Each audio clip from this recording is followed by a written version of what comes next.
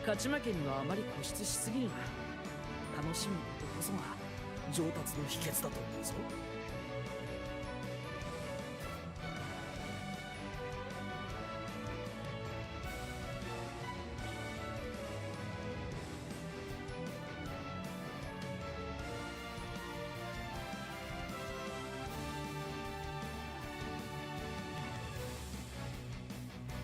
軍神のもてなし、その身に刻むがいい。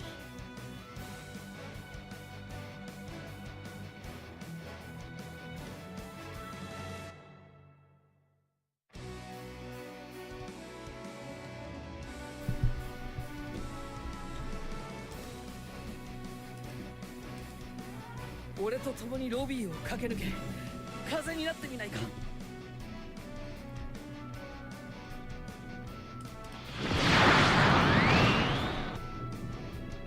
What's up, guys?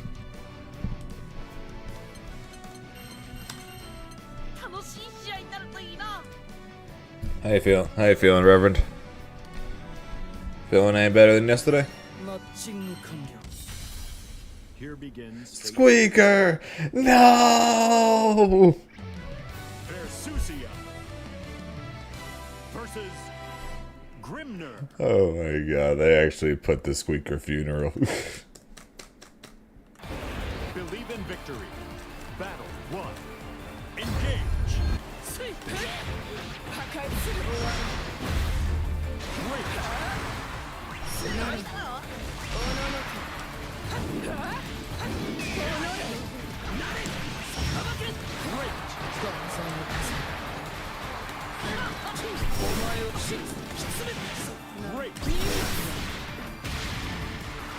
No, I didn't even get a chance to go with the training mode yet. Then again, it's a bit of a stuttery first match, to say the least.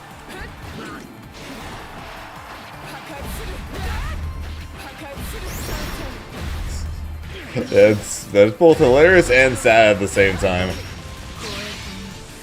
Also the fact that the freaking queen is still sane, and also the fact that the queen decided to completely flip Travis's plan on its head. From a couple episodes, from like 2 episodes prior.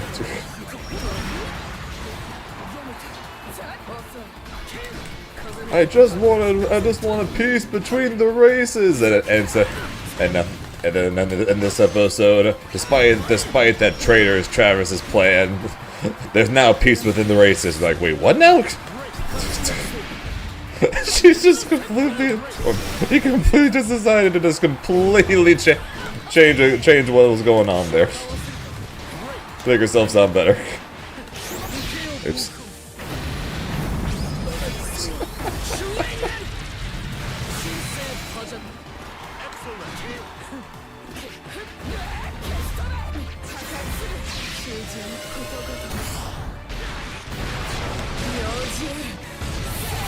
Yeah.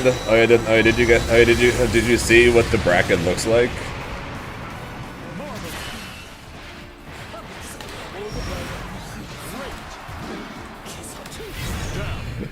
Because there's something slightly interesting about the current brackets. In case you guys haven't seen it. Also, this is 100% a one and done. Because oh my god, this is stuttery as hell. Holy shit! All right, after this match, I'll show you guys. It's oh shit.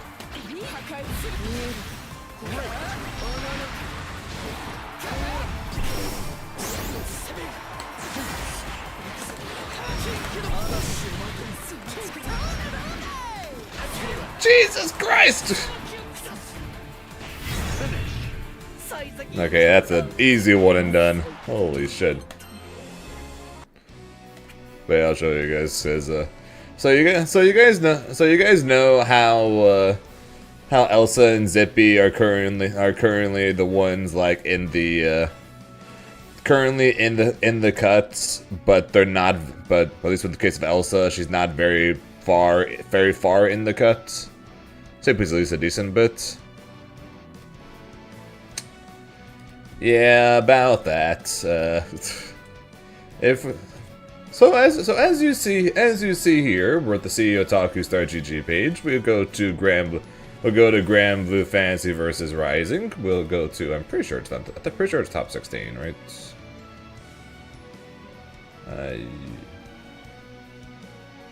Yeah, so you see, when we go to top 16, you will see we're going to be predicted to have Zippy and Elsa fight each other to make top 8 in Winterside. As the current prediction. Was good, Aaron.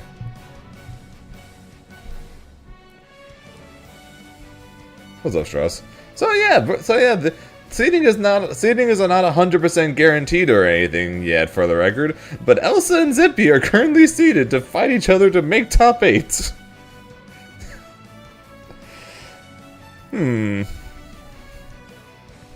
So yeah, that's a thing.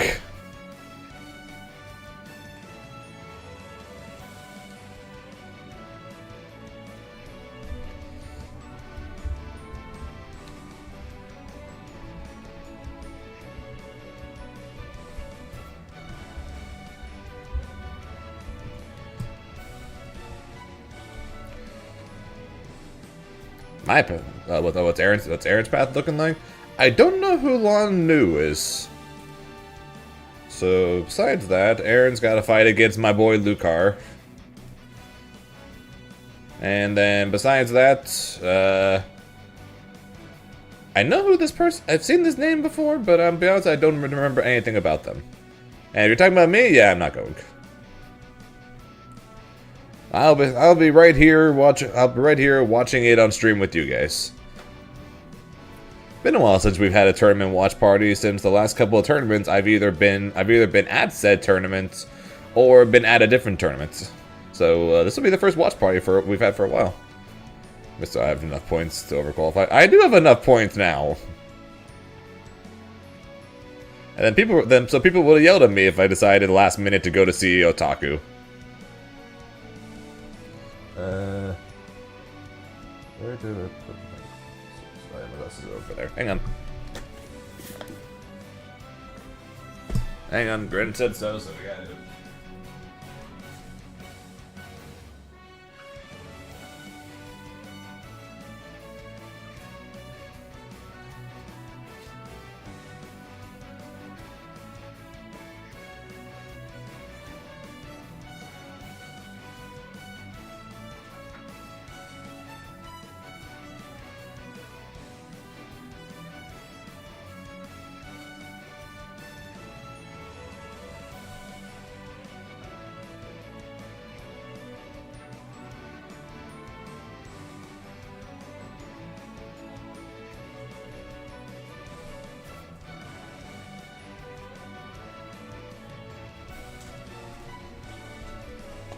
Alright, I got my avatar belial shades, and I'm good to relax and watch myself some CEOtaku next week, right?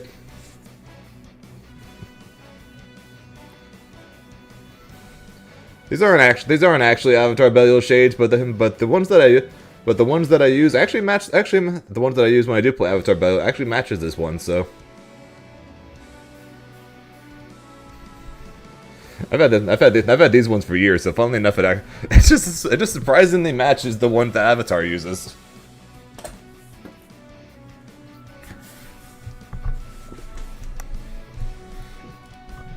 Because I'm pretty sure it does. Look. Avatar Belia. Don't these somewhat match the ones he uses for specifically number 3? Don't these look very similar?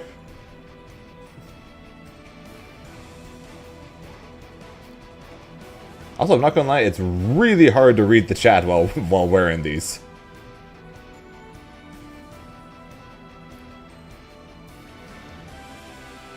I'm learning bubs right now. Ugh.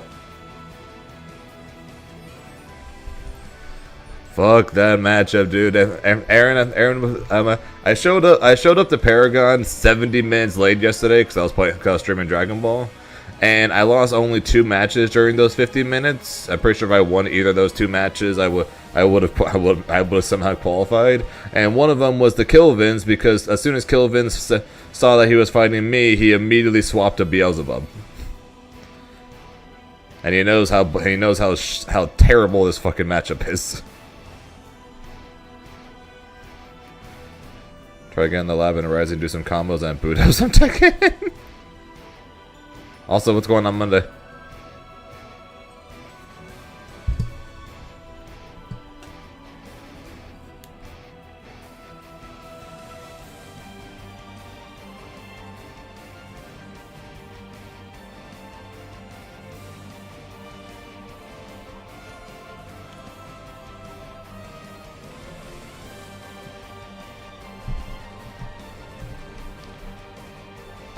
Monday.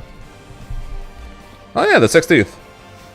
Oh yeah, Aaron. In case you didn't see the post on Twitter, by the way, Arxis is announcing both how they're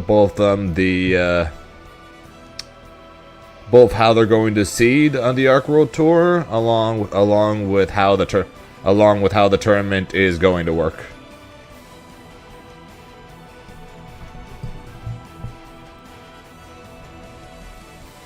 Yeah, but it should be interesting, because I figured it would just end up being traditional pools.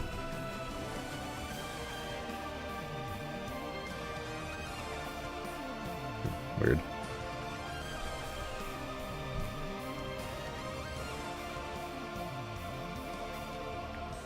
No clue who's going to take CEOtaku. I don't know either. Hey, Greg! Appreciate the follow. Let's see.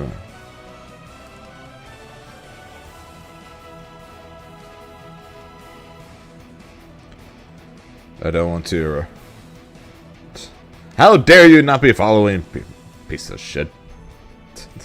I'm just joking. Appreciate the follow, though, man.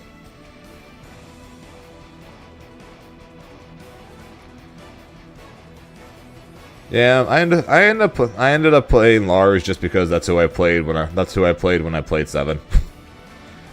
But yeah, getting into competitive. Getting into competitive Tekken is an entirely new level of time requirements and studying and yeah, everything. But who's going to win CEOtaku? I'm guessing I wanted to guess Zerom, but I'm not fully sure. And if Zerom ends up winning, that's going to end up being an absolute nightmare for the point system. Because then all of a sudden, when it comes down to the final, tournaments, it's really going to come down to the final tournaments.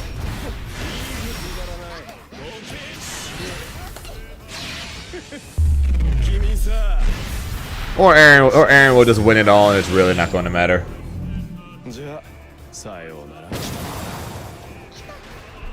Yeah, that's who Aaron has to fight. Who is that? Who is that? Lon Nu. I don't know who that is. What's good there?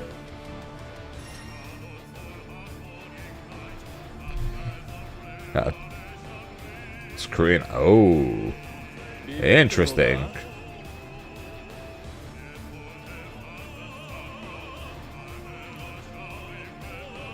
Interesting. Did not know that.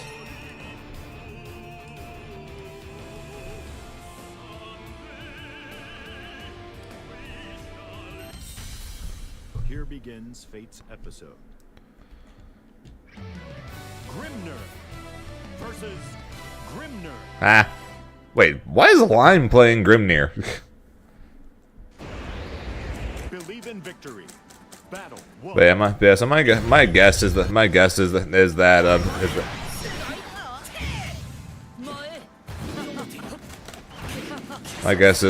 Zerom is going to end up winning, but I honestly do not know. There's a lot of really good players going to Taku, so good match.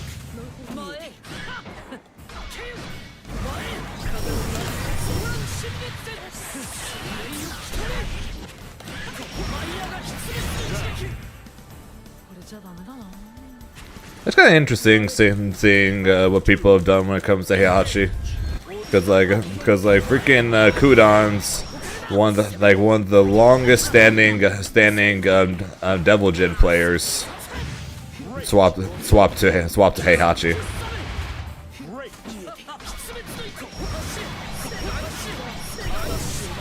Wow, they're actually punished.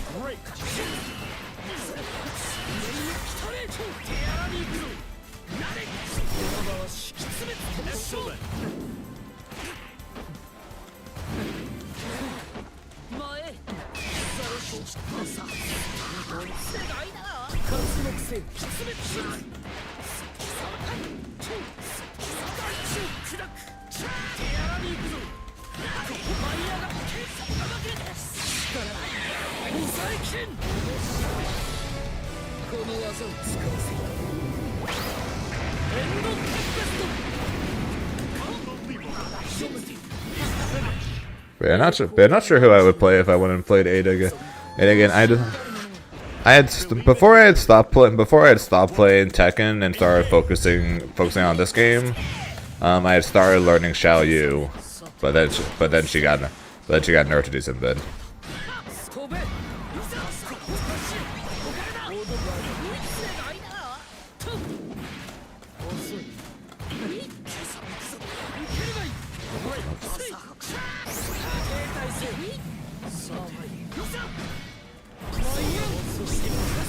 Okay.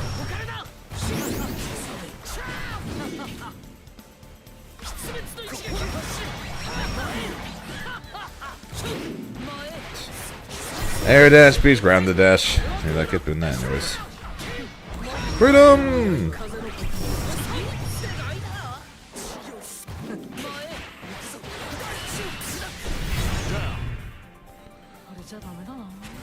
Yeah, no, yeah, Clive. You could play Halorang or Clive. I probably would end up playing Clive before I play Halorang, but I did. I'll be honest, I did somewhat consider playing him, but the reason why I ended up not playing him was just because of the fact that I didn't want to play a character that everyone said was only good if people didn't know how to fight him.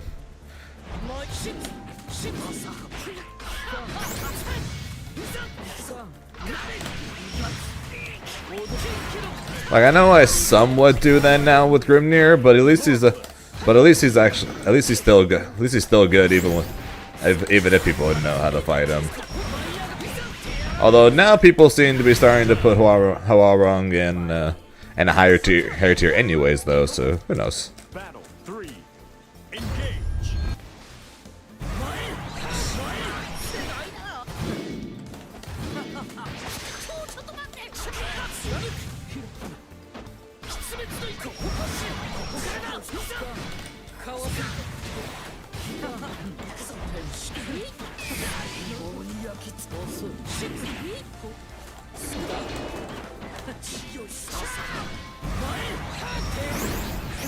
I should have sent that up, but I knew he was gonna dash.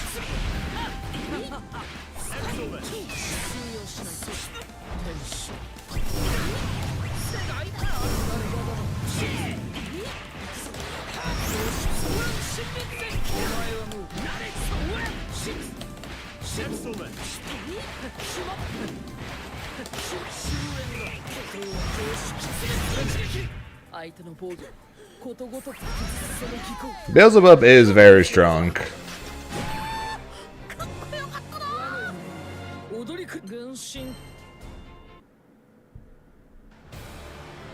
So weird. When I have my head directly up, I can barely read the chat, but when I tilt my head to the side, I can read it clearly.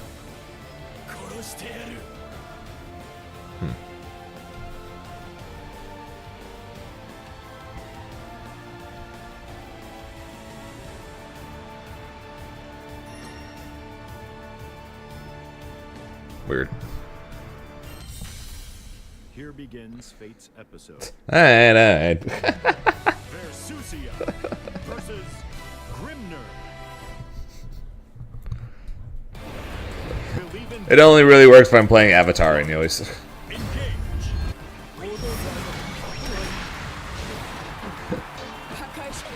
Dude, if we didn't, if you were worried about my eyesight, I chose the wrong profession, dude.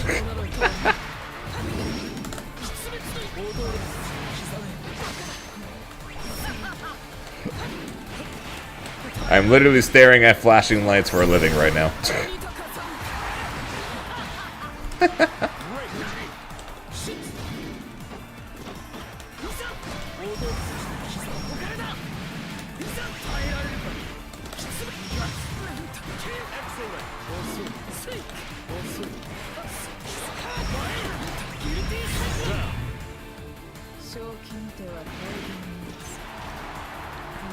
Yeah, Clive does look really cool though. So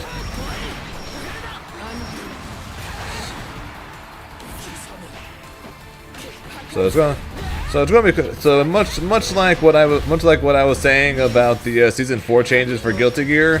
Very much looking forward to watching it. I know I'd be saying otherwise if I was the one playing it. But as the person watching it, I'm very much looking forward to seeing it. Wow, that hit so high.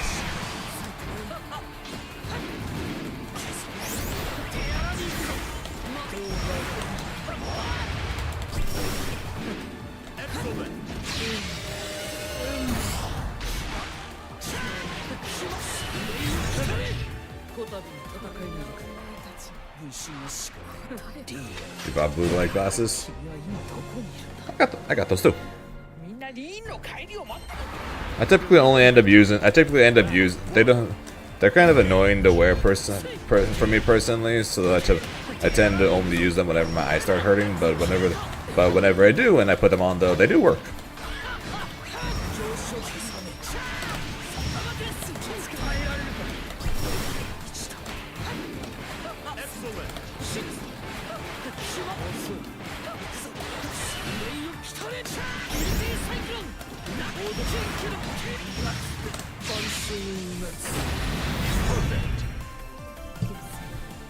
Yeah, they were a Christmas present from years ago.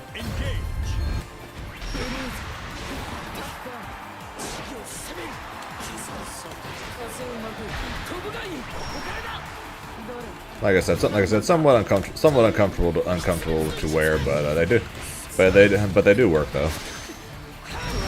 Ow.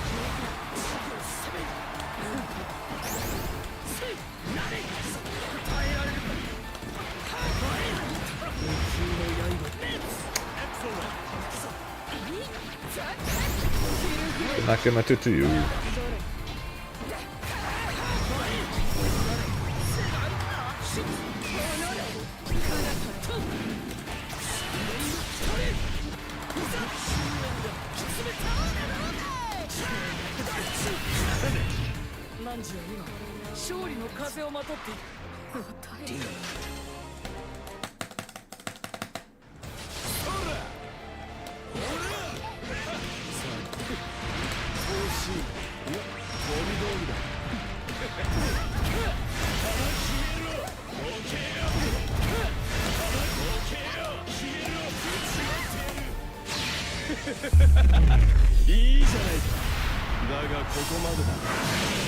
It's fine, some eyes.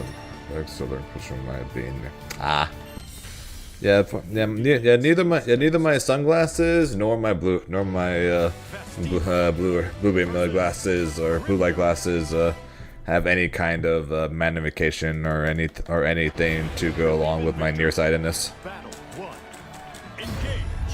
I've got regular glasses for that.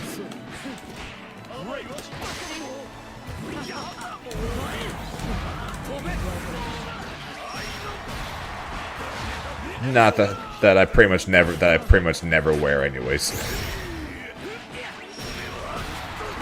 I typically only wear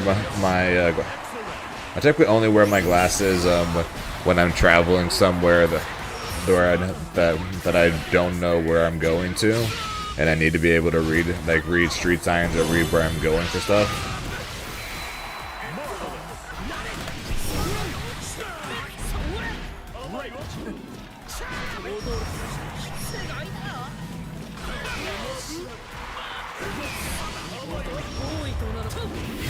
Oh, what a jab. So, and because I don't do that very often, it's rare that I end up ever using my glasses.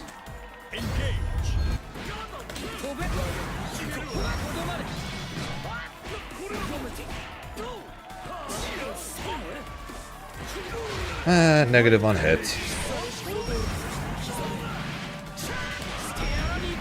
No, I don't. I actually don't know. Actually, don't even own contacts.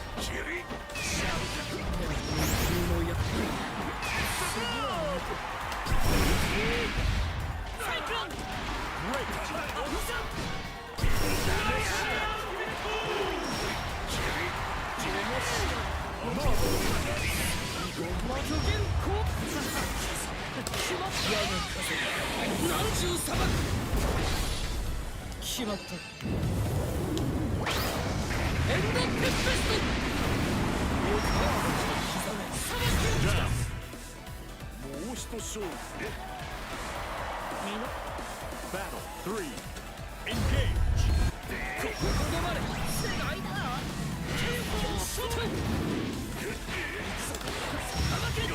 Yeah, if you're talking, yeah, not sure you're talking. Also, not sure if you were talking to Midnight or me, but if you were talking to me, then no, my set's not that bad.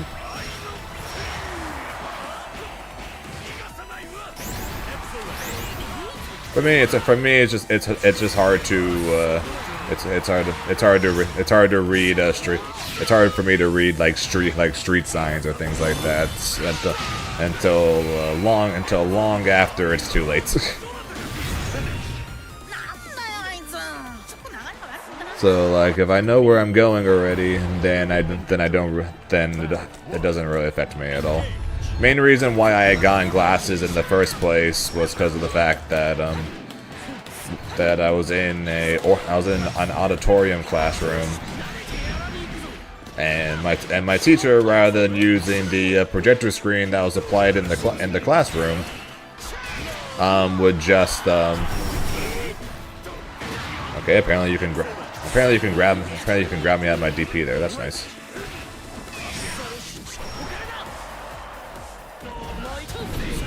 But instead of using the projector, just wrote on the whiteboard. So yeah, it's very hard to. And when you're nearsighted, it's very hard to see when someone writes on the whiteboard in an auditorium classroom.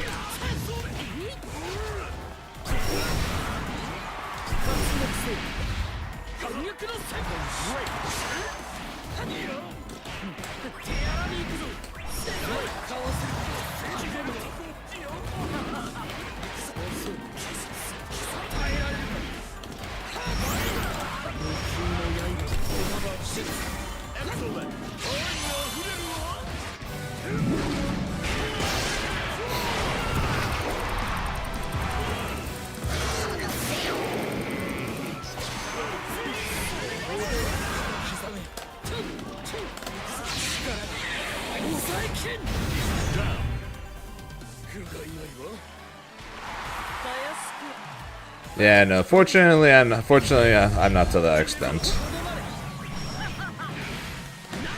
Mine was from an auditorium classroom rather than just a regular classroom.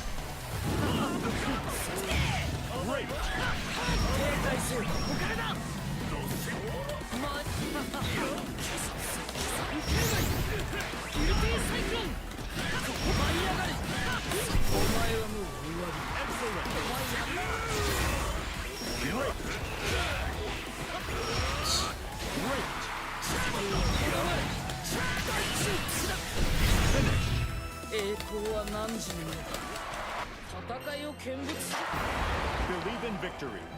Battle 1. Engage.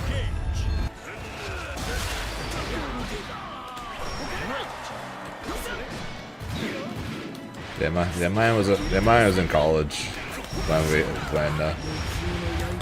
finally became too bad.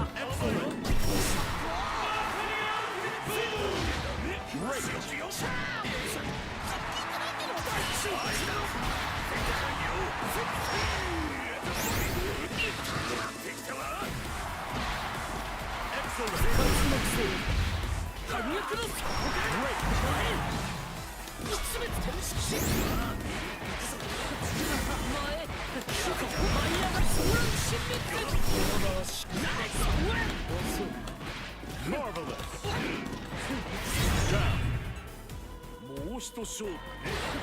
Dragon Ball for PS5, huh?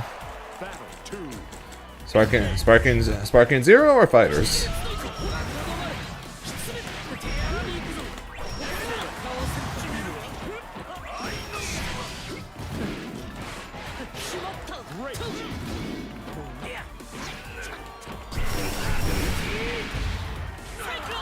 Ah, okay.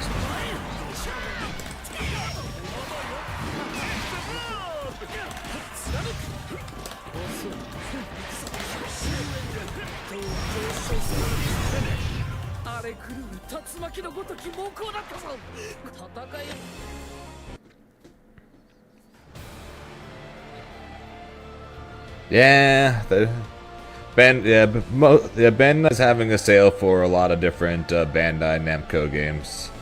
So if you guys have any Bandai Namco games you're interested in possibly getting, now would be the time to check it out because they might be on sale for you.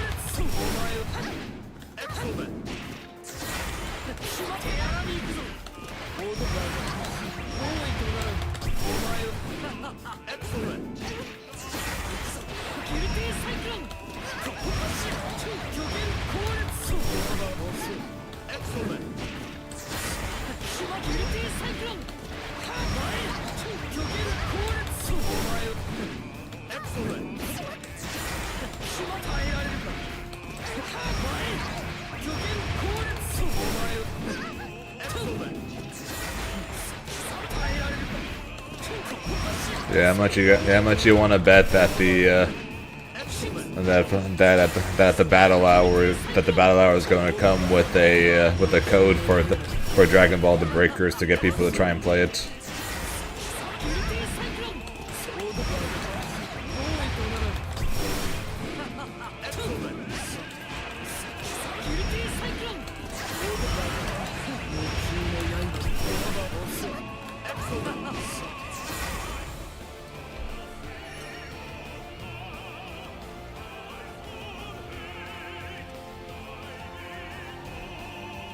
This morning, I'll try to 20 September's president's harder than was before.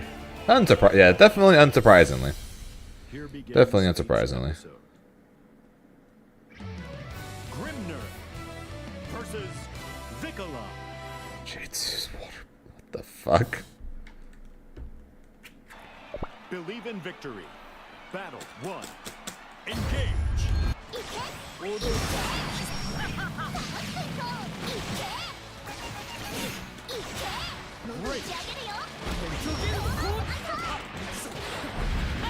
Great.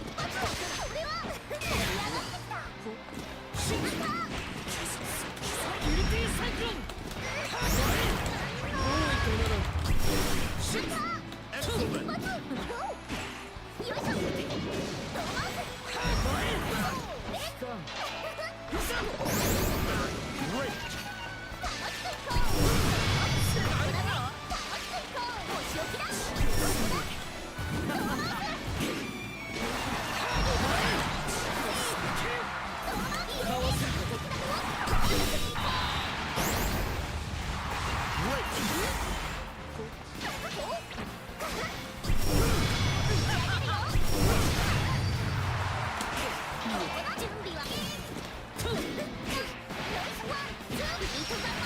my god, the stutters, what is happening?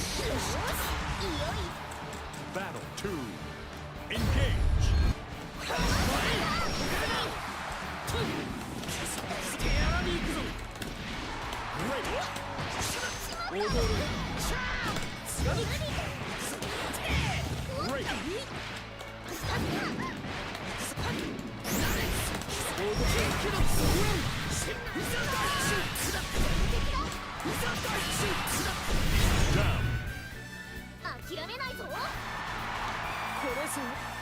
Battle 3. Engage.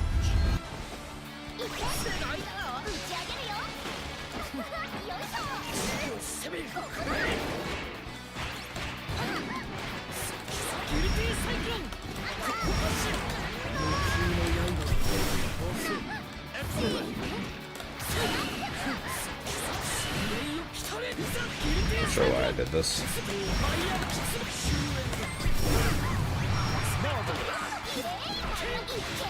Great.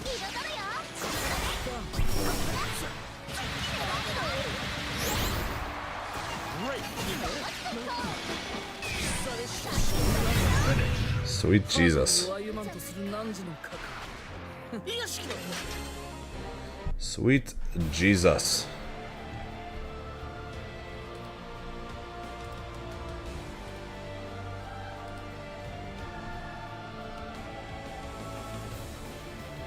腕がうずいているんだ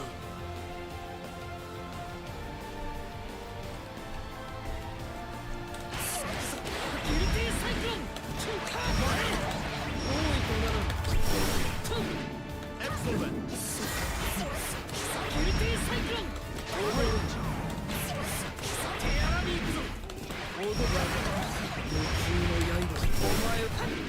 Excellent. That's what I was trying to figure out, Scout. Also, what the hell is your name? Jatsu's water bottle? The fuck?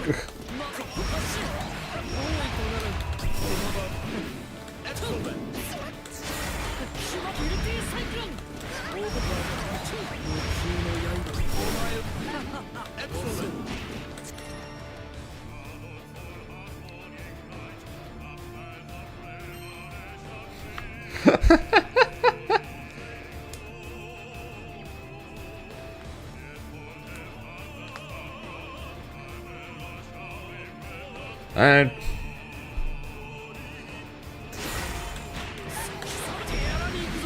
Figured I'd ask.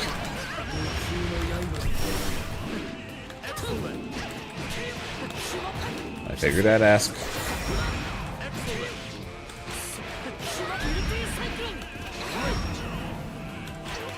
Yeah, we're gonna get Venom first.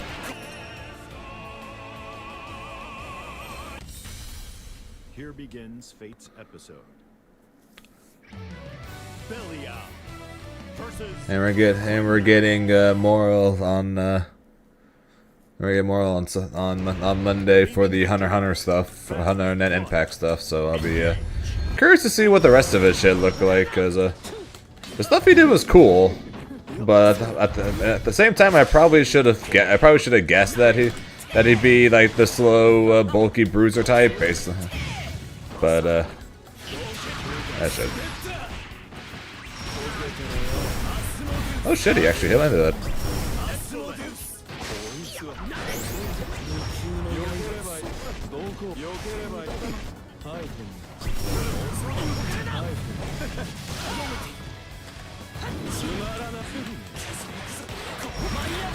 Well, we'll see when the game actually. Well, we'll see when. Oh, call me out there. excellent.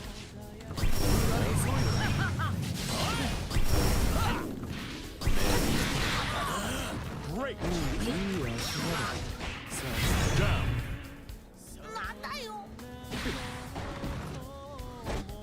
Battle. Fair enough. Engage. When's reaction video for?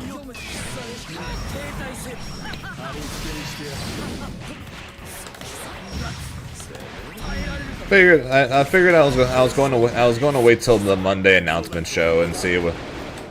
do that and do some kind of reaction video then, if anything.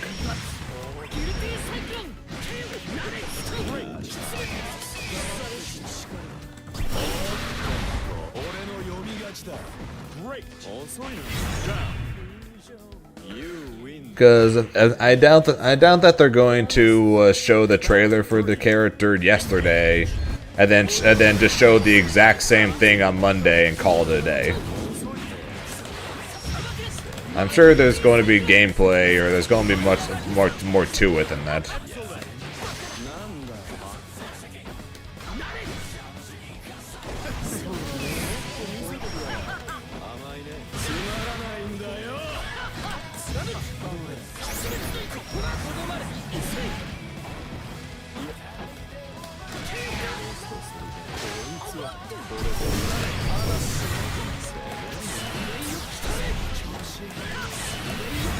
Or at least I'm just assuming as such.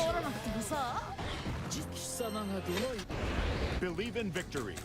Battle 1. Engage. Tomorrow one? Yeah, I saw it yesterday on Twitter. I saw it yesterday on Twitter, but like I said, I don't think I'm gonna do any major reaction YouTube video or anything for it until we see what's going to get announced or what's going to get shown off on Monday.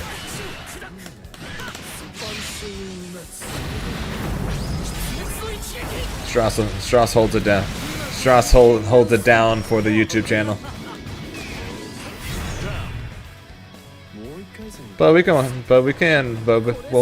after this match we can watch the after this match we can watch it though. Yeah, like I said, if I'm going to do a YouTube video for more though, it's not going to be till after Monday's show to see what might also get revealed.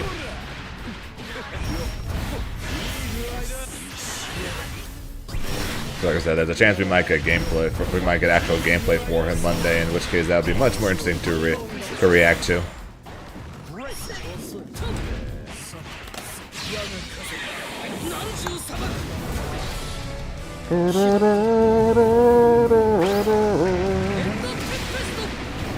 Run up, overhead.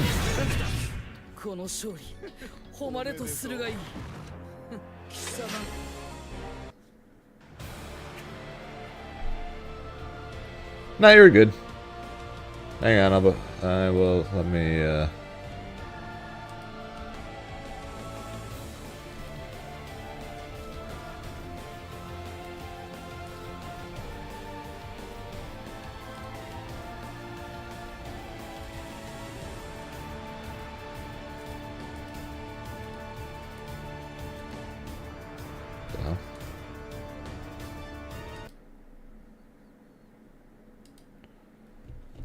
pretty much. Strauss holding it down, so there's always at least one person watching the YouTube side.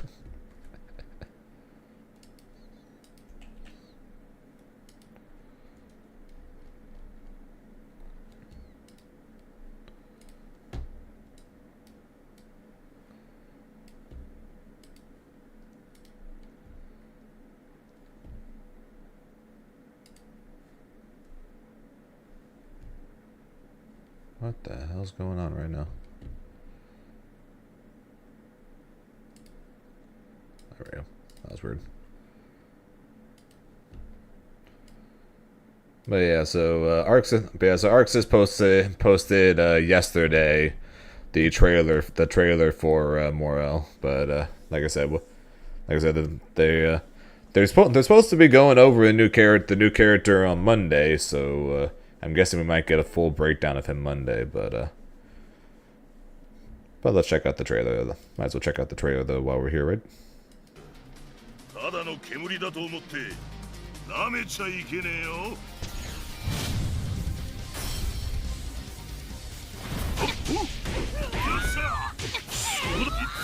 Also, his normals are giant.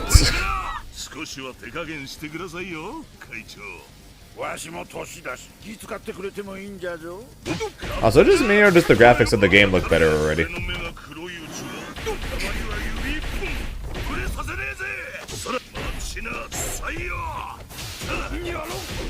見せてやるよ。ディープパープル。本命はこっちだぜ。 Yeah, I'm honestly not sure what's going on with the smoke clones. Because the confusing part about this is the fact that yes, in the anime he uses the smoke ninja guys to keep an eye out for the chimera ants, and here it shows him summoning one, and then it's attacking, and he's able to move while it's attacking. So that's the kind of thing that made me think I would want to play this character, because there's probably going to be set plays / setups / mix-ups galore with something like this. But the fact that they only showed that once though in this entire trailer has me being somewhat confused on what's exactly is going on with them. So I know the rest of these are just showing his supers, but we don't see the smoke ninja a single time otherwise. Until of course Deep Purple. Yeah, he's definitely bigger and slower than the typical character I play. But like I said, the options you can probably get though from these summons though has me very curious to give him a try though. Hence why he's one of the characters I was interested in possibly having on the main team whenever this game does eventually come out. Just for the idea that was going to be a move, especially knowing now that it is a move. Just wish I had any idea what else he could do with that, or if that was the only thing. Also the smoke breath being both a long ass airbud, a long ass air special to extend a combo, and an OTG. That seems like a one button everything right there, no?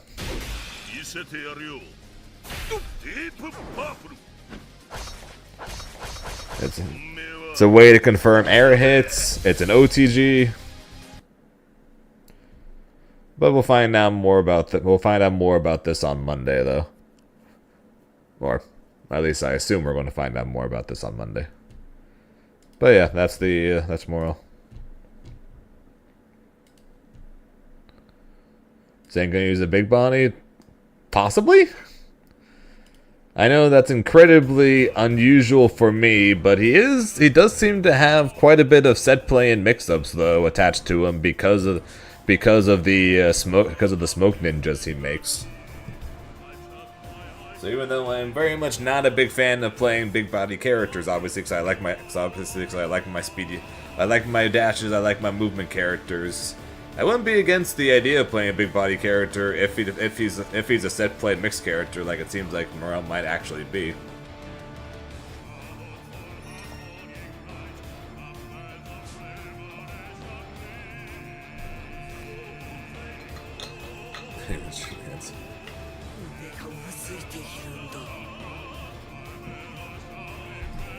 But yeah, so no promises on the idea that I actually will I'll actually play him on the main team, because I might get my hands on him, try him, and be like, yeah, he's way too slow. I hate this.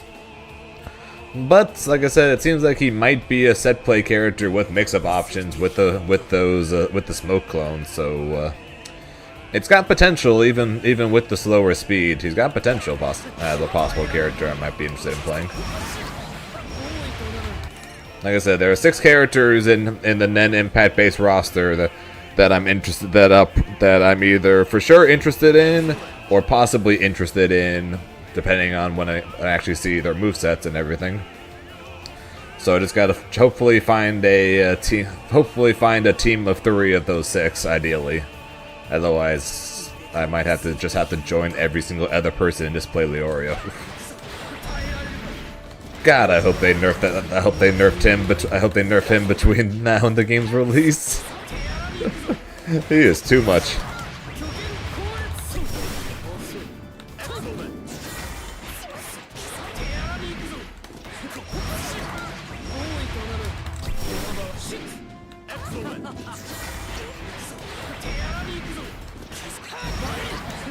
Majin Buu. Oh, he does have the smoke breath.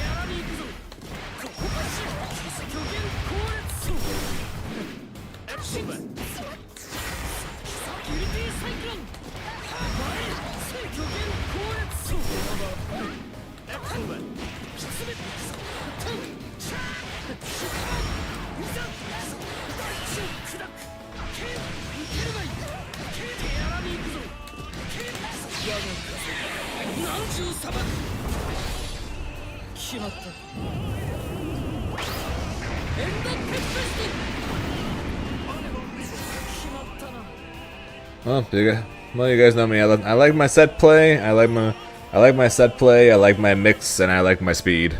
Or I like being able to dash and be able to move around and such. So, and Marl covers 2 of those 3 options. It seems like he might have a set play and mix. So, get a new keyboard. Nice. So, like I said, he's got potential, but we'll find out on Monday. It's gonna be one of those rare Monday streams for Zane.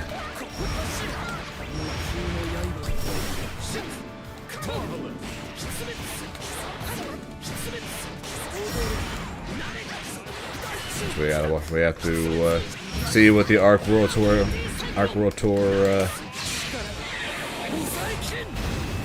format looks like. Gotta see how the seating is going to work, and we gotta check out the possibly more gameplay.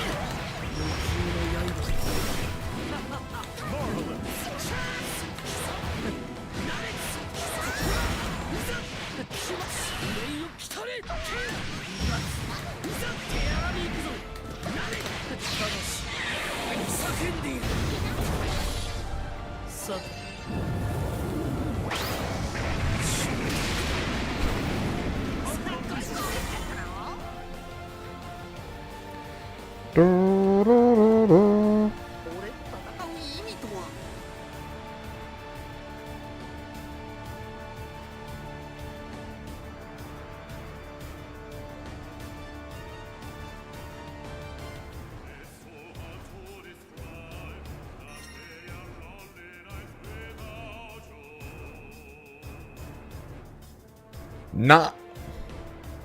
Alright, that might be a new record. Holy shit, dude. That might be a new record for me. Consistent over 900 MS.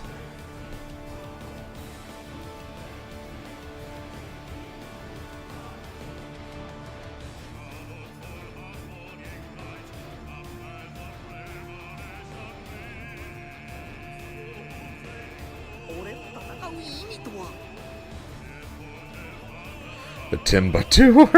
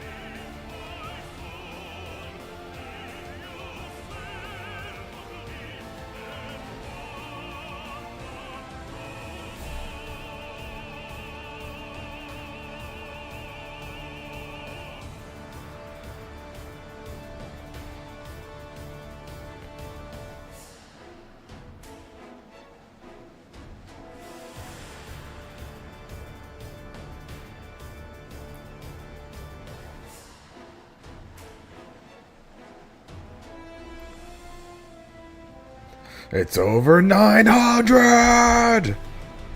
What 900? It's 109. Wait, really? Yeah, kick his ass, Nappa. Yay! Bunch of lag. Oh, oh, oh, oh. I'm not supposed to bend that way. I'm not supposed to bend that way. Now it does. Wait, Nappa, what? It's over 900. Why do you sound so bored? Because he's in a threat. What? To me.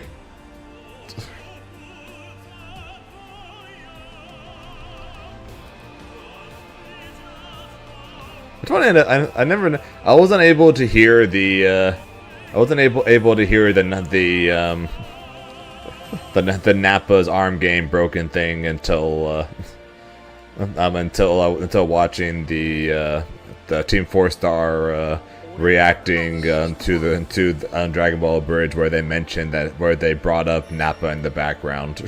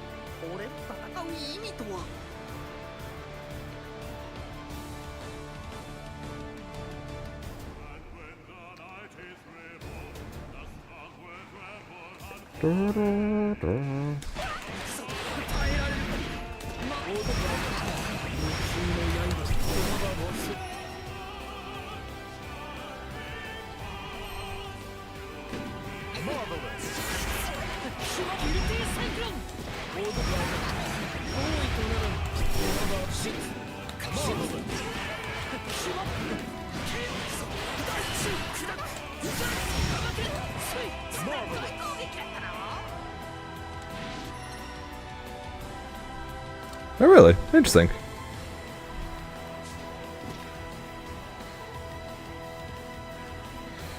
Yeah, so and Dragon Ball Abridged, when they Vegeta told Nappa that Goku's power level was 1006.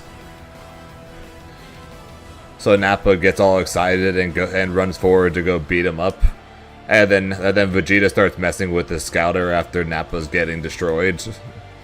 And Vegeta's like, that's not right. So he's checking it, and then in the background you just hear Nappa yelling in pain. And then you hear very faintly in the background, arms not supposed to bend that way. Arms not supposed to bend that way. Now it does.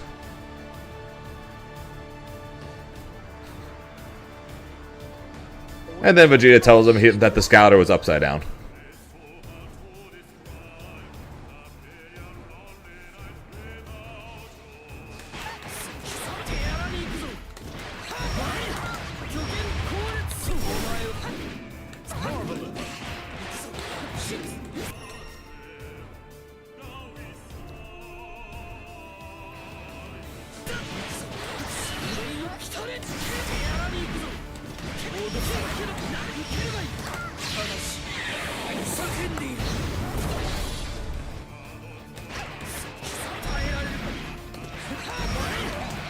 So that's what I was referencing.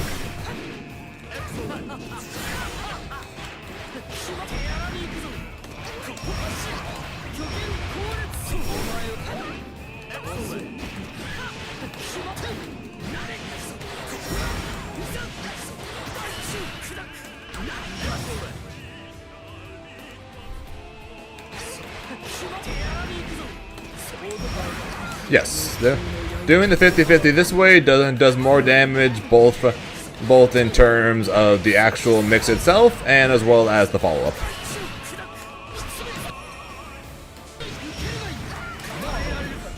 So like the normal 50-50 I did before, right? 5,394 before mix. The new one, or this one. Oops, did that one wrong, sorry.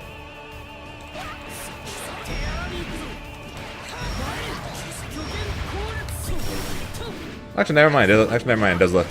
Sorry, so never mind. The mix part does less damage. The follow-up does more damage. Never mind. Why did I thought that does more damage? Oh yeah, that's because I had seal, right? First part does less damage, but you get to keep a seal, so it leads to more damage if it gets a hit. That's what I was originally thinking of.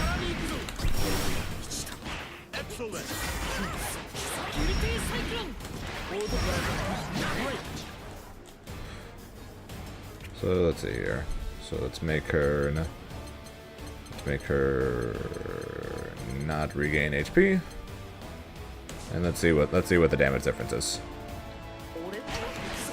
This is the way I normally do it.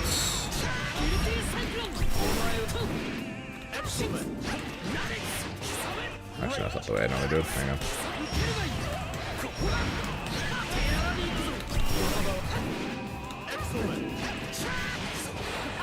So used to doing it the new way now.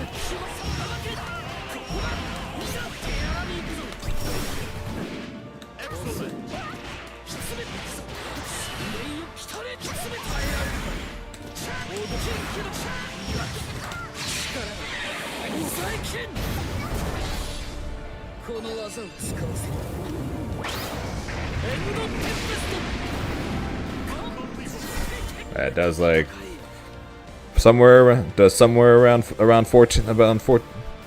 14k, somewhere around there. And then the new version.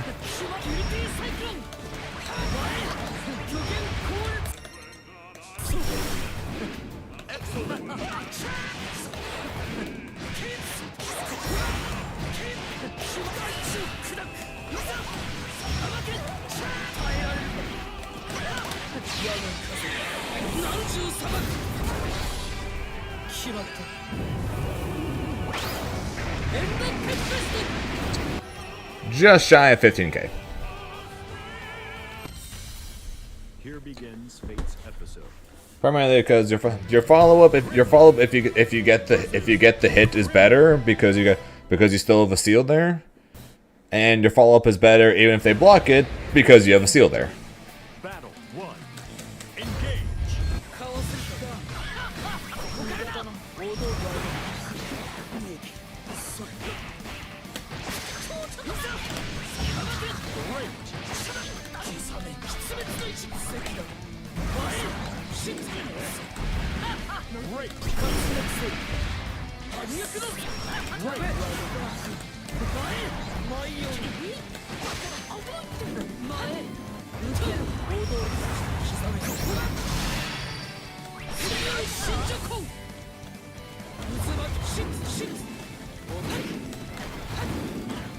Why did I go backwards?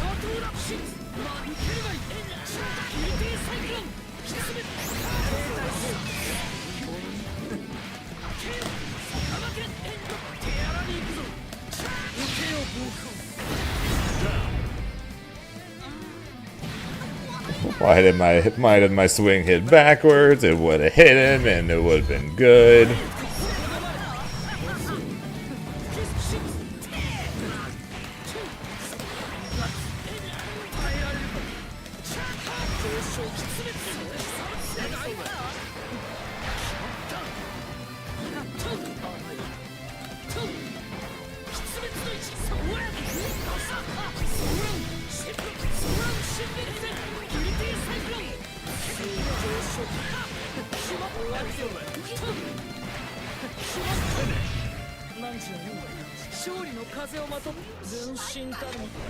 Believe in victory. But yeah, so that's why I'm trying to learn that new setup, because the follow up both for the why didn't I get my tornado? Fair enough.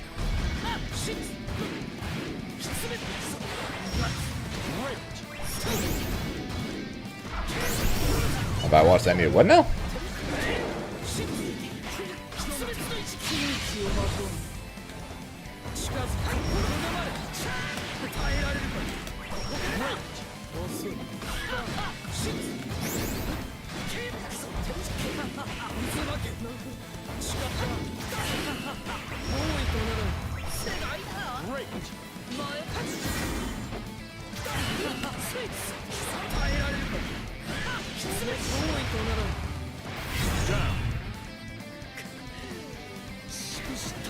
I have not, no. Battle 2. Engage.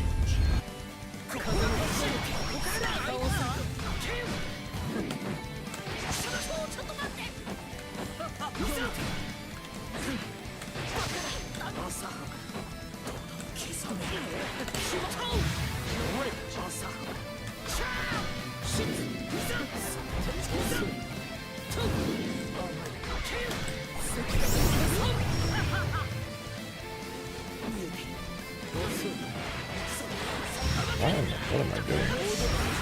Really impressive gun there. I'm just walking forward like a moron.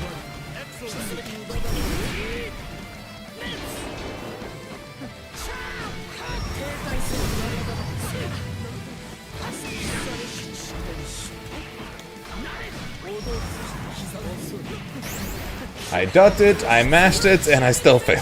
And I still managed to mess up.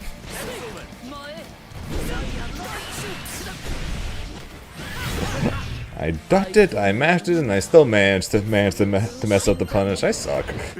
Even when I know what to do and I do what I'm supposed to do, I still manage to mess it up.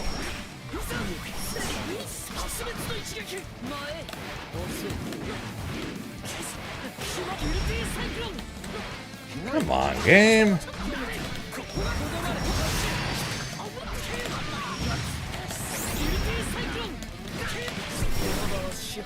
Excellent.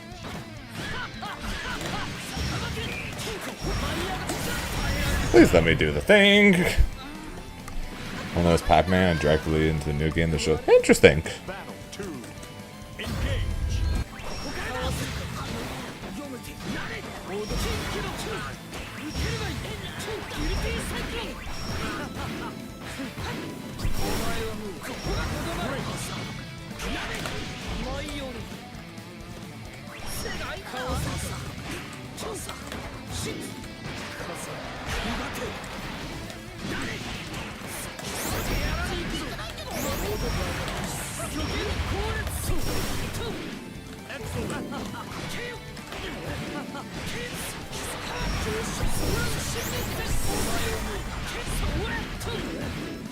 Excellent.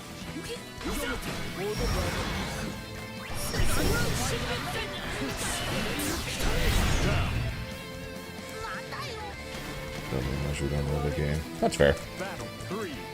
Engage.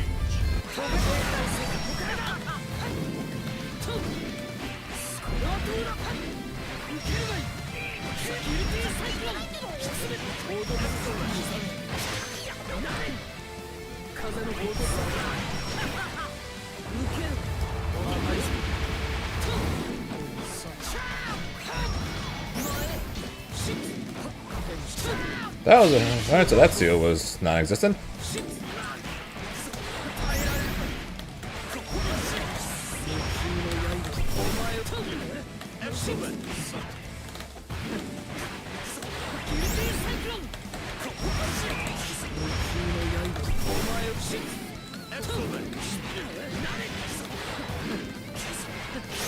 New setup! Let's go.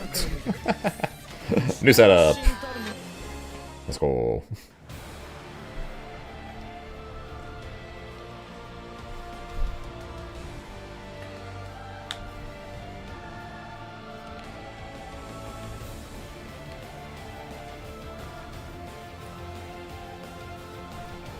I'll probably somewhat understand the Armor Core one. I probably won't understand the Sifu one.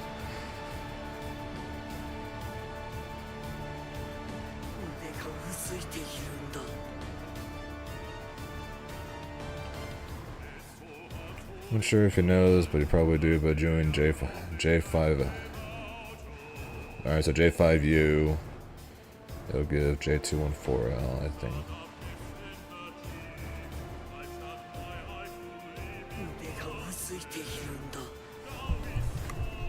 What? J5U.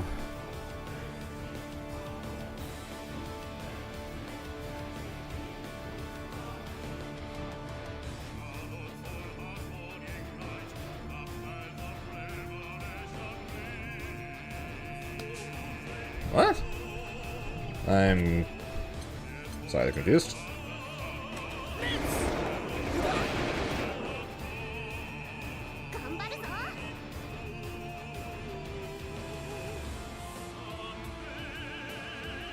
Not J5. Oh, J5's. Oh, this?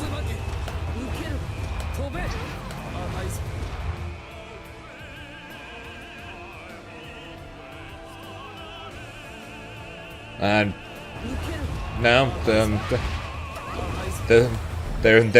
is no for you. Oh, never mind. Yes, there is. There's no back J skill.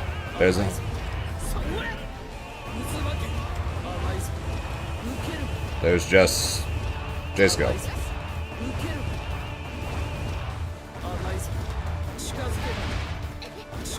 I mean that.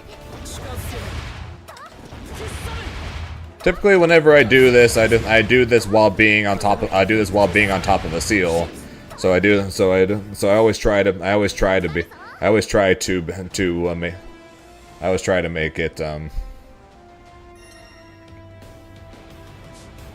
Oh, never mind. I know what you mean. You're asking why do I constantly do this rather than just do normal skill, right?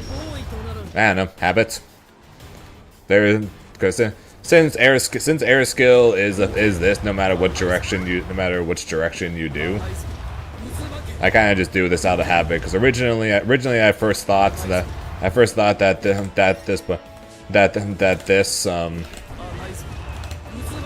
this was only the 214, only back skill. So to this day, I still constantly do back skill because I'm just used to doing back skill or more often than not I do the manual inputs or I'll do the back input into the actual inputs, or I'll do into back skill just out of habit more than anything else. Even though you can just do regular skill or forward skill, that doesn't really matter. Nope, no reason other than habit. Since for the longest time I thought that this was back only, because you can't do jump 236 L, jump 623 L. You can't do either of those when you do the technical input. It only happens when you do 214 L. So because of that, I always assumed it was only back skill. So whenever I did it, I always did back skill. And if I end up getting crossed up, it doesn't really matter because back skill becomes forward skill, which is still it anyways. So it really doesn't matter which direction you do. I kind of just do it out of habit because I always thought that it was specifically only core circle back. Meaning I thought it was only back skill.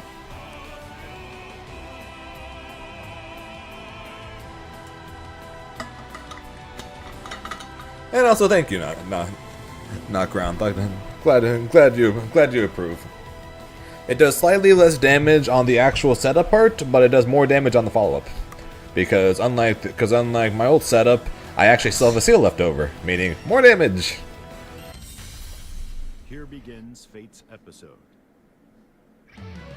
Belia versus Grimner. What's good, Xeno Kami? Believe in victory. Battle 1. Engage. Great.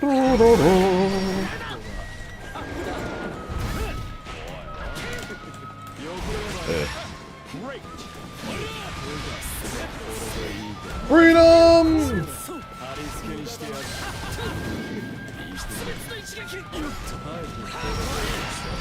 I thought I had enough mana. I did not.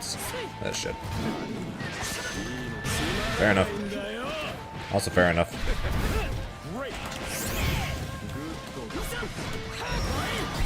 I don't know why I did this. Hey, thank you. Thank you for guard canceling that, because that would have hurt. See if it one of those kind of stuff. Oh, okay, cool.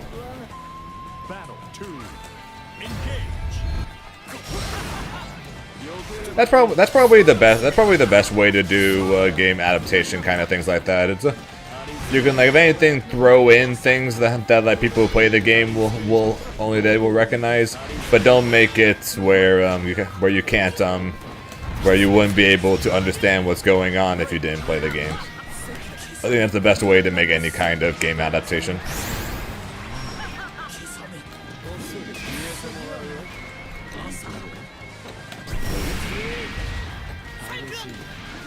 It's also not an easy way to. It's also not an easy way to do any kind of film adaptation, but it is a way technically.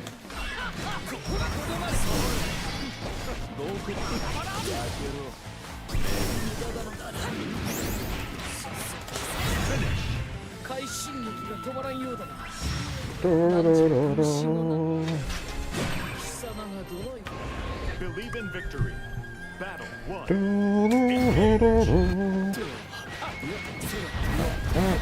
Great.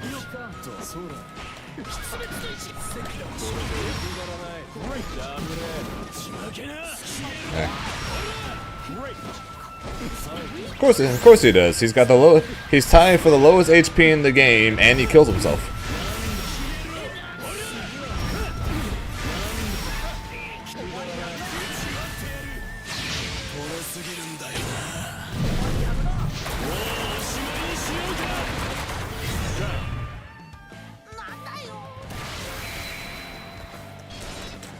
Battle 2. Engage. Great.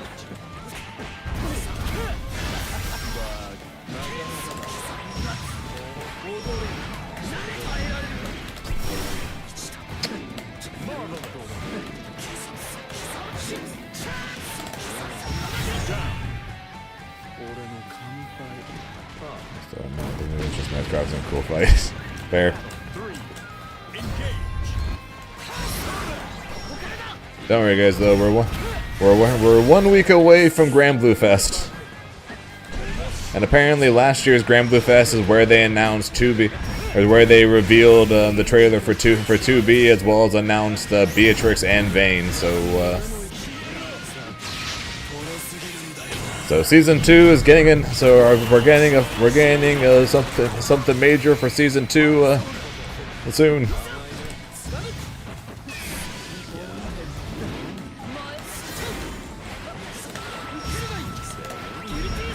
Alright, we're getting info soon.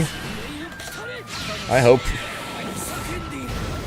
Yes, I'm hoping for a Sandalphon trailer. Hopefully something cool from it. And I'm hoping for a release date. Primarily because of the fact that if we get a Morel gameplay and everything on Monday, and Sandalphon next week, I get YouTube content. No, I'm just kidding, kind of. But yeah, no, I'm hoping for a Sandalphon trailer and a Sandalphon trailer. If we're lucky, maybe they'll throw in the next DLC character or two, like they did last year, if we're lucky.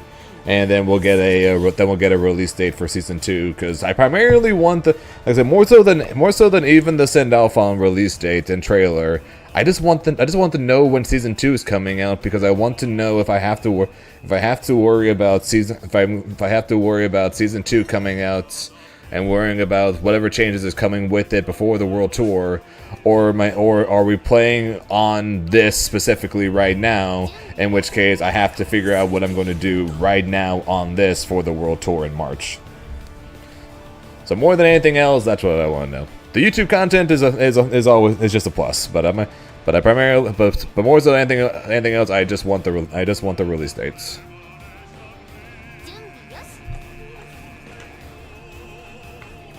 Also, the fact that that's going to be happening next week while we're watching while CEOtaku is going on is interesting, to say the least.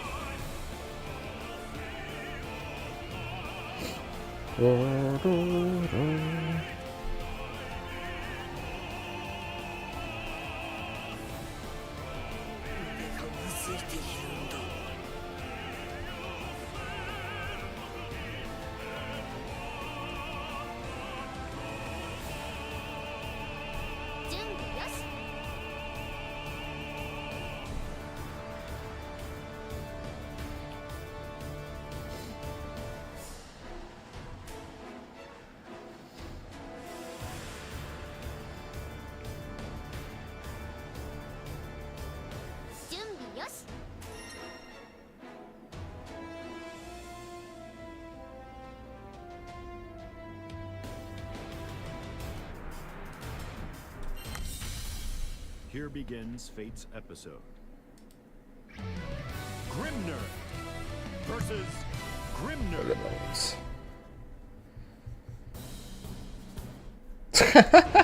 Believe in victory.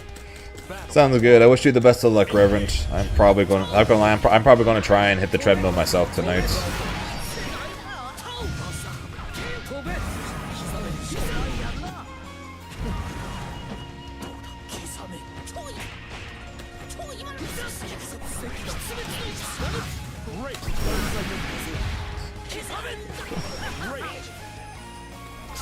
You mean we went all this time and I wasn't able to rob points from Tav? All right, this is a bad day now.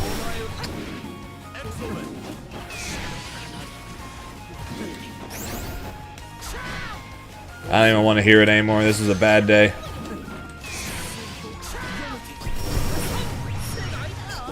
How you doing, Tav?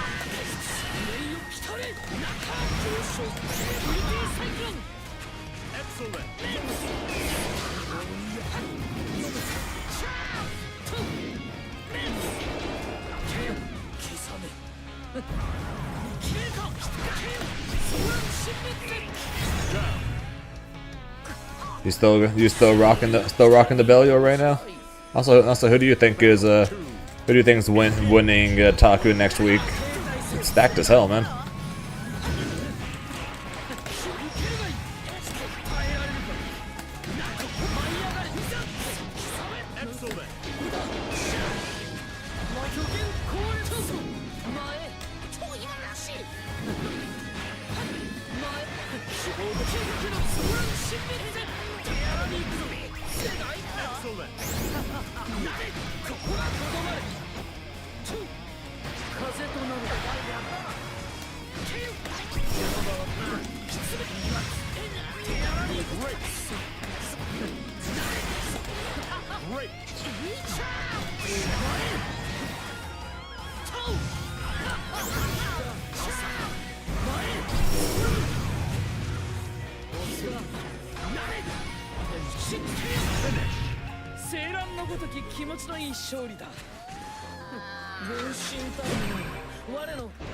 Believe in victory.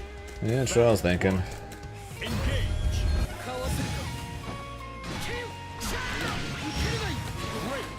Yeah, did you see that the the current seeding has Elsa and Zippy fighting each other to make top 8?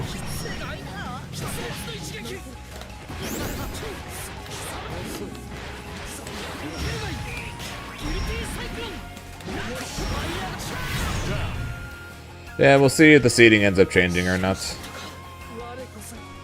Battle 2. Engage.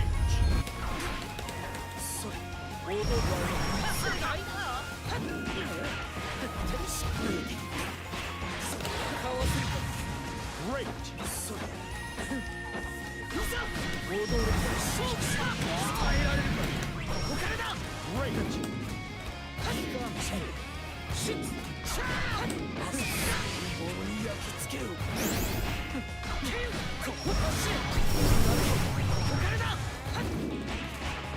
I'm really bad at it.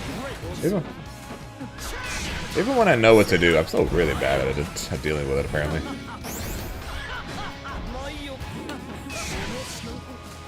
Oops.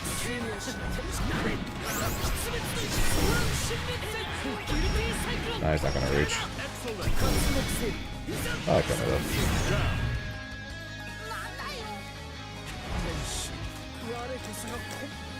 Battle 3. Engage.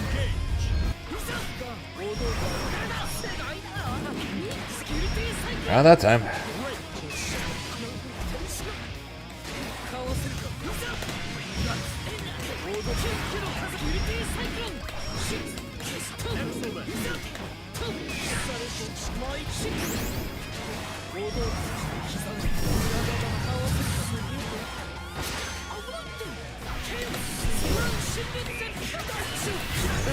We love air dashing, making bones that don't hit backwards, make it hit backwards, don't we?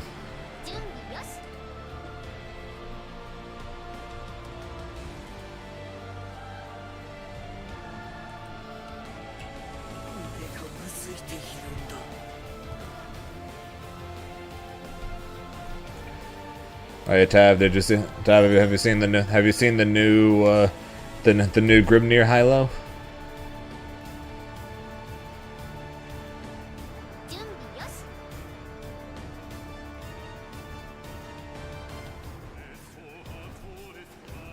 Nope.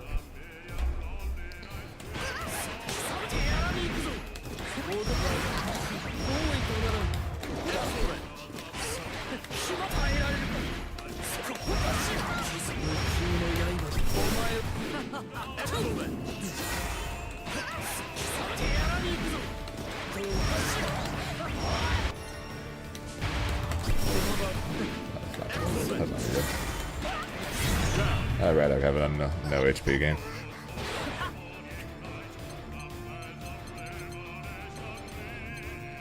Oh yeah, it gets better, Tab. What? Actually, I'll put it back to no HP again. What? Watch how much this does if you get hit high.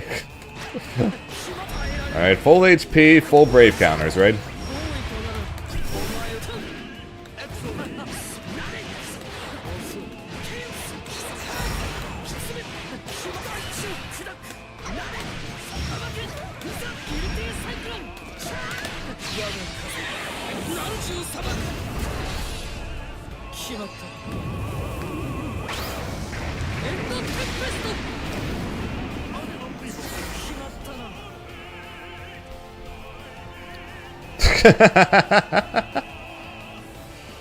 Yeah, the big difference between this setup and the normal setup is that it does slightly less damage for the actual mix-up.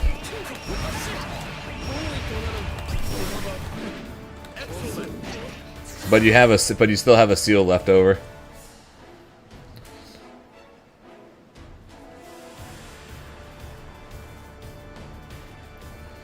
Oh yeah, but if I start with if I do this, if I start with this and then go for the medium rather than the lights.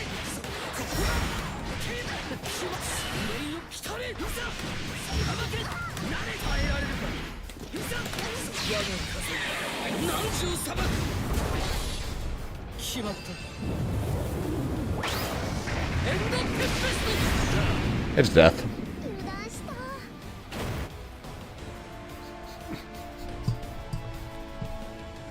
Fun, right?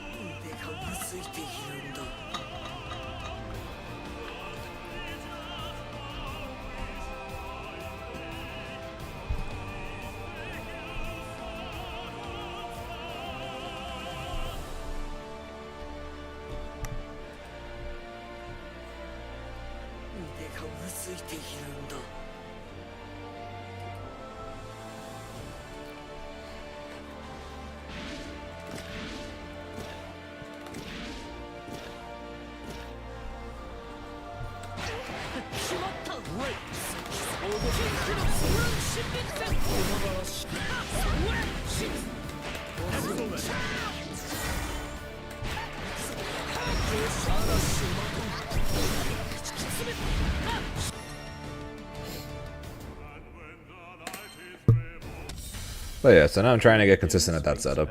Also it seems I don't know if it actually is or not, but it does seem slightly more annoying to spot the high low. Even victory. Battle 1. Or maybe I'm just full of copium. That's possible too. Just trying to hope that I can get this mix-up to actually work.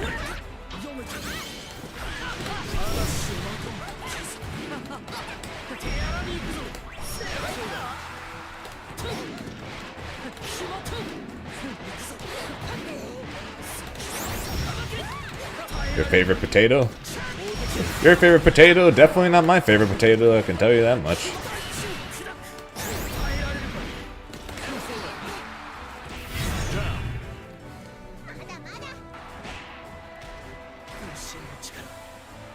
Battle 2. Engage.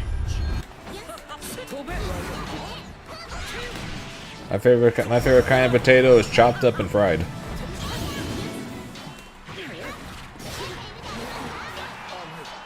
And it's French.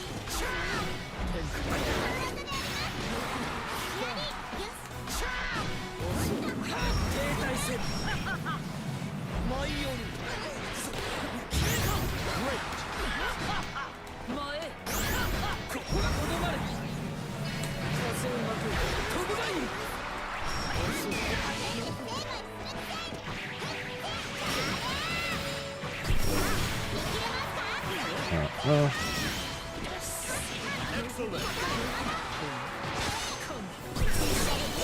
Oh, I'm dead. I think. I got no escape from mashing, really? I decided to mash on wake up, figured he'd bait the DP, goes for throw, and I get no escapes? Really?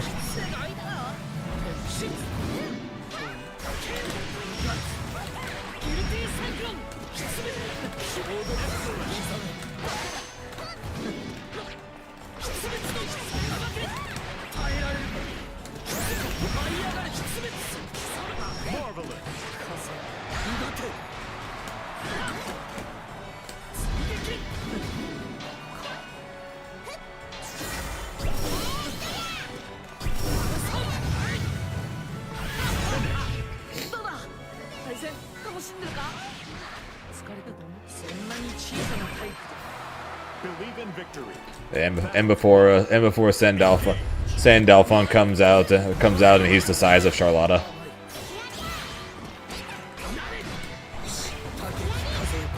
Using his godlike powers, he made himself the size of Charlotta. We decided to do this because we thought that there wasn't enough short characters in this game. Oh my god, this lag spike. It's 6 frames!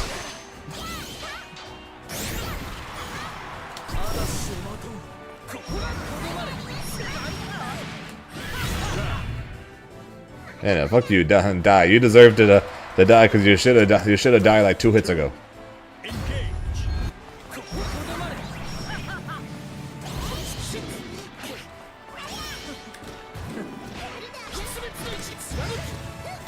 The Sand Dolphin.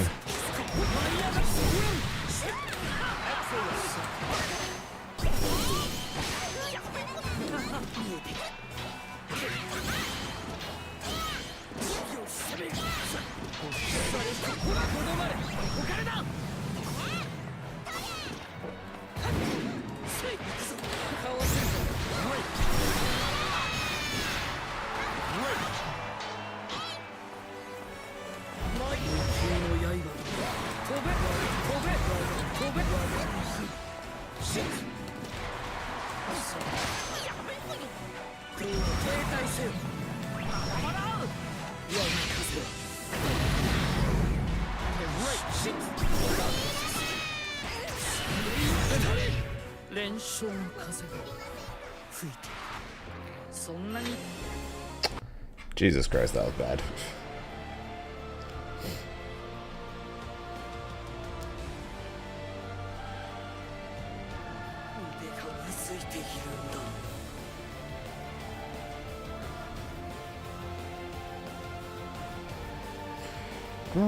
Here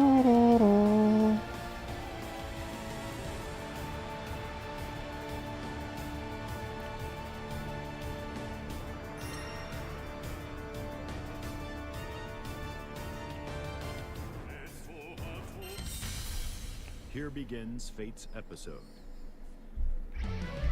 Belial versus Grimner. Ripples. Ripples. Believe in victory. Battle 1. Engage.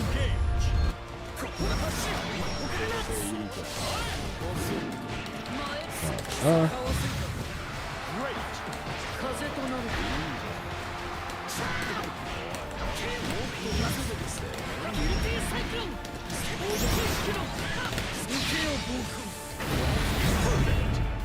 Hey Tab, if you're still here, was the server feeling laggy at all to you? Engage.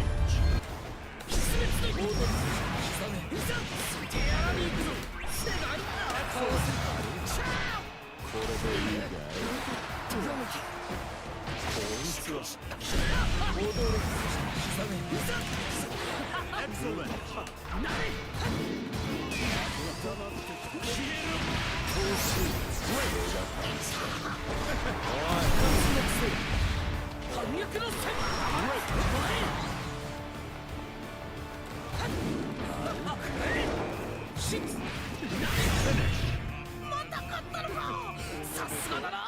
Seriously. So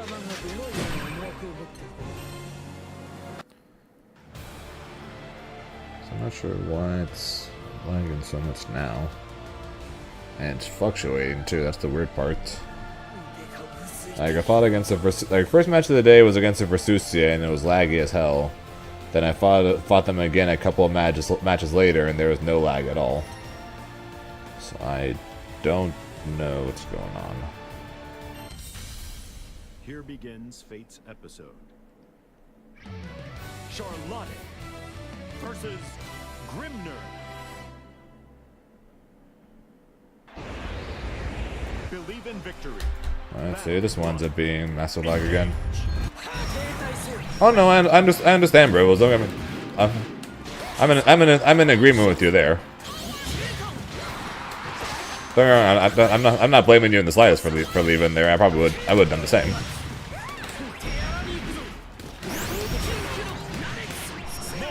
I'm just trying to figure out what's going on. What's going on with that? Because some games I have are some games I've got right now are like laggy beyond hell, and then there are other matches I've done where there's been no lag at all, and then sometimes it's while against the same person, which is why I'm so confused. It'd be one thing if it was laggy every single match against the same person. But there are times where it's laggy against one person and then not laggy against that same person a few games later. So I'm just trying to figure out what's going on.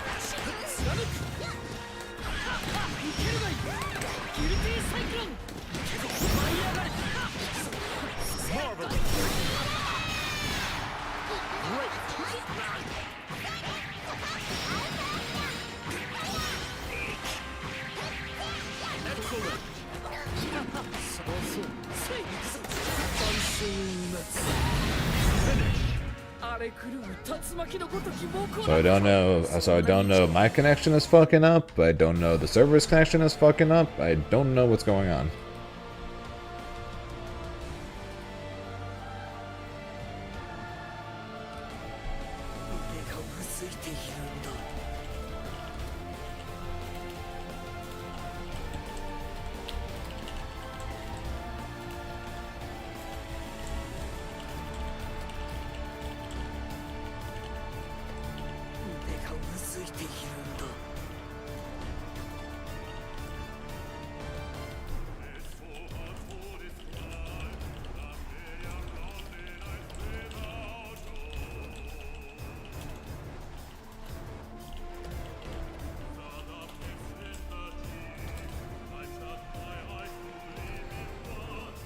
So yeah, I don't know what's going on. All I know is it's very annoying.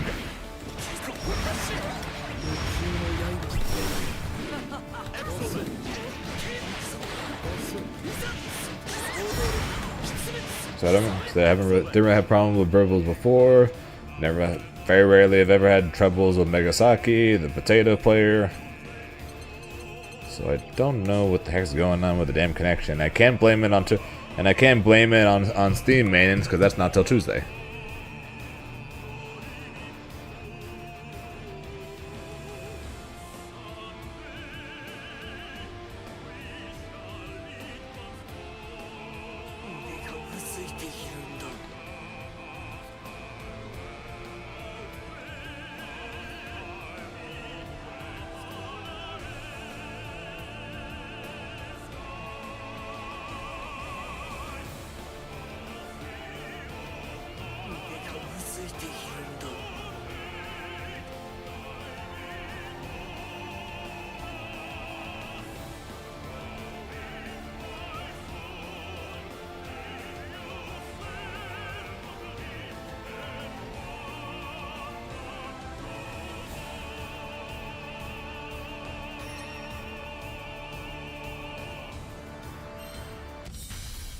Here begins Fate's episode.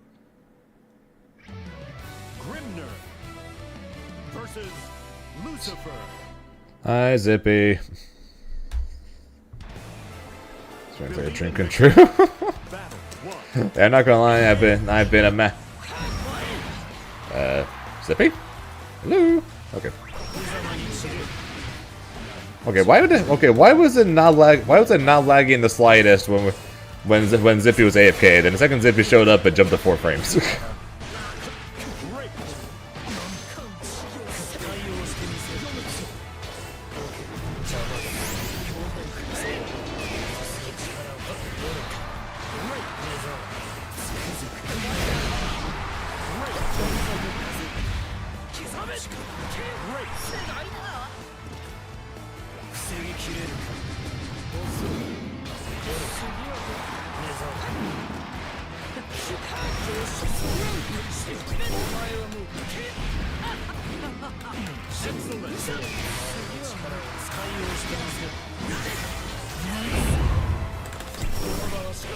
Oh my god. It gave me the wrong special. It gave me the wrong special. He was dead. God damn it.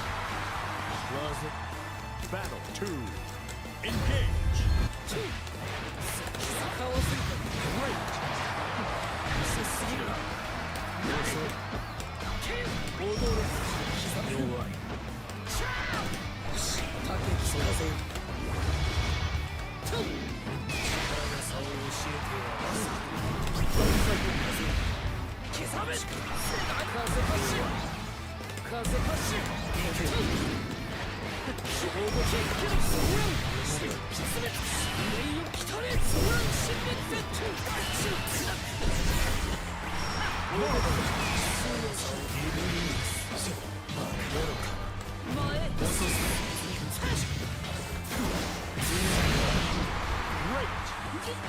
I'm dead.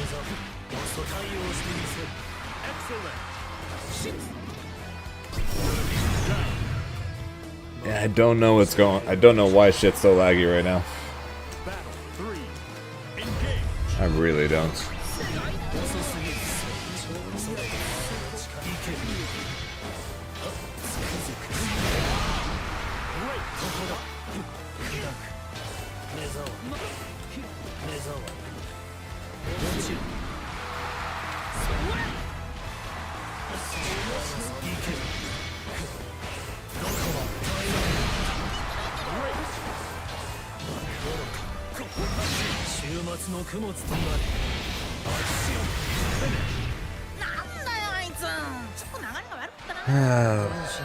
So laggy. Believe in victory. Battle one. It's a good super though on his part. Alright, I'm gonna give him credit for that. It's a good super on his part.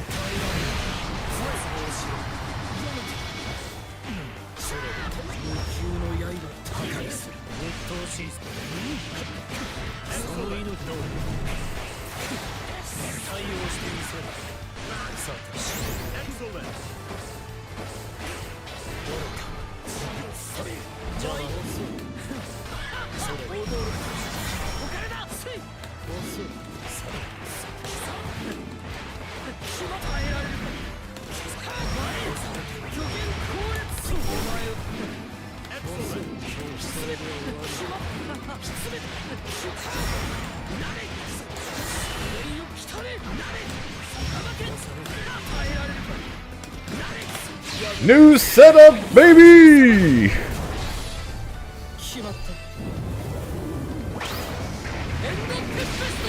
New setup, baby! Battle 2. Engage. 破壊する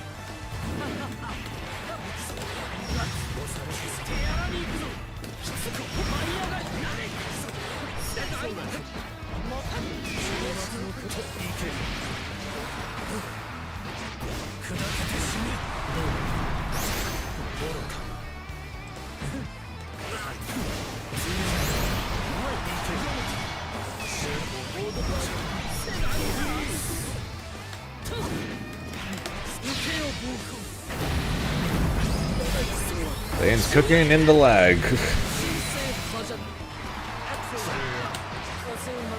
Lane is cooking in the lag.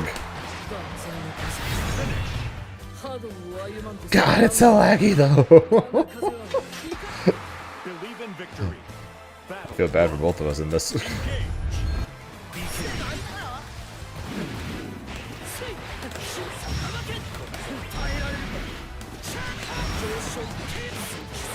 I'm sure at this point I'm fairly confident it's my fault. What's going on? I couldn't tell you, but at this point I'm fairly confident it's my fault for all the lag. But I honestly cannot tell you what the hell's going on.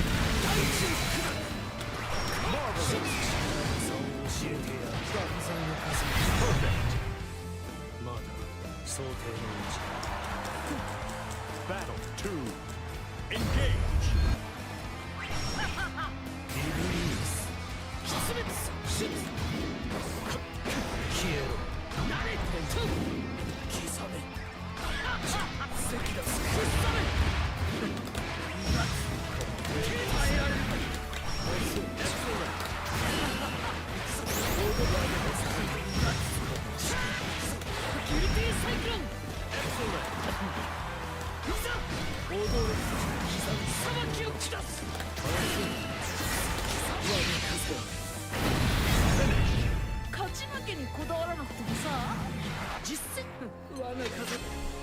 It's not like I'm downloading anything, or it's not like I'm running anything. It's not like. It's not like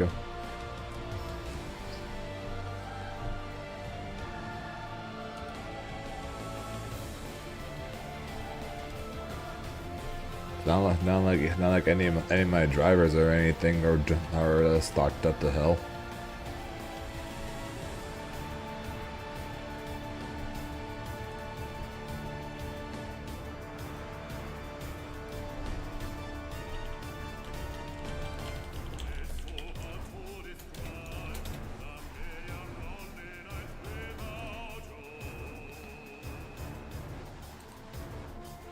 Well, I'm not sure what's going on. I can drop the.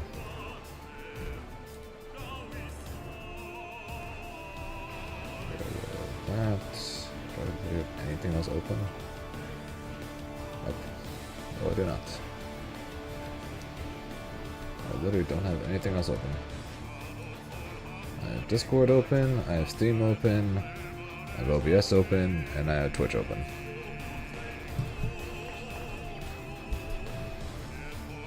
Pause this. I don't know what's going on. I do not know what is going on. Everything currently I currently got on, I kinda need to be on. That's the over here, right? Yeah. Yes, I'm not sure what's happening.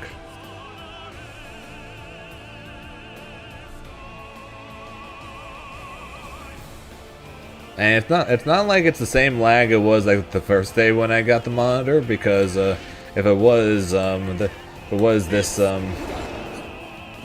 training mode right here would be lagging up a storm if it was the same kind of lag as it was that first time.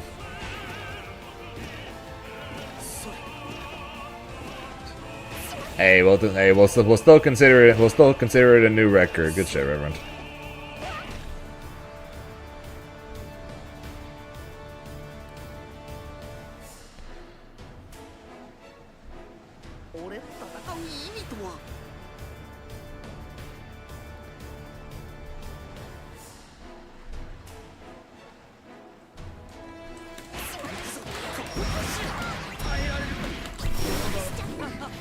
Excellent.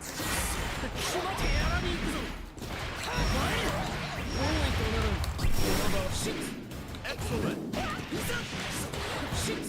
Great.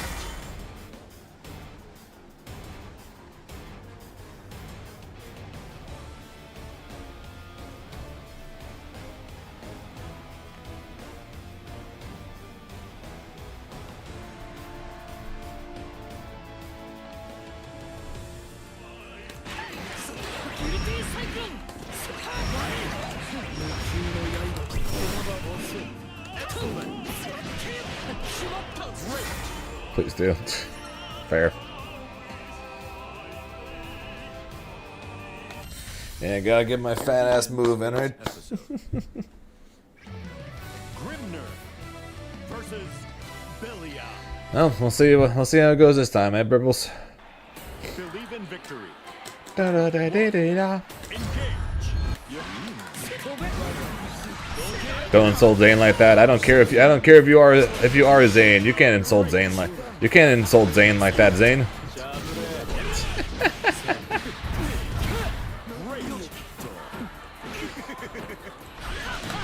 Haven't you learned by now? All Zane does is insult Zane.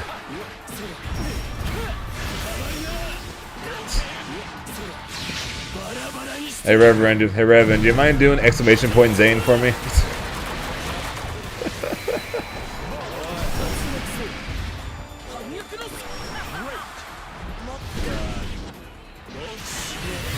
Thank you.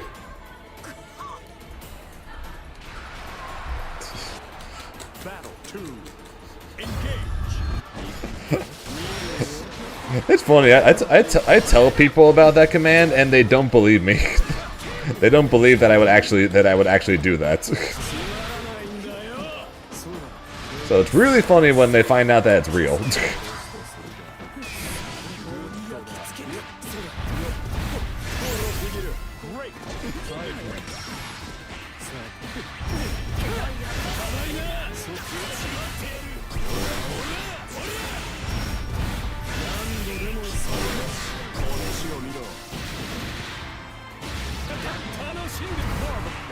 I matched.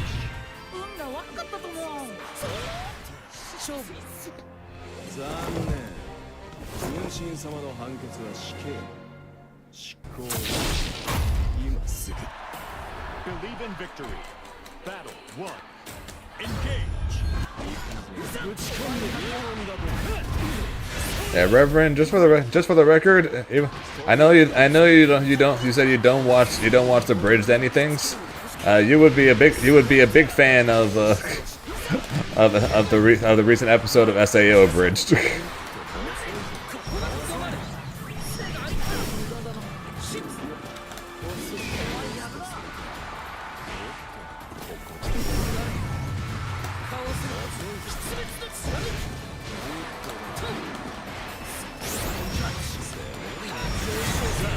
Let's just say, imagine people trying to either curse or basically make sexual references, pretty much, in a kids game with a profanity filter.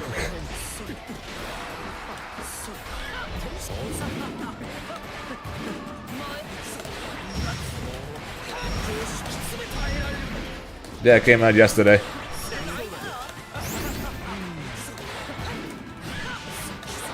Gotta watch it. It's a really good episode.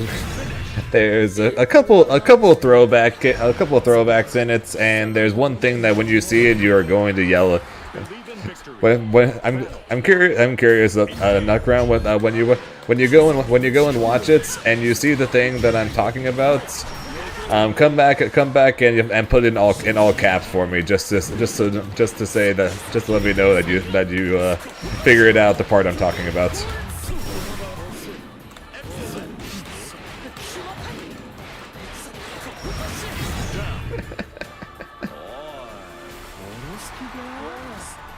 Battle 2. Engage. Great.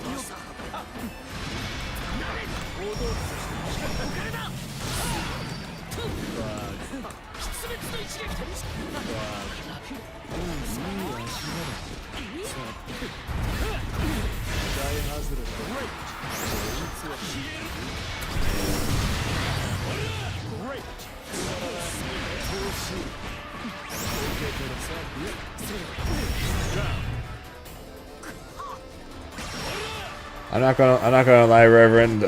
I like to SAO and everything, but I think the abridged series did it better. Funnily enough, I think the abridged series did it better.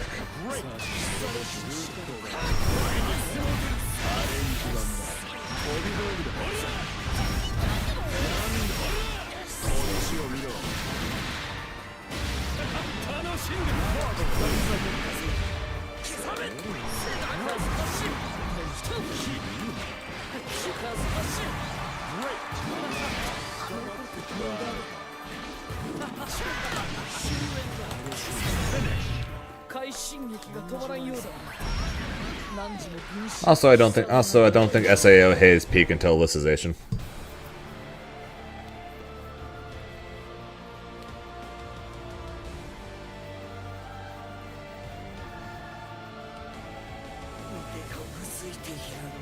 Alicization and War of the Underworld, I think, was best.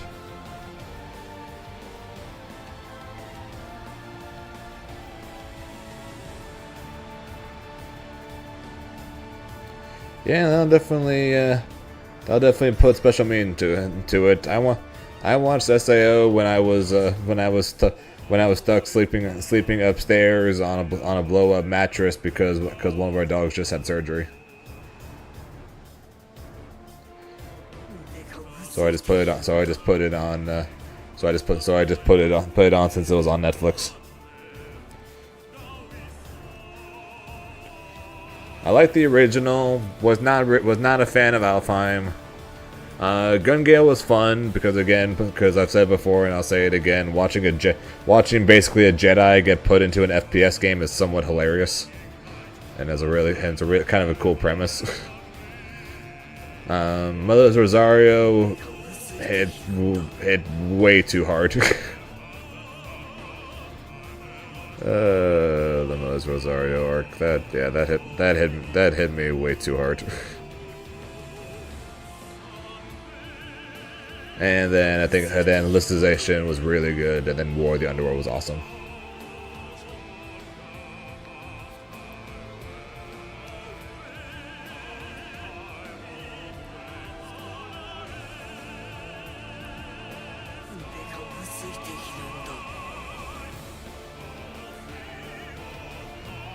To avoid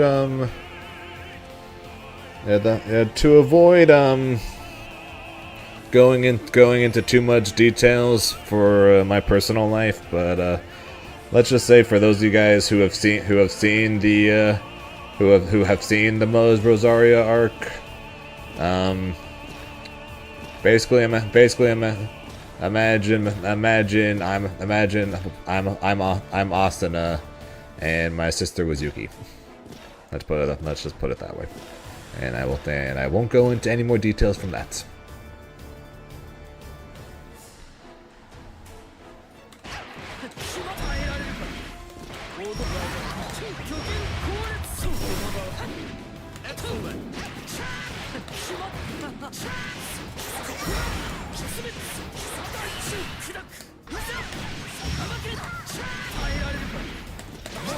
Like I said, I will go into no more details.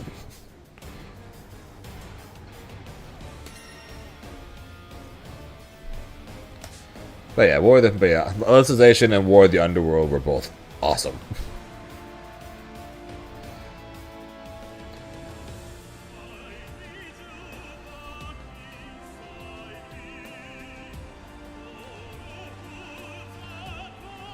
Bad quotes. Then you stop before the best part. You stop before the best part of SAO, or the best 2 seasons of SAO.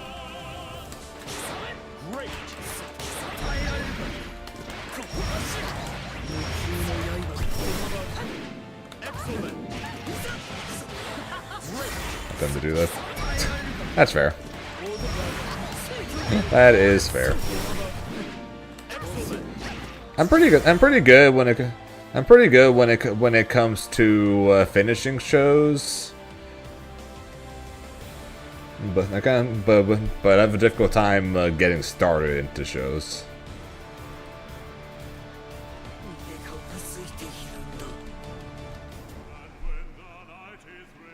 Oh, Yu-Gi-Oh!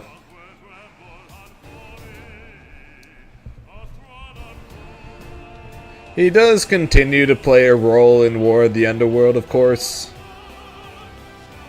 and he definitely was a bit annoying. I can't lie, but that didn't stop me from really enjoying Alicization and War of the Underworld, because Alice is a badass.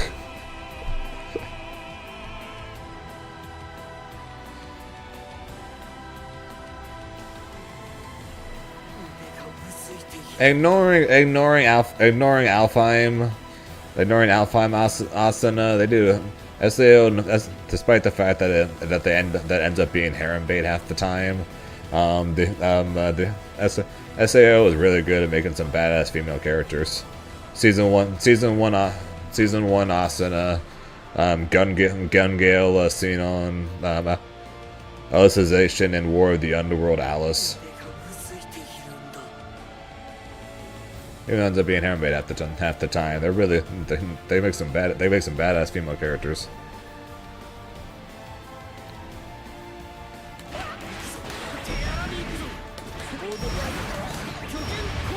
And then they somewhat ruin them later on.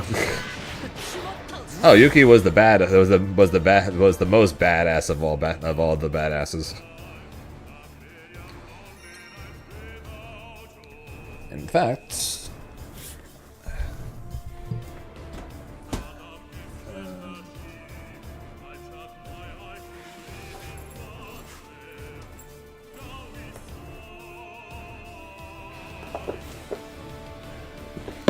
once Alice got banned in white or not banned. Once Alice got limited in white shorts, or in the card game White Schwartz that I play, and I played a SAO deck because Alice was kind of broken, I can't lie. When I transitioned my SAO deck, because there's no point, because I might as well transition it to if I've already got the cards. I transitioned it to a Yuki deck.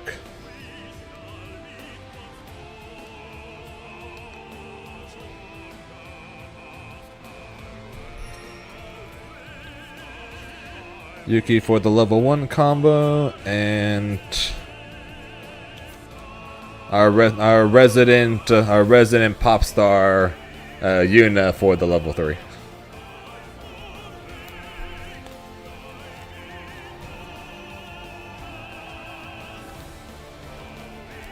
That's what I transitioned my SAO deck into.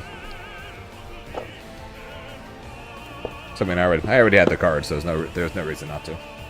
Although finding those Yukis were a pain.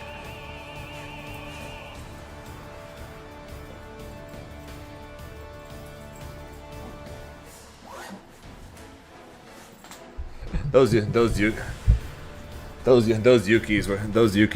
are from a set from over 10 years ago. So finding a couple of copies of that card was a pain in the ass. Yeah, Strauss. It's a trading card game called White Schwartz. Basically, it's all under one game, but the different archetypes basically are different series. So SAO is just one of the archetypes, pretty much. So you got SAO, Attack on Titan. They just recently came out with a Marvel set.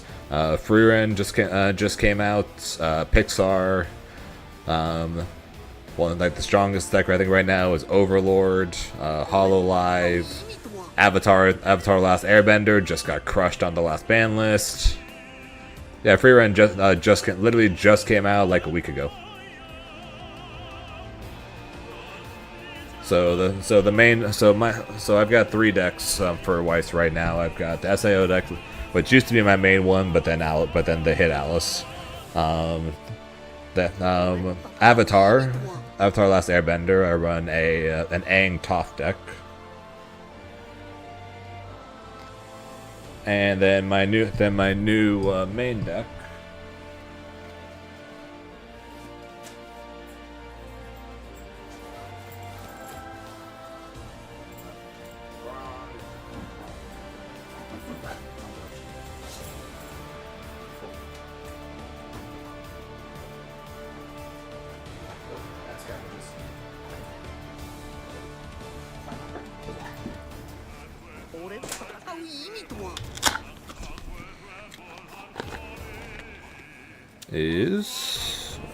Where are you?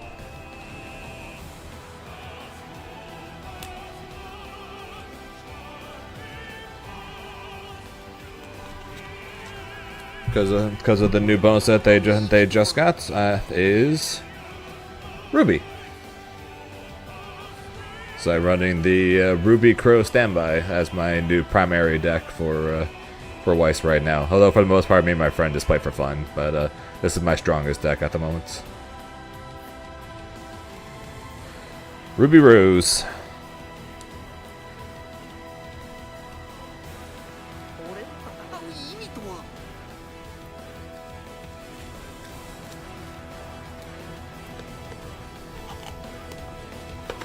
I discovered Freeren because my friend told me about it. Also, my friend told me about it because it was announced as the Weiss set. Yeah, fine enough, Reverend. So the original, the first set of Ruby that came out for this game was seasons 1 through 3. So like so the Ruby that's the Ruby from season 3. Pyrrha from season 3. She's the main one that powers up the level 0 Ruby.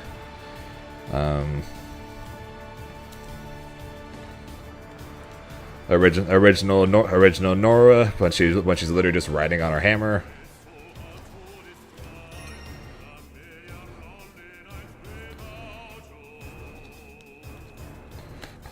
Sun Wukong.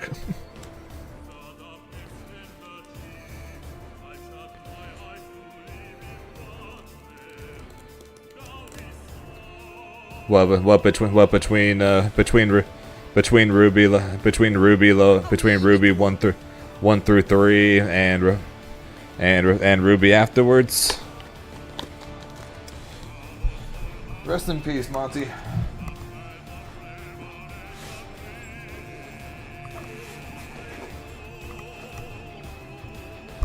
Rest in peace, Monty Ohm.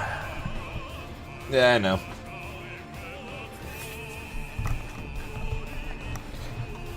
But yeah, so that's for a card game called Weiss Schwartz. We actually opened a couple of Weiss boxes on stream actually, because they came out with a set for a Guilty Gear.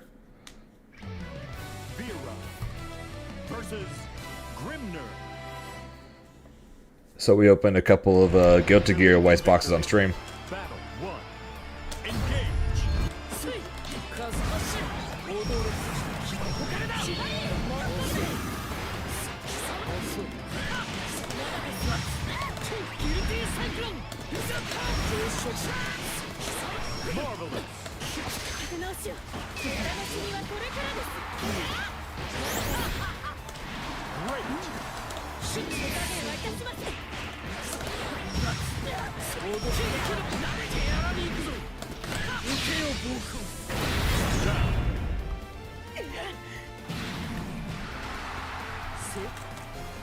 2. Engage. Yeah, the unfortunate part when it comes to Ruby is that unless you built the deck when the first set came out, you're going to struggle now because getting that level 0 Pyrrha is expensive. It's what, like last I looked, it was what, like $25 a copy of that level 0 Pyrrha.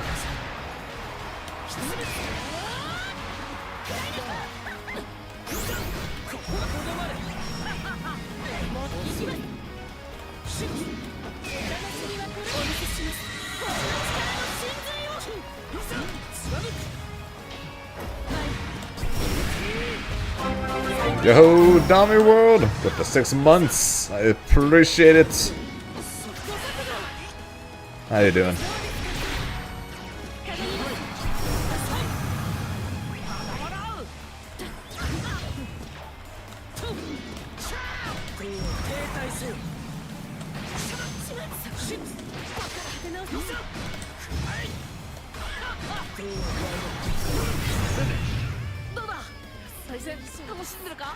No. That is like borderline top 5 character in the game, Grimnir. What's up, Bryce?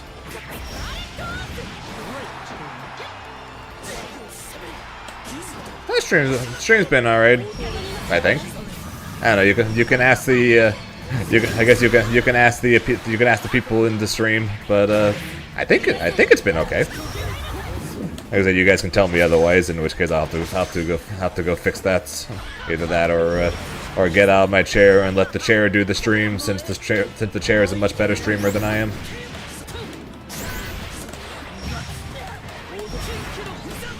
We've all agreed upon this already. Oops.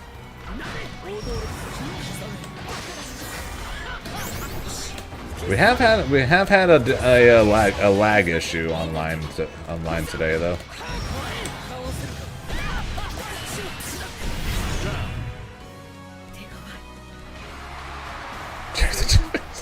Battle 2.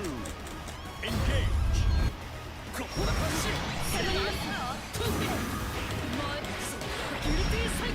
Hey, I'm just checking.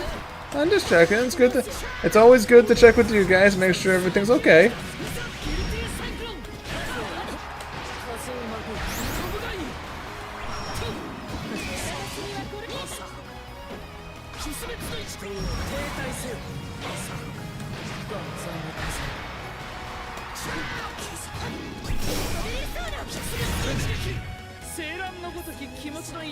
But yeah, we were just talking a little bit about card games.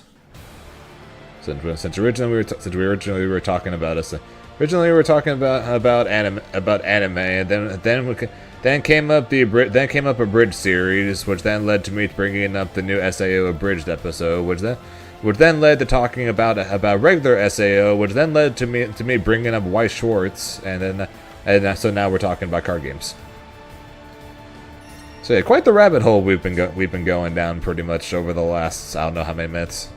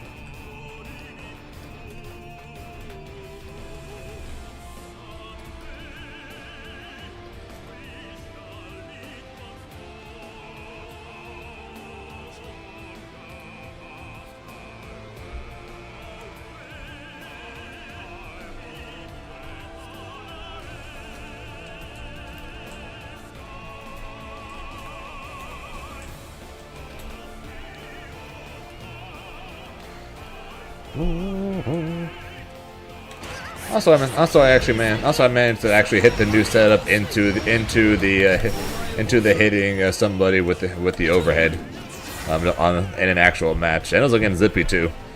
Did a cool 90% of his life bar from it.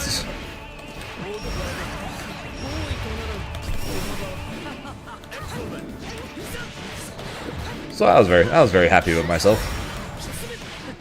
Excellent.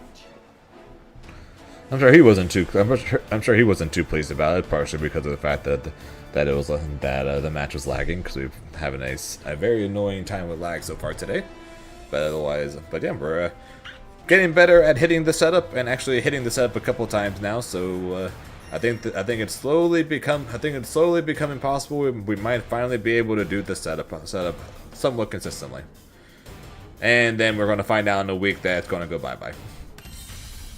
Here begins Fate's episode. Grimner versus Vera. It's technically possible. Believe in victory.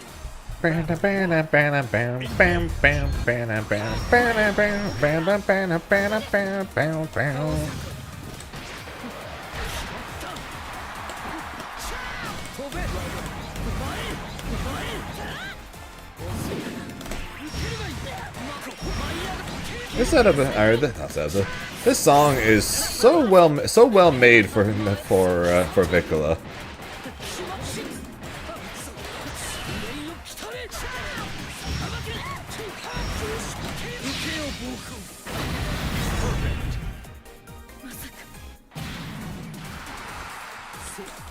Battle 2. Engage.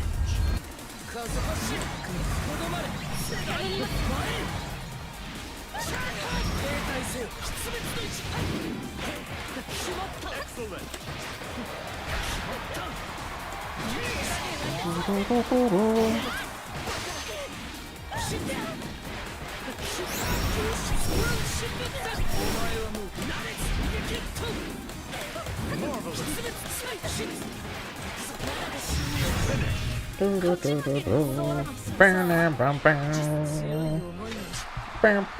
Victory.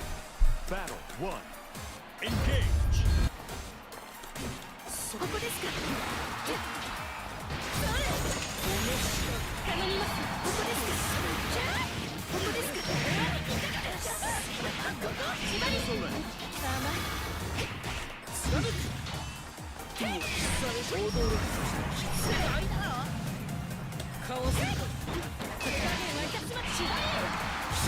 Freedom! Freedom again!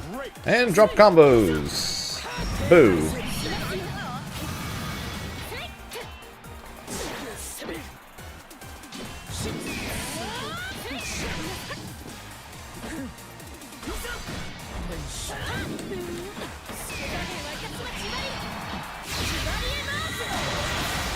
That's just mean. Good to H.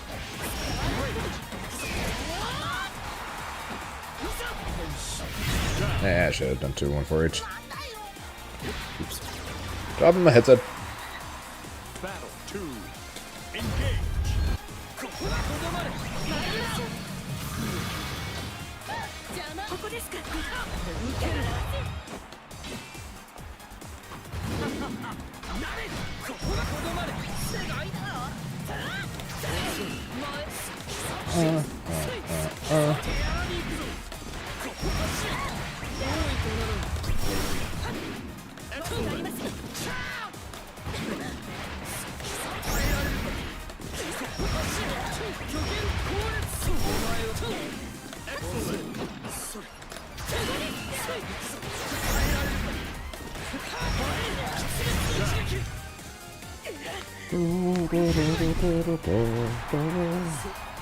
Battle 3.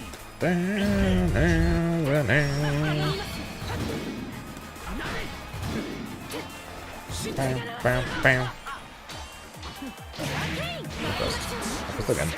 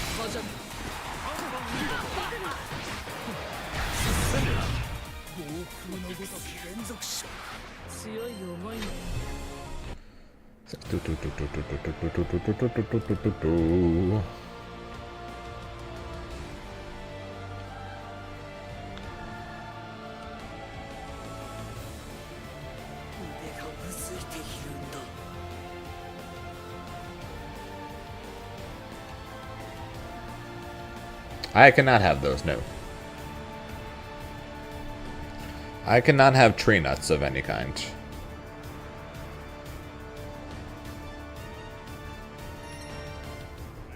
So, no go on the pistachios.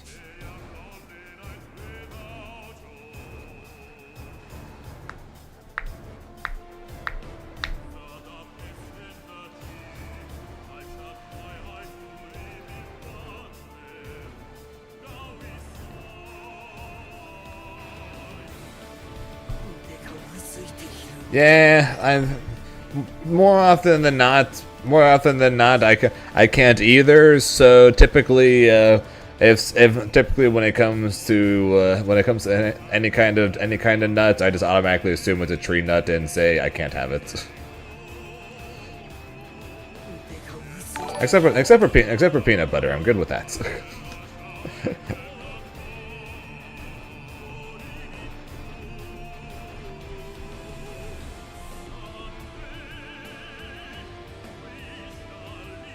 Grimania! Borg, thanks for the follow, appreciate it.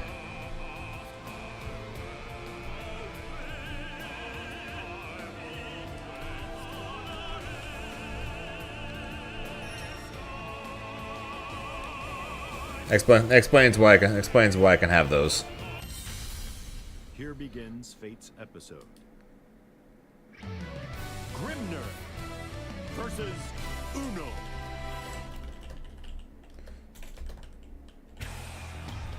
Believe in victory. Battle 1. Engage.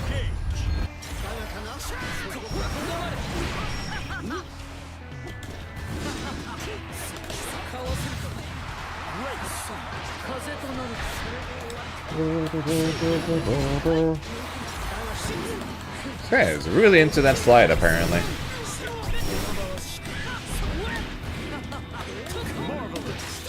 I did that too!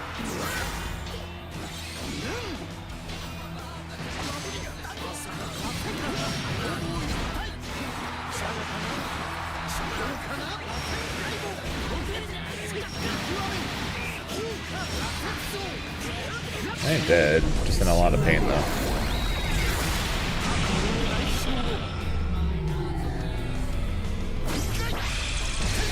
Oh, I got punished for trying to throw him. Okie dokie. I'll take those, I guess. Battle 2. Engage.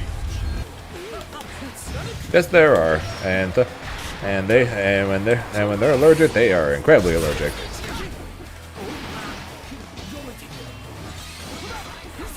Fortunately for me, when it comes to tree nuts, it's just if I eat one. Fortunately, I'm not like people with peanut allergies who some of whom, if they're in literally the same room as a peanuts, they're in trouble.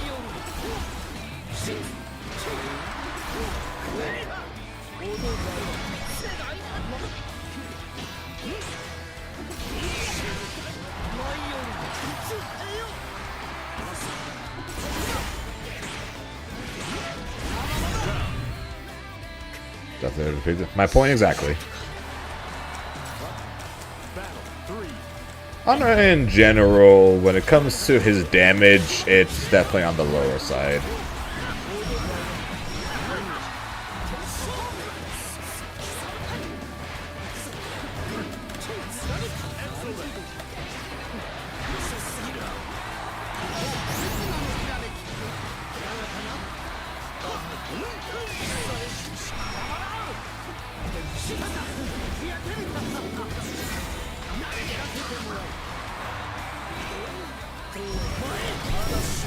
That's right.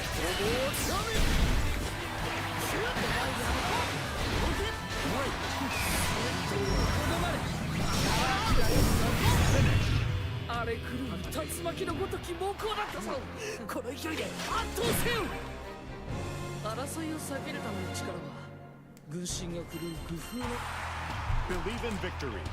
Battle 1. Engage. Yeah, I'm a big fan of peanut butter, so I'm very glad that I don't have a peanut allergy. Oh shit.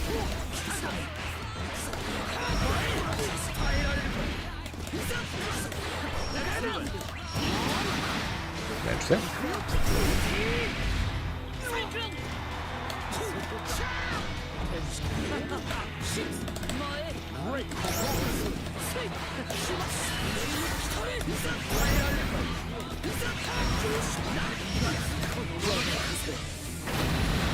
Also fortunate for me is that I'm allergic to tree nuts, but unfortunately the few times I did have them, as I found out that I'm allergic to them, I didn't like them. So fortunately I'm allergic to something I didn't even like to eat anyways.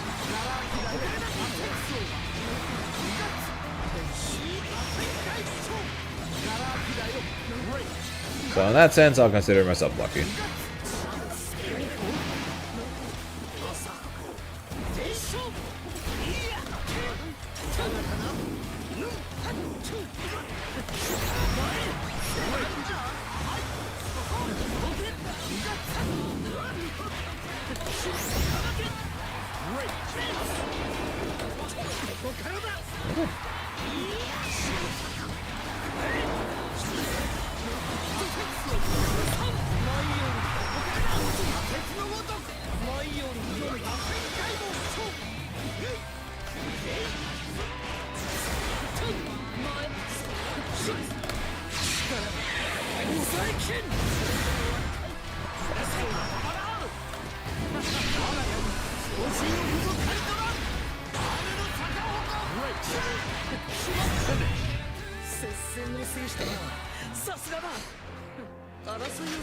Yeah, it's not a good thing to be allergic to something, obviously, but it is somewhat fortunate in a way of putting it to be allergic to something you don't like, anyways.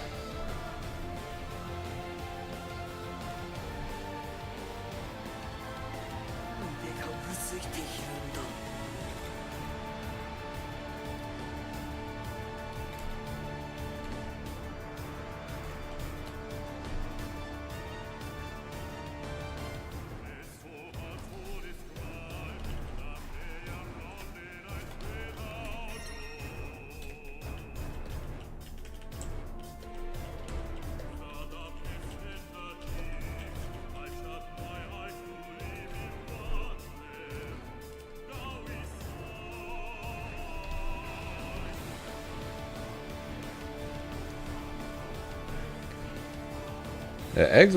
Yeah, being seriously allergic to eggs must be hard to avoid when going to a lot of places to eat.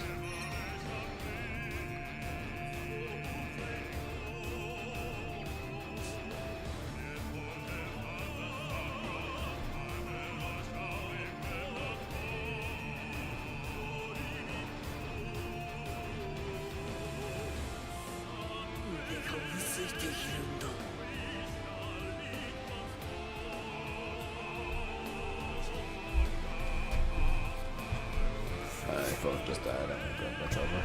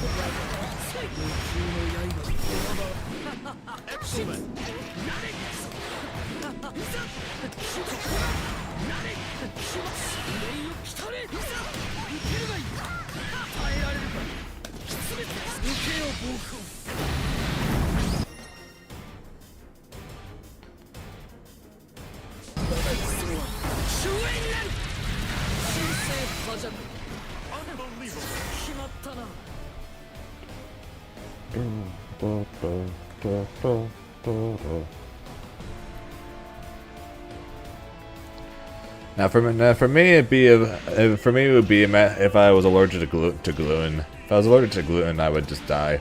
Both me and my dad alike. Me and my dad are very big eaters of gluten. Both my mom and my sister, though, are both allergic to it. So I'm going to be hoping I manage to avoid getting that.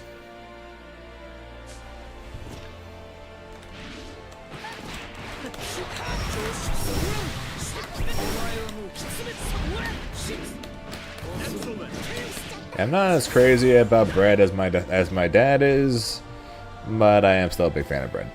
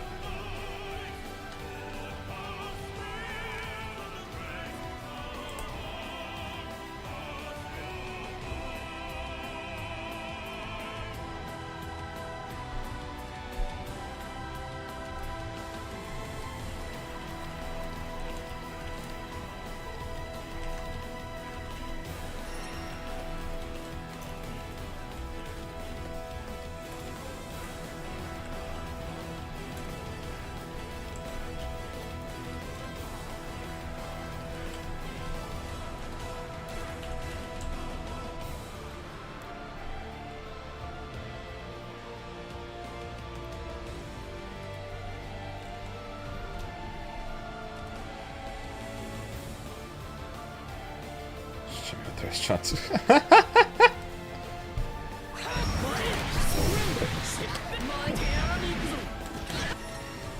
Basically using a breadstick as a teething ring. Here begins Let's go, Schnitzel. episode. Grimner versus Belia.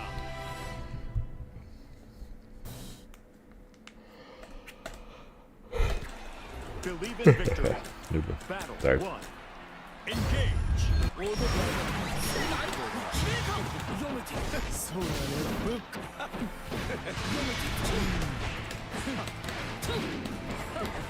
Really?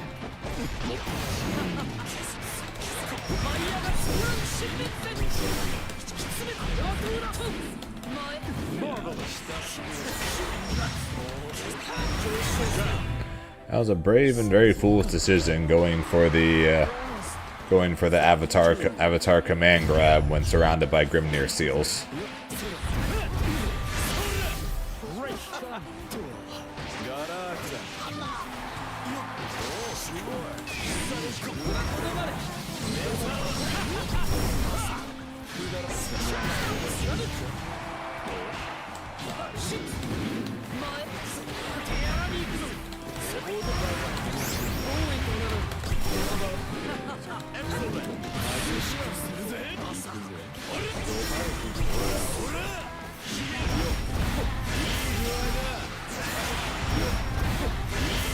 I won't put Julie's on the for say thanks.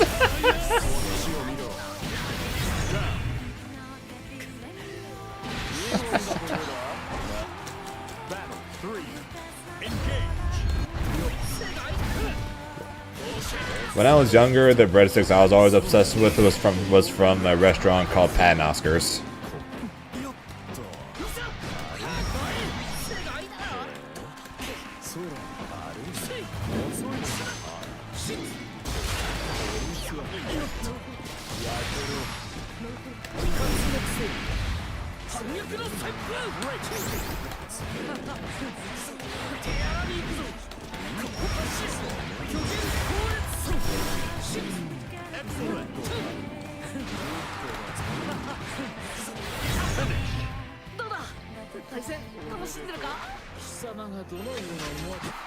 Believe in victory. That was so mean to you. What do you do to you specifically? Because I think he's just mean. I think he's been mean to us all for a while. Yes, they are. Okay, don't get me wrong. I'm definitely not gonna say anything bad about Olive Garden breadsticks, but I just always preferred Pat and Oscar's breadsticks over Olive Garden's.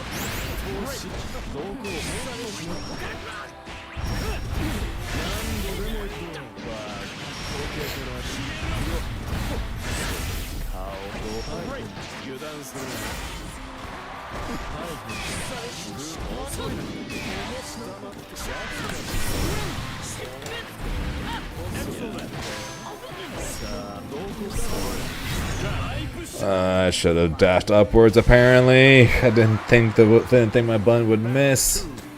God damn it.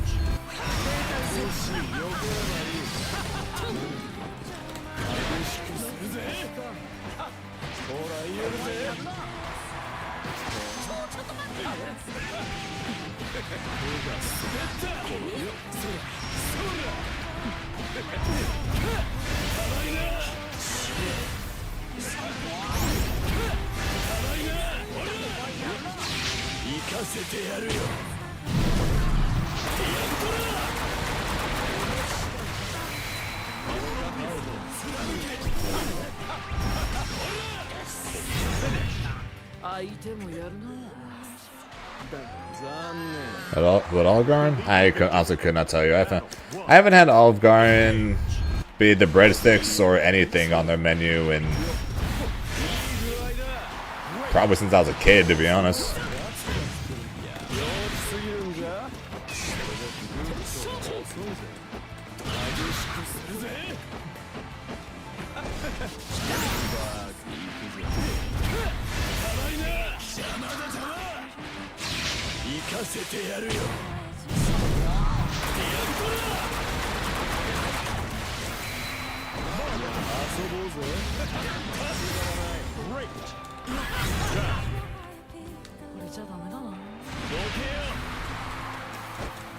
Battle 2.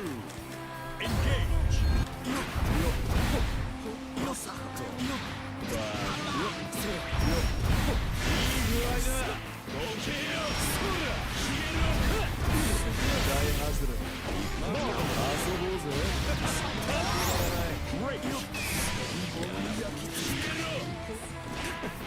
Ah, you're actually recovered. Definitely did not look like he was going to recover there.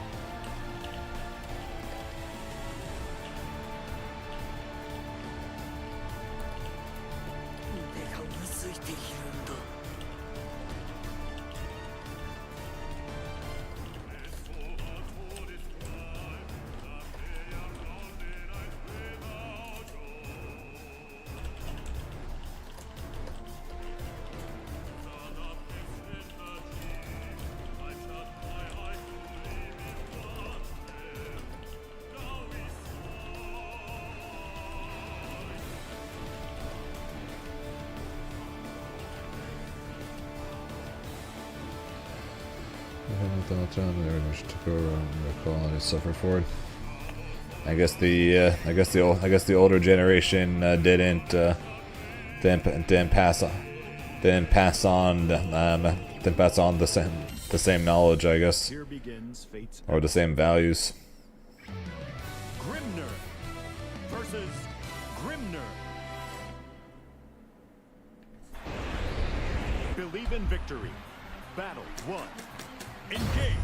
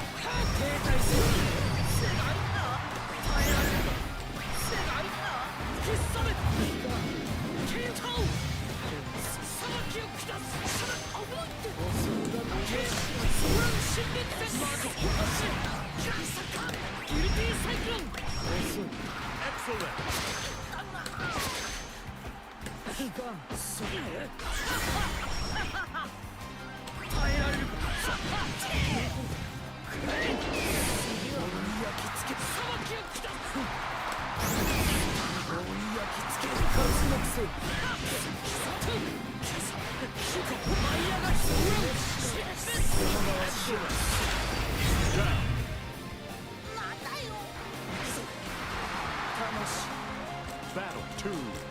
Engage. It's a sale for a reason. You can probably get a couple of games for it.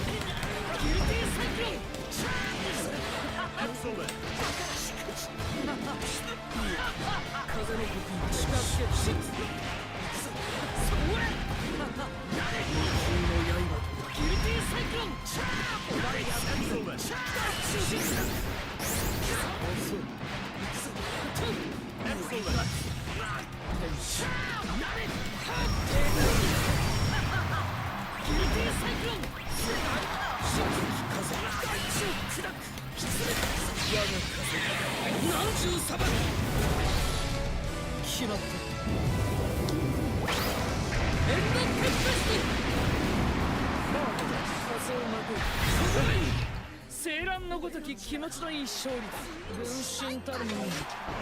Believe in victory. Battle 1. Engage.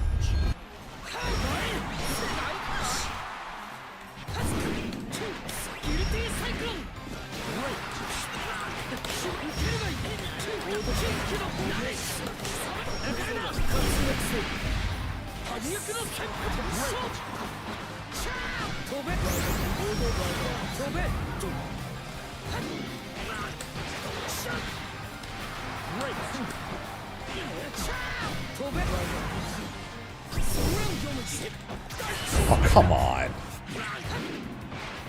Punishable.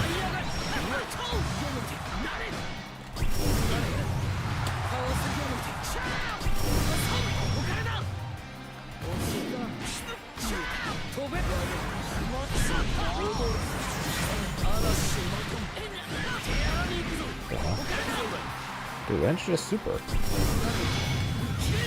Why didn't you just super? Walk forward, heavy, super skybound arts, and I'm easy dead there. That was any of that.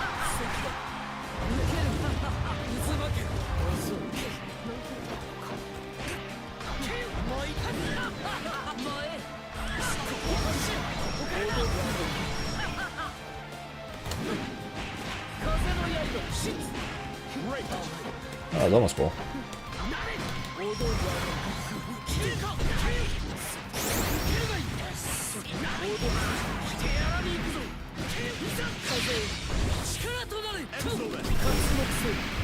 Okay.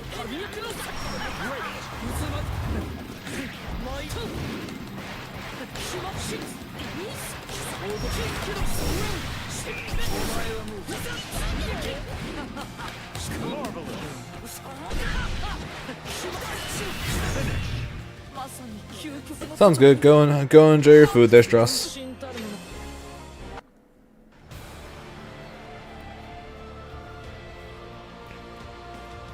I'll put out the game.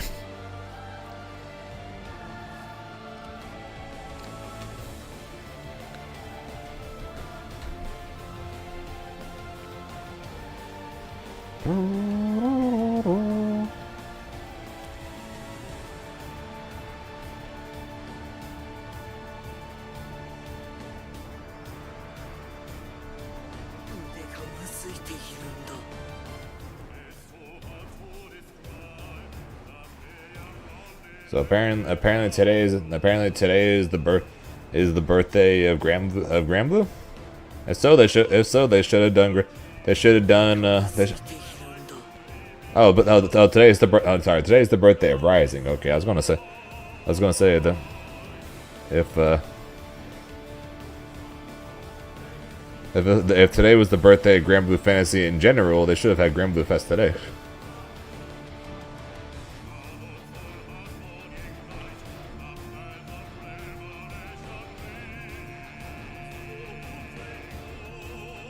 Yeah, it was yesterday.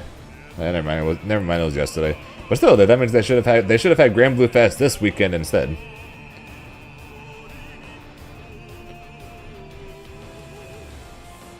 It would honestly make more sense than doing it next weekend, since next weekend is an Arc World Tour event. So it honestly makes more sense if they did this weekend.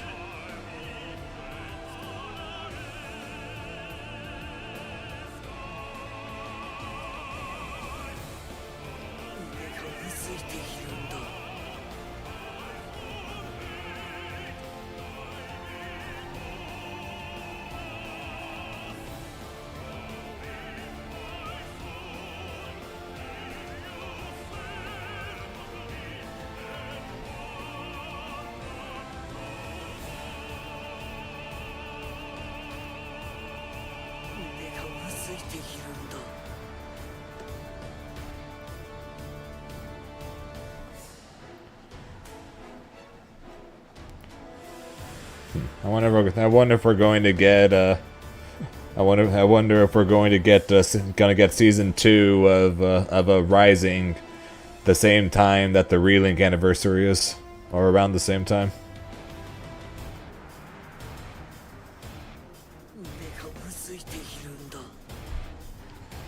Who knows? Honestly, who knows?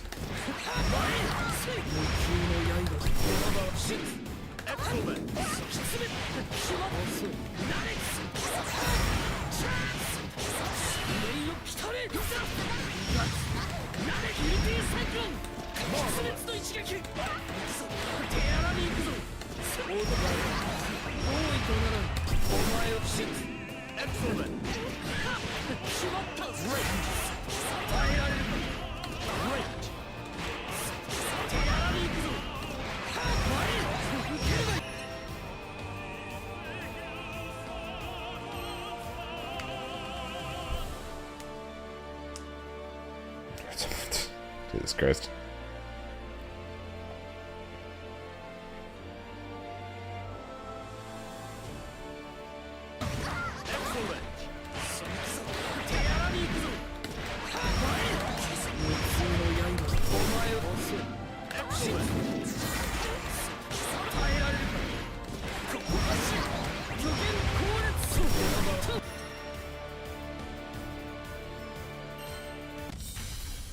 Here begins Fate's episode. Grimner versus Beatrix. He's blue and I'm a D, I'm a die, I'm a D, I'm a die. Victory. Battle 1. Engage.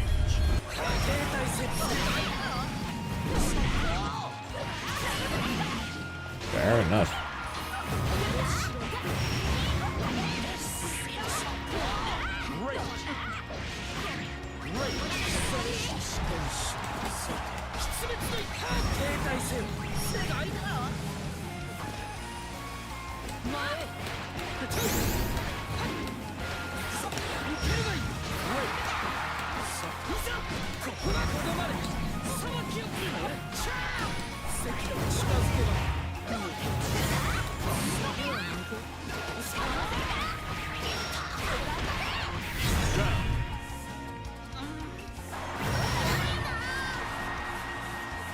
Battle 2. Engage.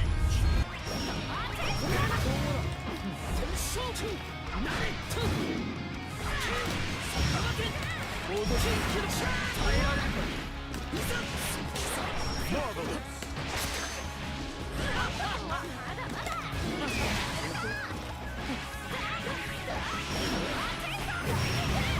Great.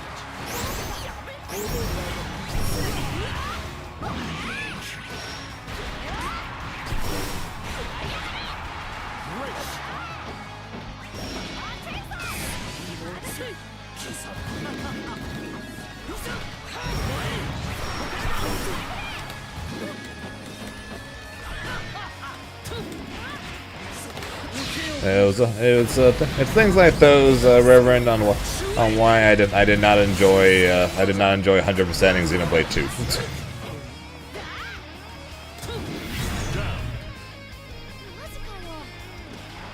The grindy RNG gotcha moments.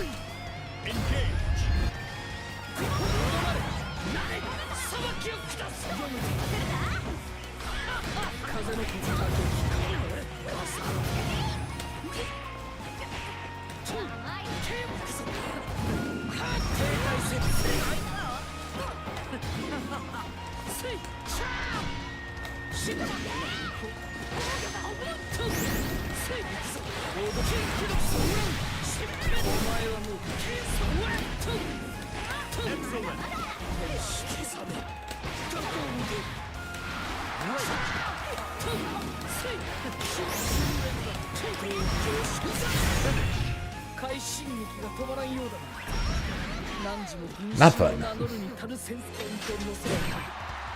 Believe in victory. Didn't know.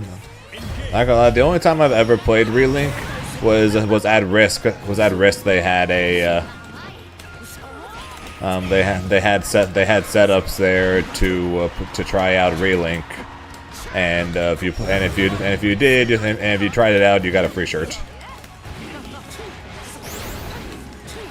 So I tried it out and got myself a free shirt.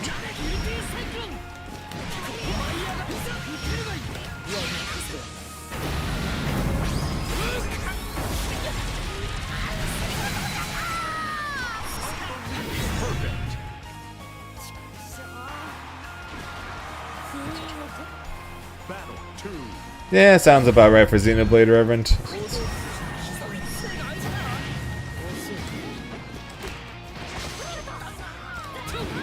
That's kind of Xenoblade in general.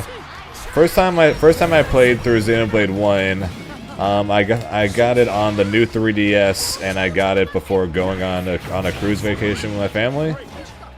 By the time the week was done, I was maybe 10% of the way through.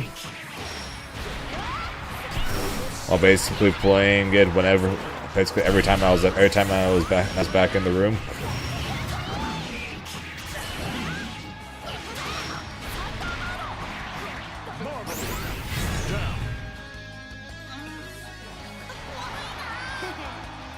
Battle 3. Engage.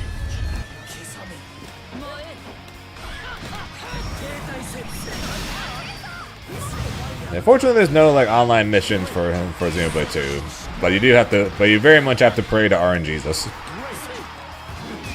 because the quote-unquote ways of helping you get the rare blades are not the greatest. They do help, but they're not the most helpful.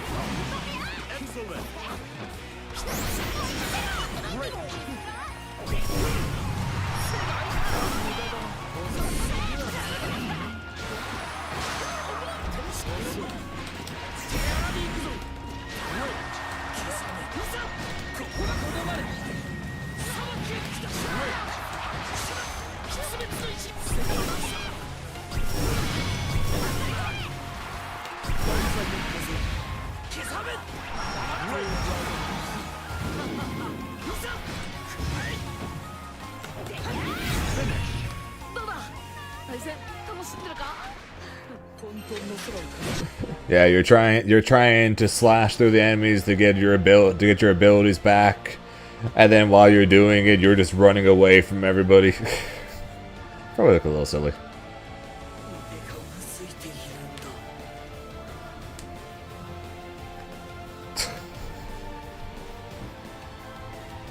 Yeah, cheers to one. Yeah, hang on, don't get my water bottle. Cheers to 1 year of 6XL and plus on block brave counters.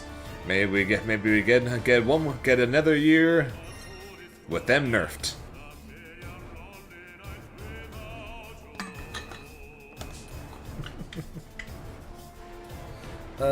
Going into this year, I really did not expect to be a Grand Blue player.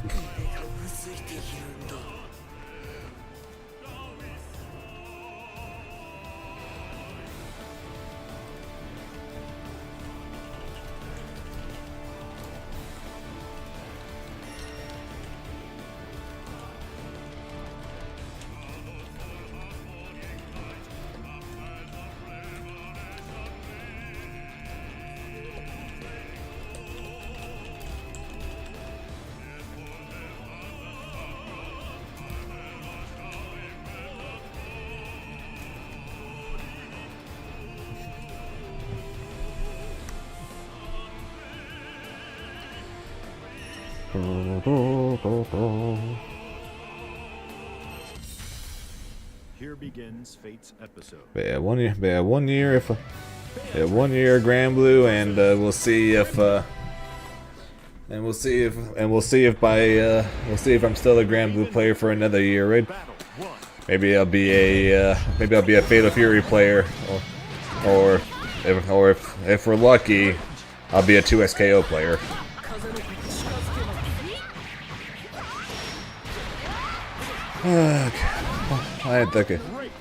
That game is totally not coming out until the end of next year.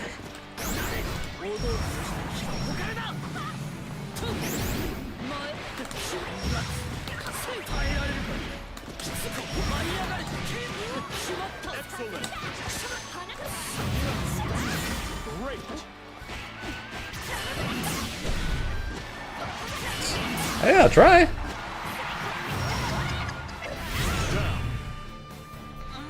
And again, I tried this last year too, but that wasn't as good I wasn't as good then as I am now. So who knows? Let's start with Arc World Tour Champion, and we'll go from there. How about that?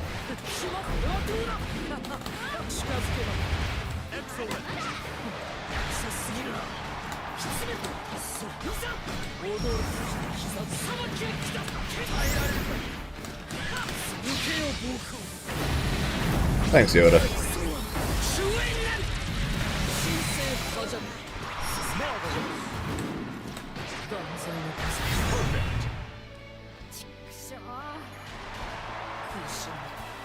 Battle 3. Engage. How come you are? Don't go. Noodles. Don't noodles.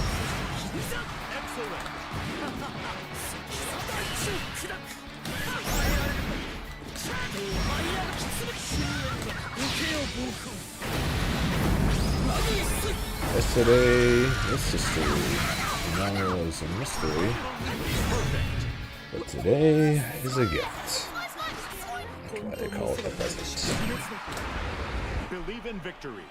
Battle 1. Engage.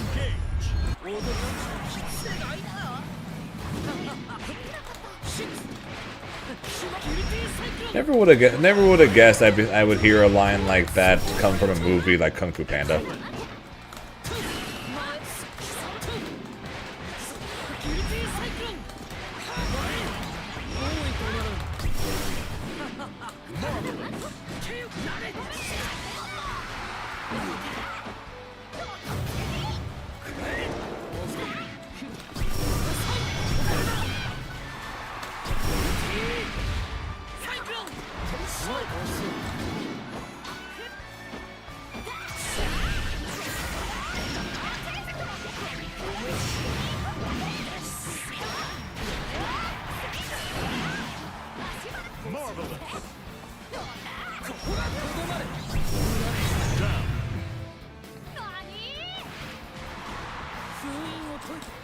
Battle 2. Engage. Which one's that? Skadoosh? I'm joking.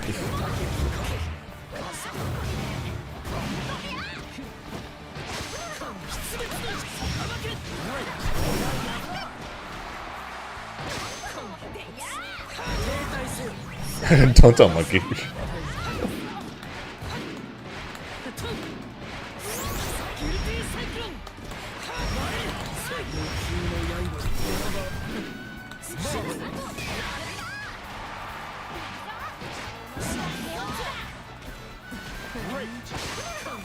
It's still wild to me that in that first Kung Fu Panda movie they got Jackie Chan to voice Monkey, then they gave him 2 lines in the entire movie.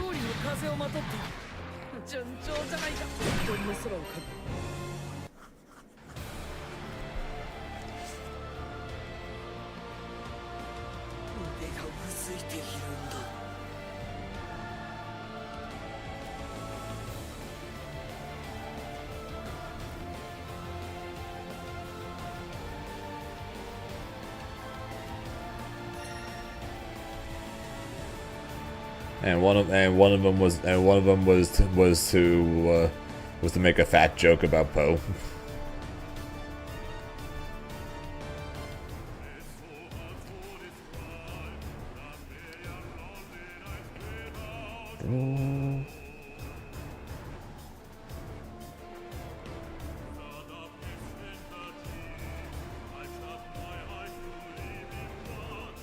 I'm guessing you're a fan of the cut then of monkey looking at me. Why? Then wait, monkey. He only has like, I think he only has like 2 or 3. Hang on.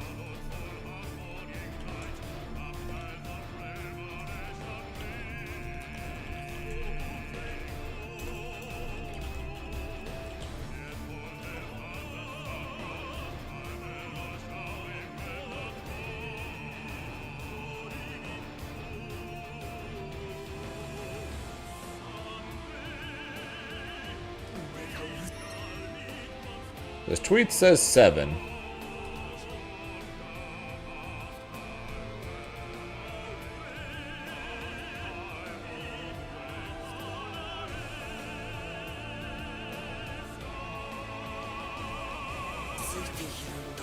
The Kung Fu Panda wiki only has 2. Only shows 2.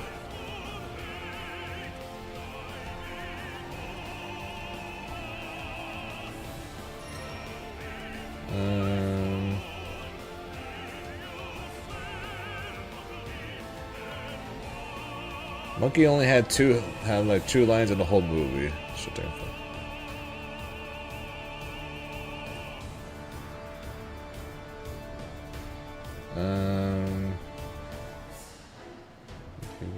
You can see his toes. Nothing there.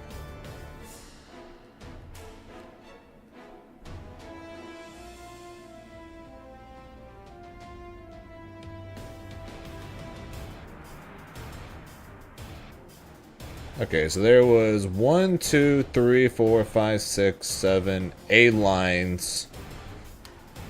Okay, so he had 8 lines in the entire movie. First line was "but he will." Second line is the fat joke. You can see his toes. His third line was "what," but that was said along with the rest of them. So that's why I didn't remember that one.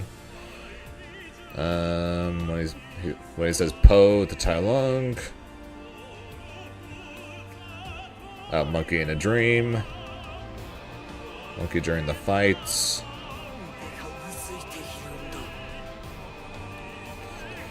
4, 5, 6, 7, 8, 9, 10, 14, 19, 24, 26. Alright, so I just counted. So he has so Jackie Chan as Monkey in the first Kung Fu Panda movie has 8 lines with a grand total of 26 words.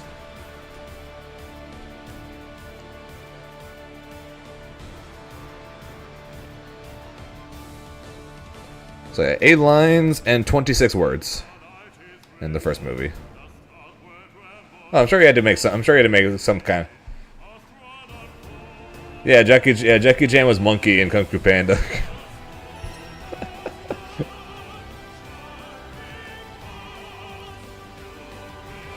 Yes, yeah, he had 8 lines and 26 words in the first movie.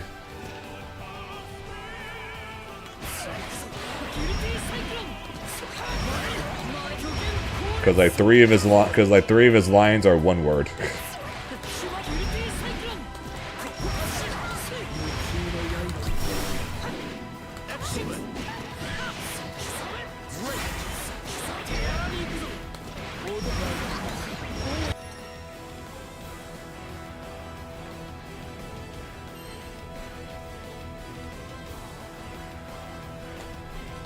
Somehow a literal praying mantis says more lines.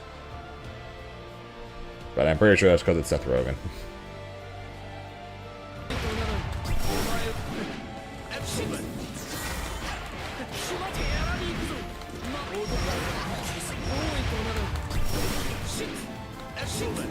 Anyone else find it kind of funny that Seth Rogen voiced the mantis and a praying mantis in Kung Fu Panda, then years later voiced the monkey in Mario Brothers?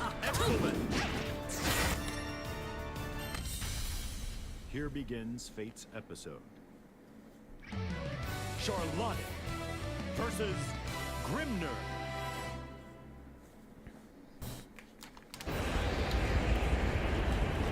Believe in victory. Battle 1. Engage. Great.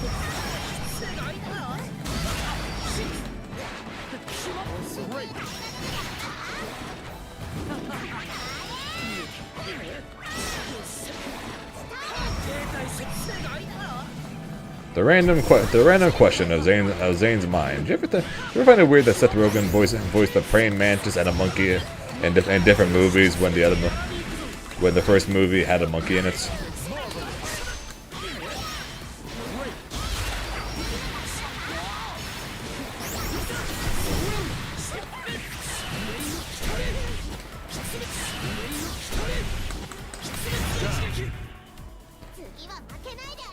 I don't know, I'm just weird.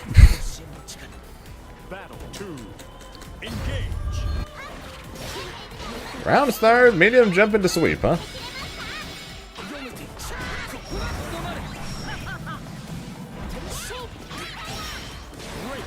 Fair. Fair.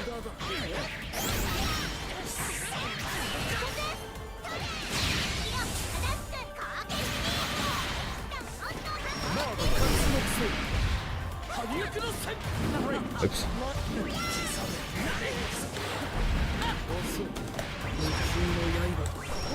Excellent.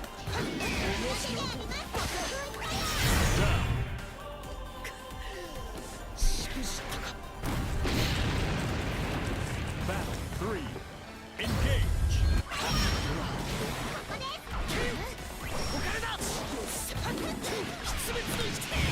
Great. I missed.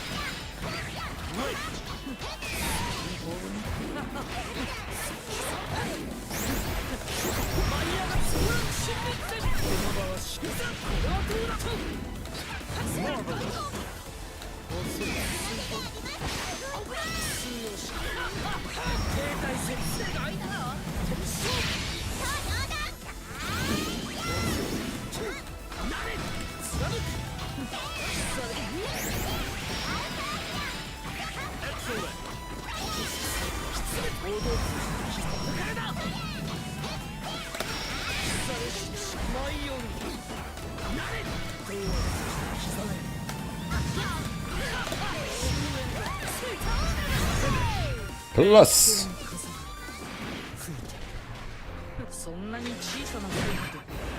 Believe in victory. Battle 1. Engage.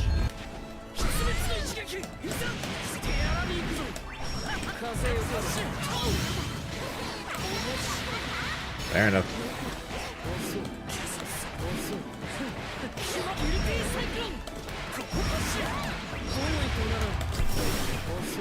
Excellent.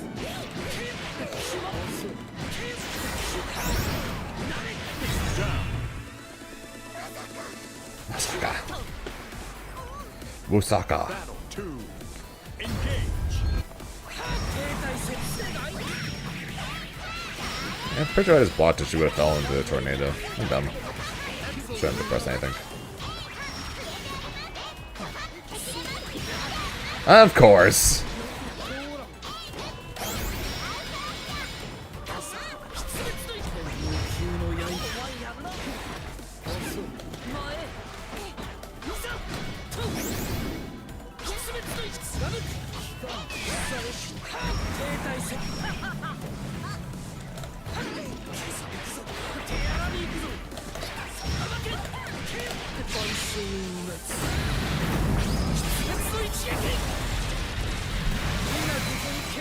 Anyone else who's seen the Mario movie? Anyone else get slightly annoyed when they called Cranky Donkey Kong's dad?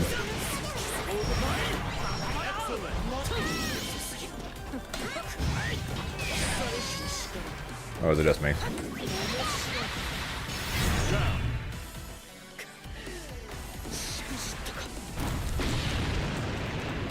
Battle 3. Engage.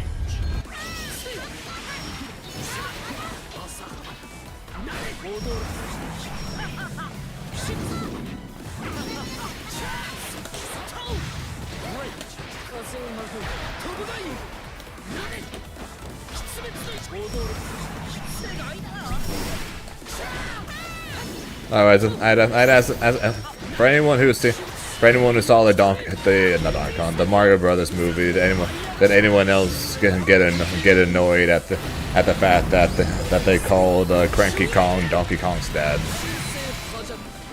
even though canonically Cranky's his father, is his grandfather.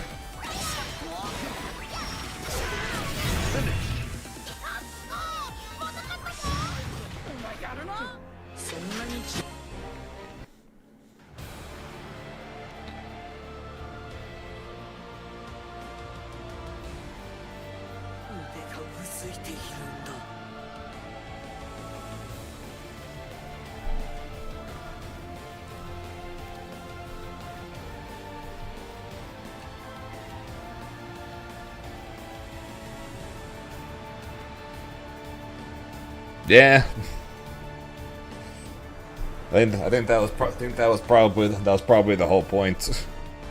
They had to throw out Cranky Kong, Cranky Kong being Mario's pet, and then the Donkey Kong Jr. with DK's dad.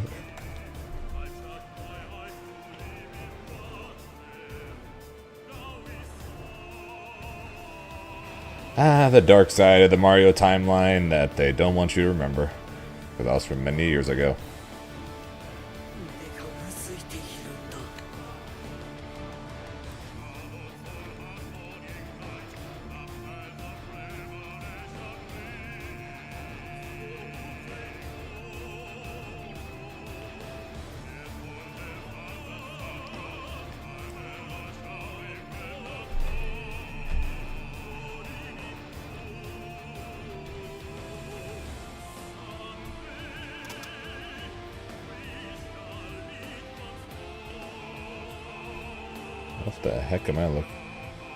What the heck am I looking at?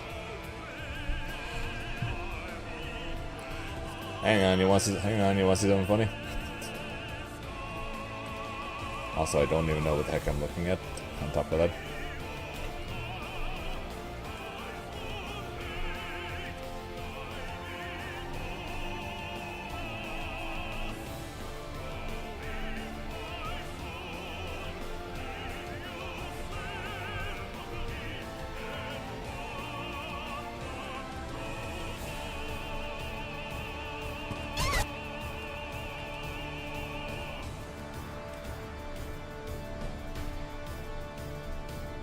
Where'd it go?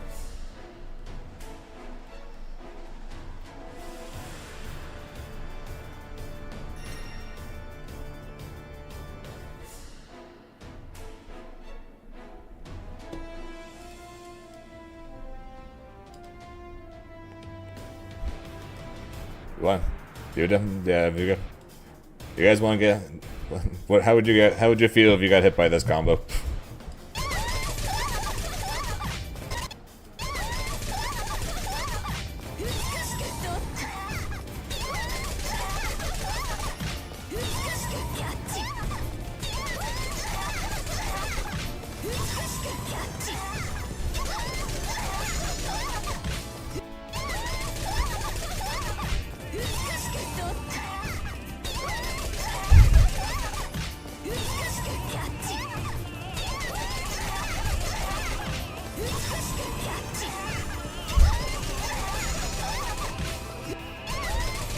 Something that Beatpaw retweeted.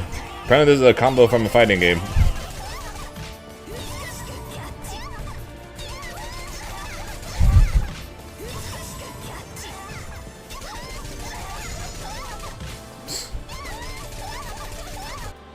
I don't even know. I don't even know what on earth that was. I just looked at it and I'm like, hey, you guys want to see something stupid?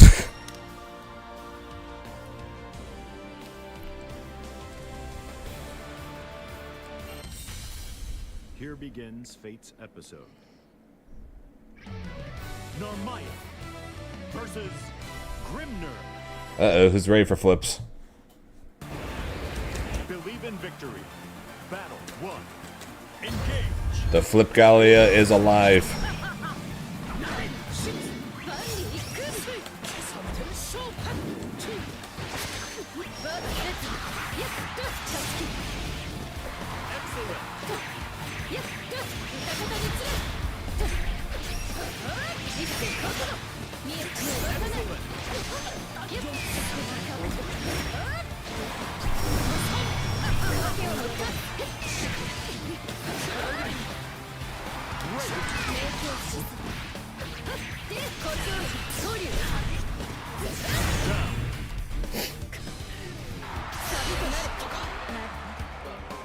Battle 2. Engage.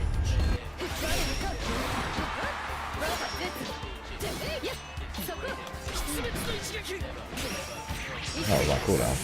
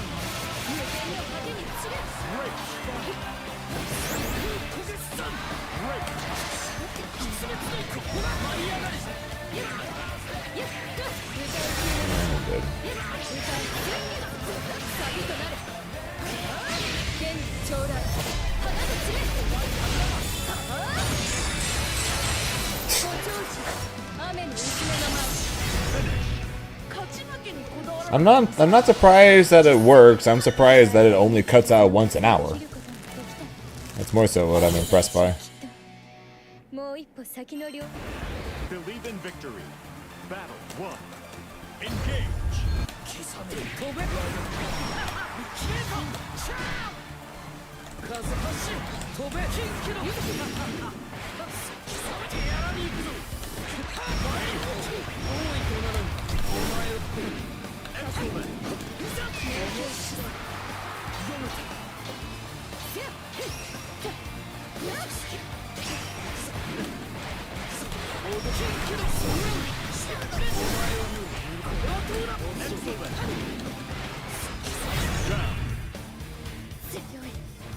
Yeah, best I can. Battle 2. Engage.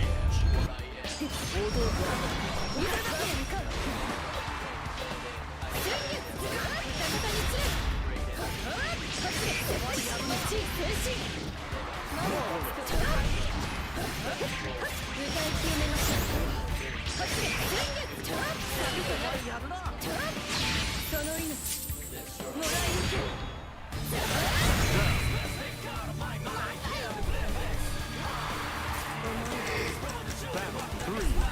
Engage.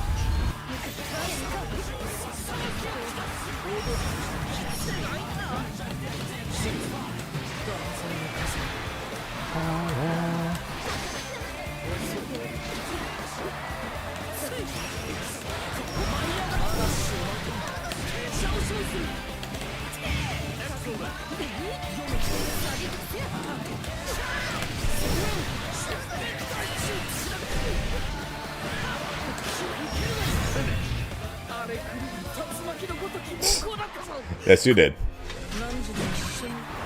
Believe in victory. Battle 1. Engage.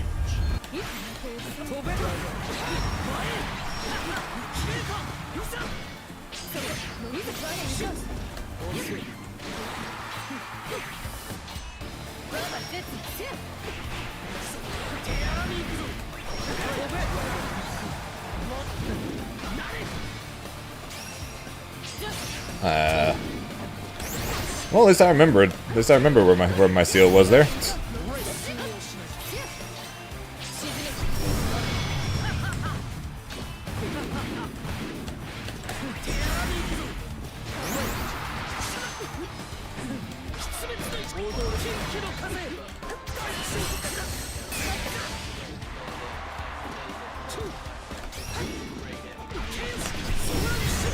What do you guys think of me dashing on the invisible seal?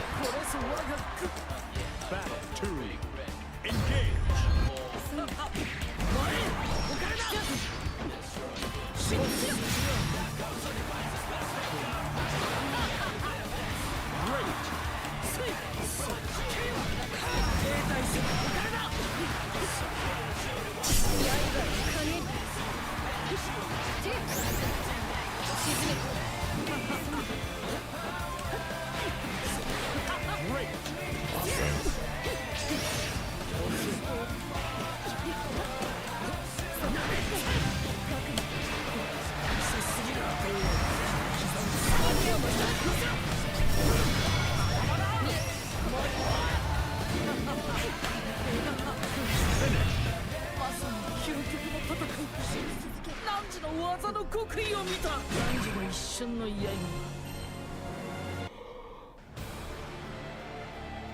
Along with season 2, I hope they fix the bug of the invisible seals.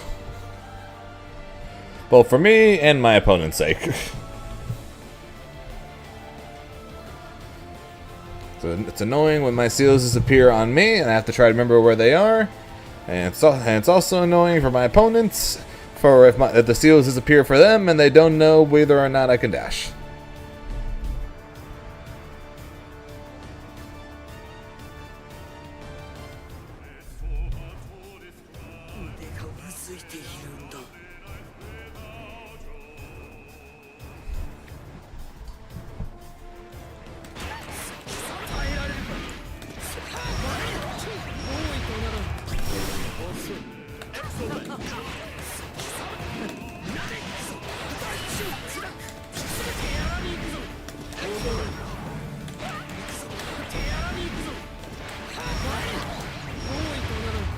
How about no? Alright, how about no? Unless you want to put the word avatar before that Belial, that's going to be a hard no. Versus Vera. Believe in victory. Battle 1. Engage.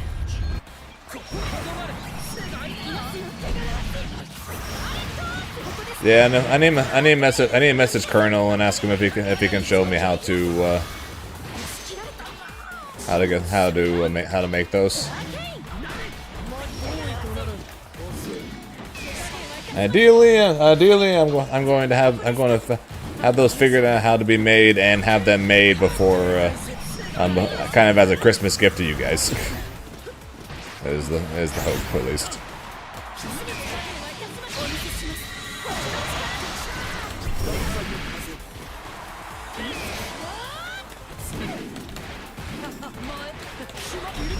I probably could have killed there.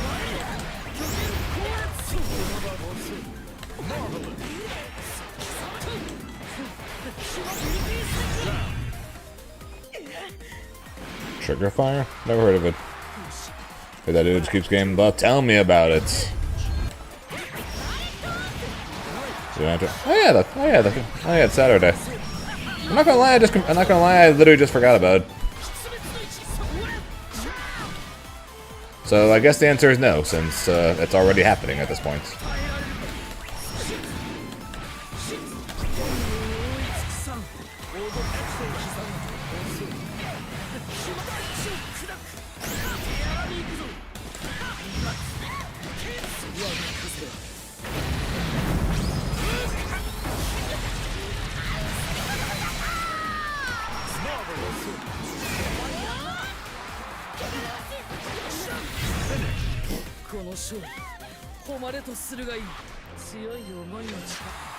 Believe in victory.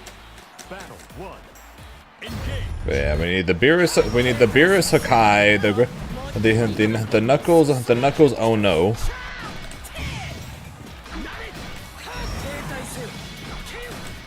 I don't remember what, oh yeah, then someone wanted the Karama Ba as one. Guess they just want to jump scare people or something. I don't know.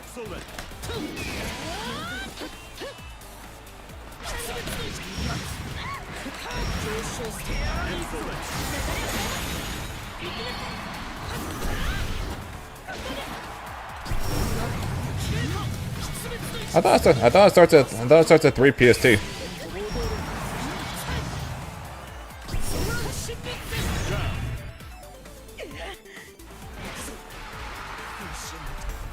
Battle 2. Engage.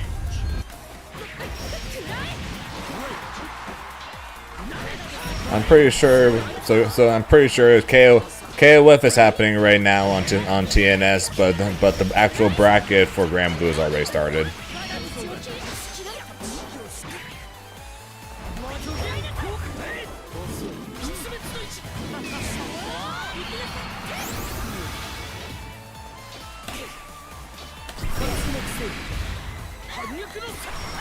That's normally what happens. Okay, the Grand Blue typically doesn't start until like top 16.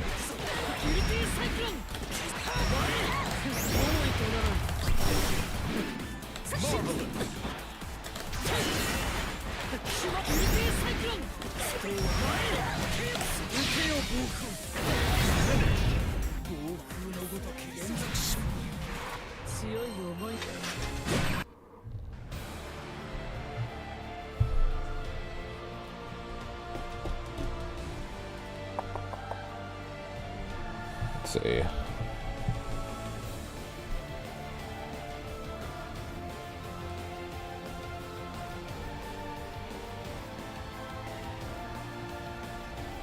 Yeah, Grand Blue started 45 minutes ago.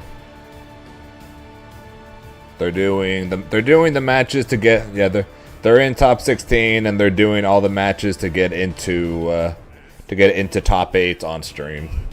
So Sin versus Tiempo, Laid Way Back versus Castile, Zendry versus Tav, Dragalia versus Vanitas, and that's it.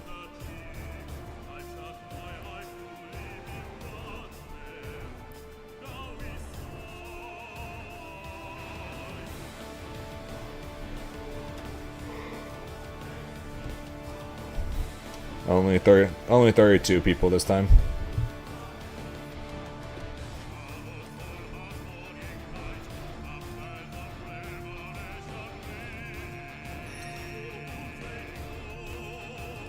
I'm pretty sure. Yeah, we did. Yeah, someone. I don't remember if it was you, but someone posted that one before. Someone posted that one.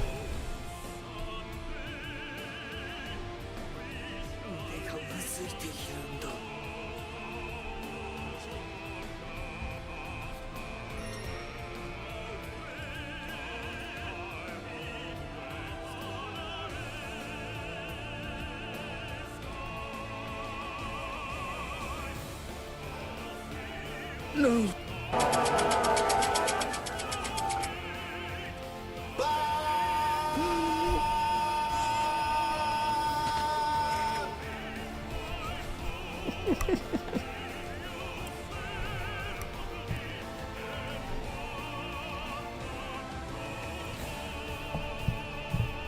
Yeah, post the Wii Golf.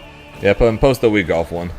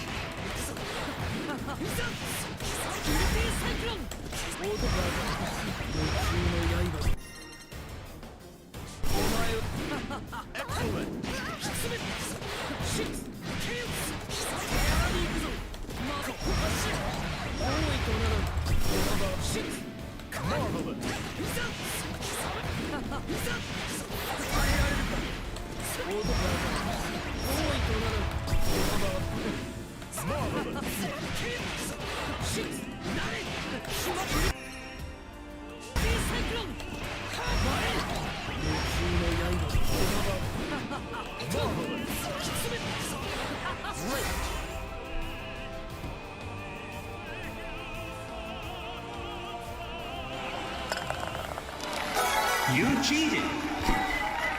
You cheated. You cheated. You cheated. I have a feeling that one's going to get used a lot. You cheated.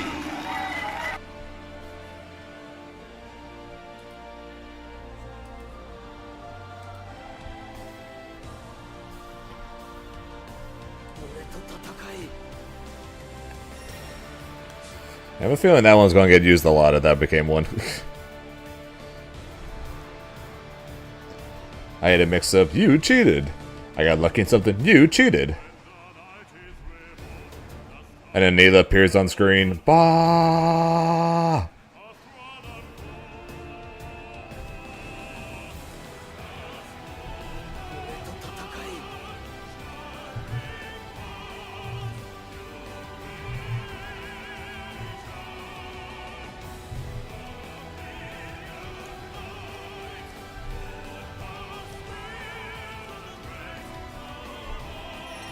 Exactly. Bah.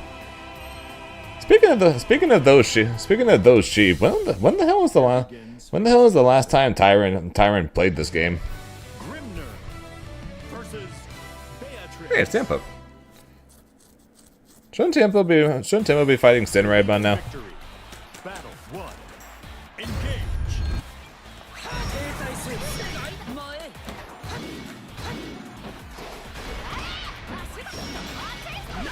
When Piccolo came out? Oh, okay, that wasn't that long ago then.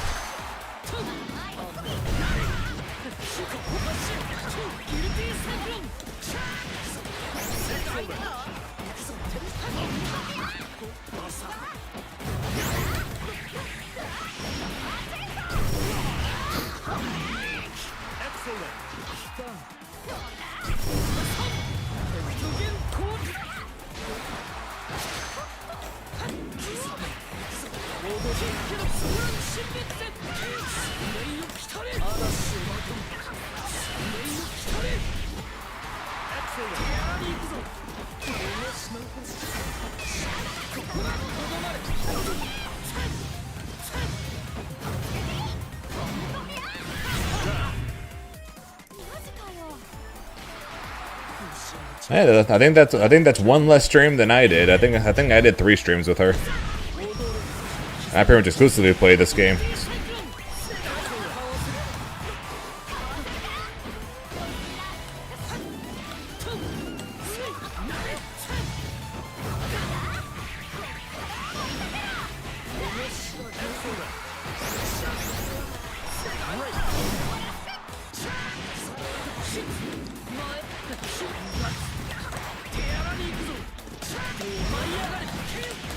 Are you? Freaking screen freezing right as I'm about to super. Believe in victory. Battle 1. And new. Engage.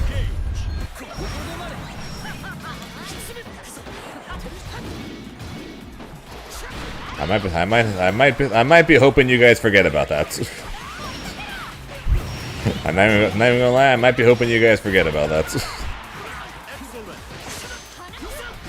That game is not fun.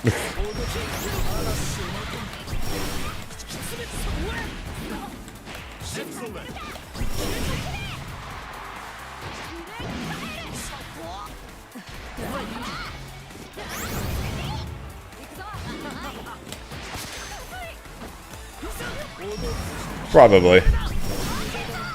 I think for the most part, basically everyone else has, and then there are a few that haven't, but just don't care since they don't really like Street Fighter.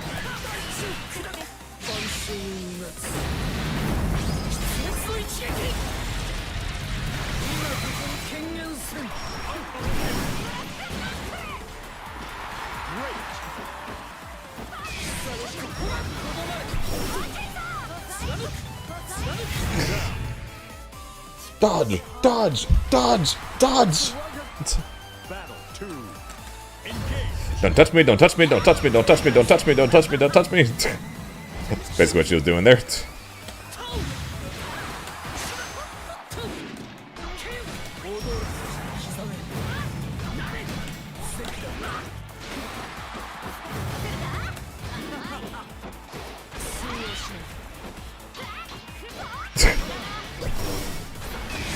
It's not.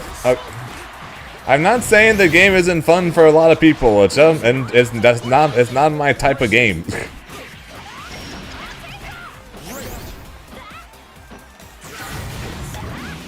Great.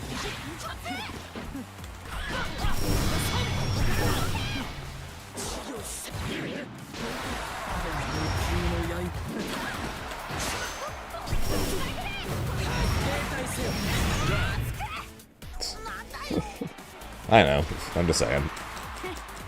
Battle 3. Engage.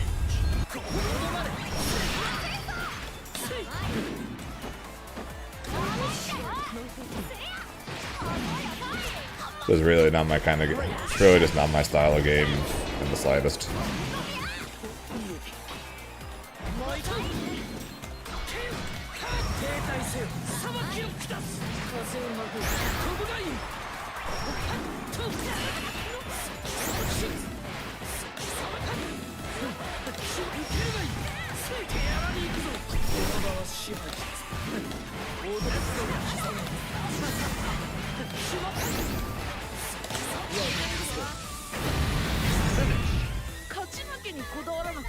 Oh, ready?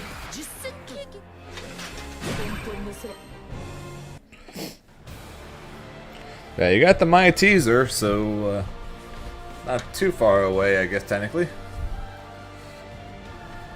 We're probably getting the Send Alphon teaser next week, so hopefully that means he won't be too far away from me. Sure, it's a tease. Not what I meant. Not what I meant.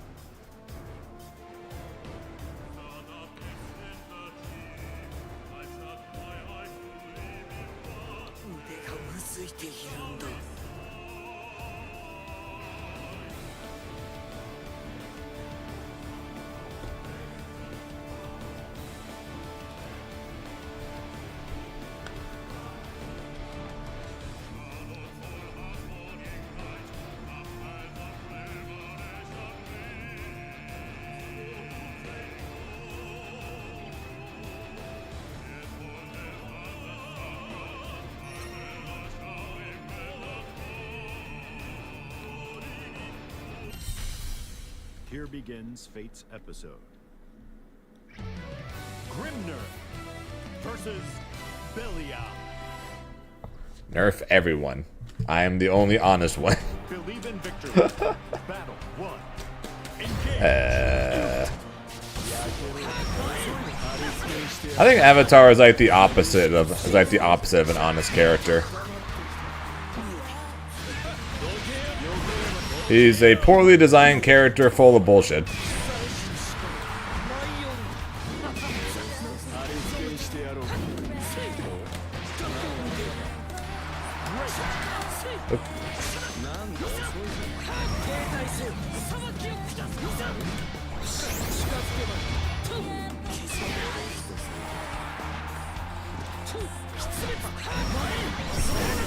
Nice. That's not gonna hit. Get off me. Fair enough.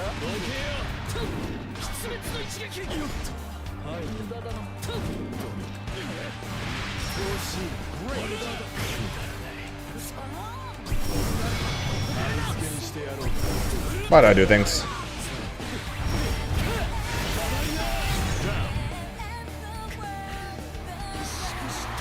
I meant when it comes to what he does in game, not his look.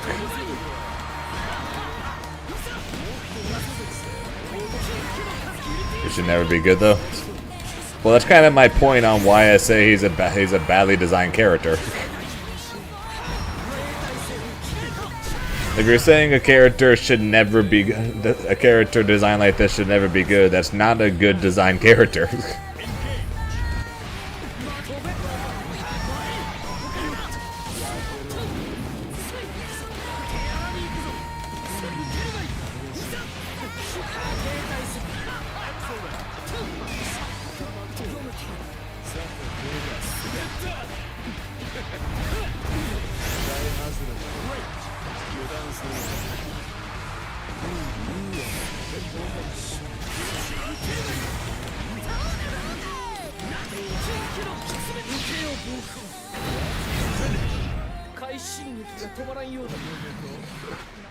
Because if you're gonna make a character that's literally never allowed to be good that's never allowed to be good in the slightest, then what's the point of having him be there?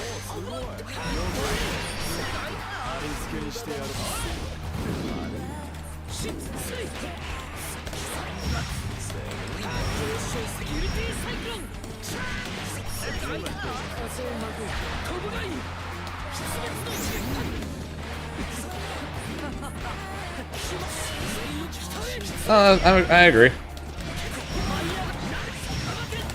His SSBA might be the coolest super in the entire game.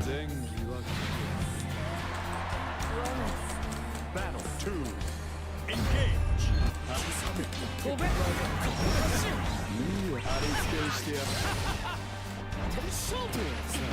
I thought I was in a seal, so I went for the punish, but instead I floated in the air.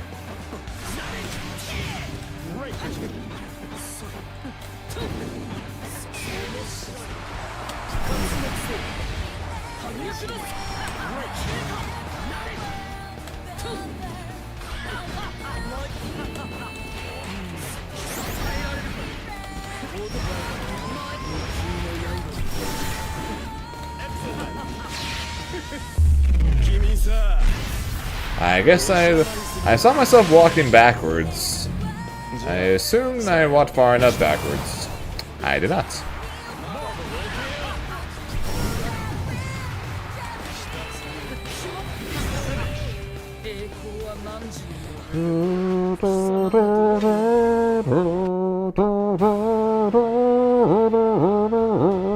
Yeah, that's super.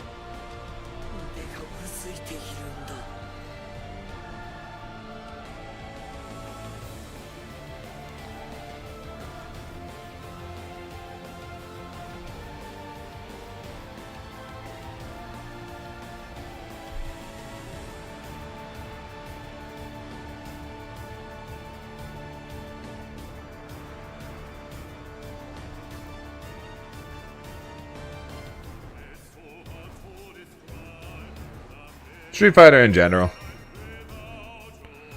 Street Fighter 6 was the closest to me liking a Street Fighter game of the group. I tried 5. That was meh.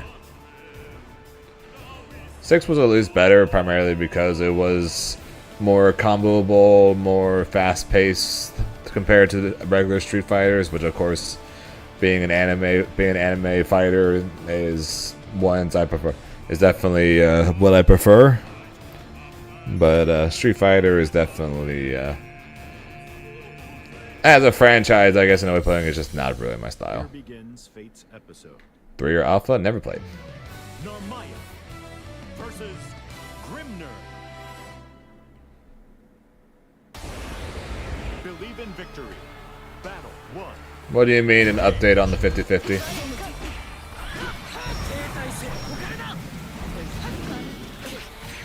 Beerus's mix-ups from the upward isn't different.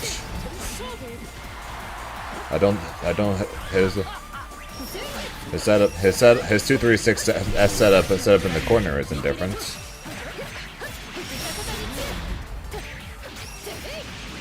So what 50-50 are you talking about?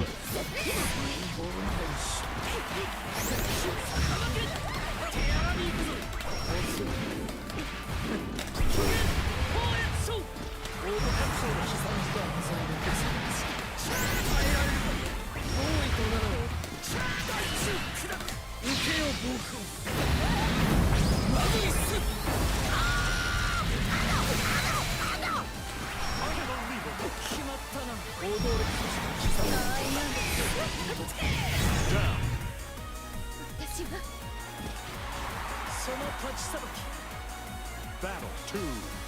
Engage.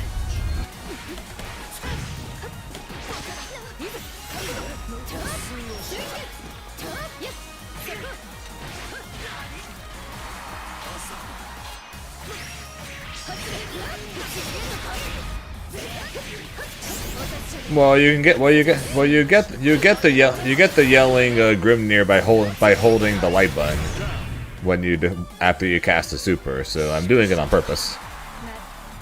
Battle 3. Engage.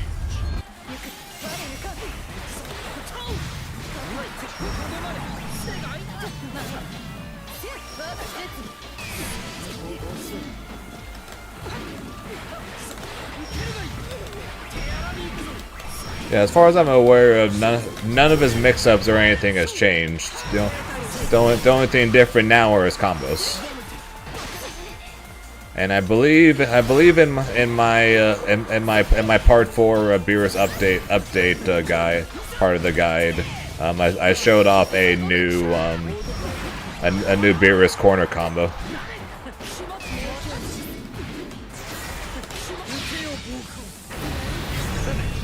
No, if you just hold the light button, you'll get it every time. 一瞬の居合も空気の枝でその向かう先を教えてくれ。しかし So like super, not pressing anything. No scream. Super, holding the X button. Scream. Really? It went up to 6? I didn't even. Not that I noticed. Normally I see massive pauses when I see it go to 6. Weird. So, because I wasn't paying close enough attention. Weird. But yeah, sorry, Fidgeties. My bad.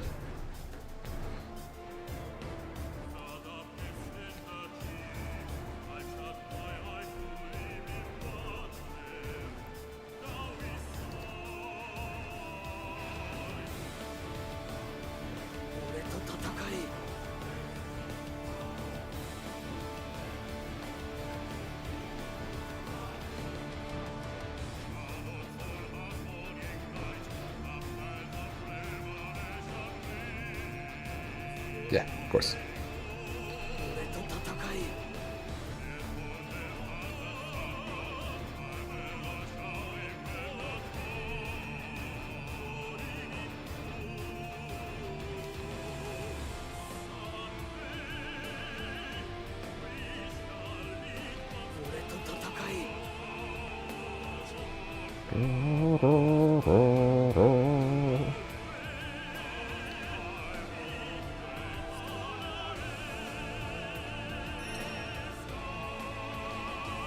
But probably also not the worst thing. The worst thing that I didn't enter TNS today with the inconsistencies. It seems like with my connection today. Versus Metera. He's blue and he's a D. I'm a die. He's a D. I'm a die. Battle 1. He's blue and he's in need of a fight. He's in need of a fight. He is a Saiyan with a new blue power.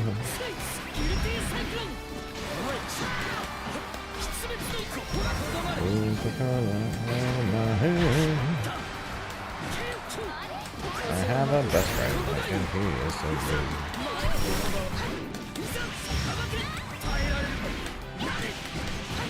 Ah, I was wrong. Didn't matter. How did I hit the hard? I hit the hard part of that combo, then I messed up the easy. Then I messed up the ending, which isn't that hard. I suck. That's what it. Sweet Jesus.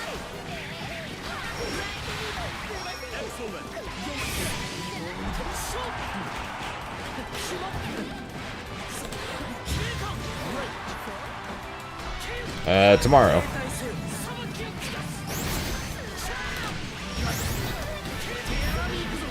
More than likely, tomorrow I'm going to be posting. I'm going to hopefully have a YouTube video to post tomorrow morning, and then we're going to stream. And then tomorrow night I'll be making a giant wheel, and then Monday I'll be contacting the winners.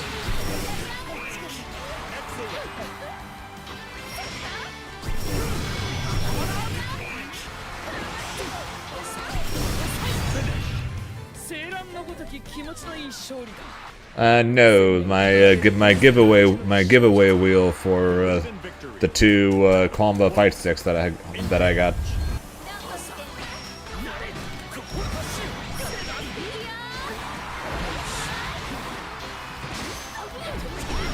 Being the fact that there's over 400 people on the wheel, I'm gonna be kind of surprised if one of you guys end up winning. It's possible, of course. Don't get me wrong, but I will be slightly surprised with the fact that there's over 400 people on it. Nope. If I finish editing tonight like I should, then I'm going to hopefully be working on the wheel either tonight or tomorrow morning.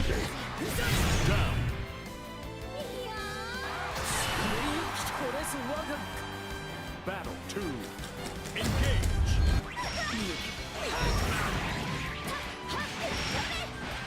Great. Hey, your odds of winning are as much as anybody else's.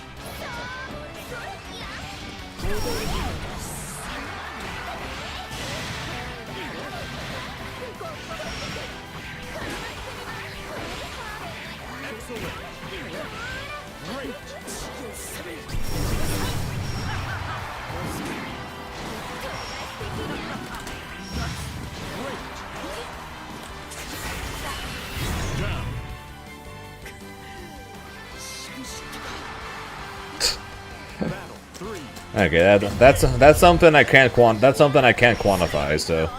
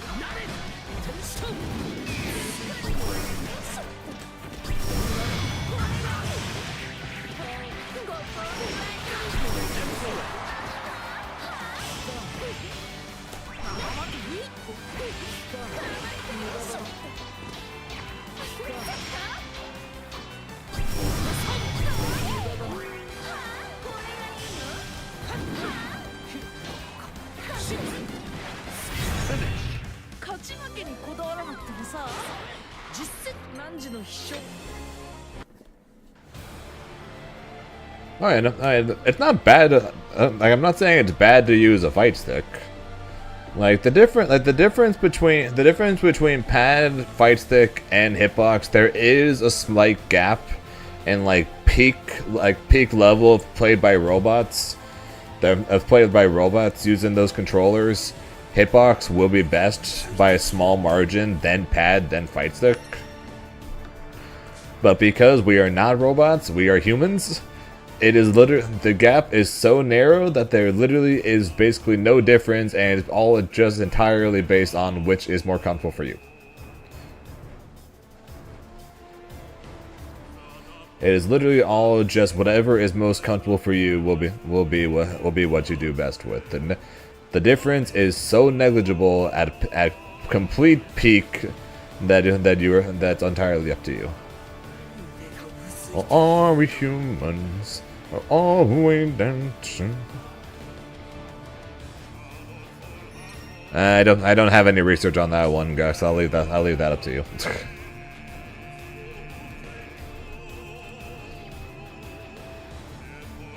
Sin beat Tiempo, Castillo beat Lay, Tab beat Zendry, and Vanitas beat Dragalia.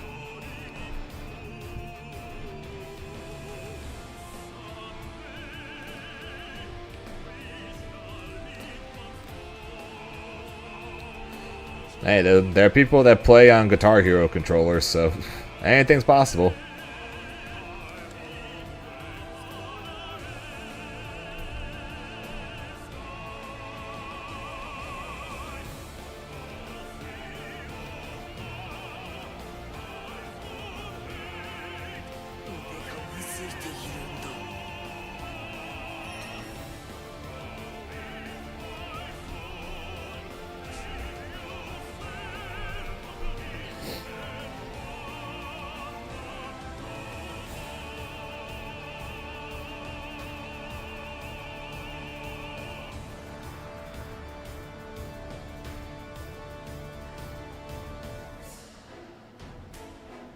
かうずいているんだ。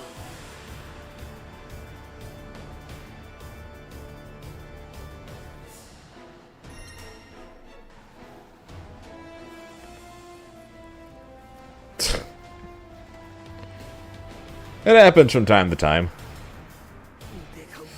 It happens from time to time.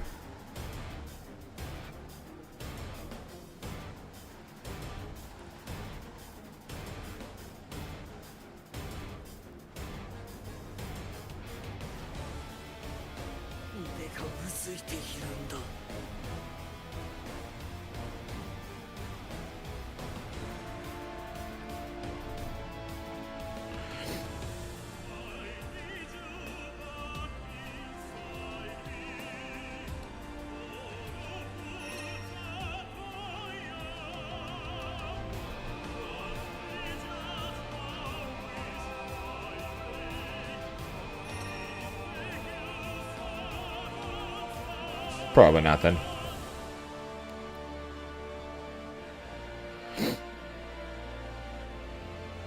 I got nothing for that one, sorry.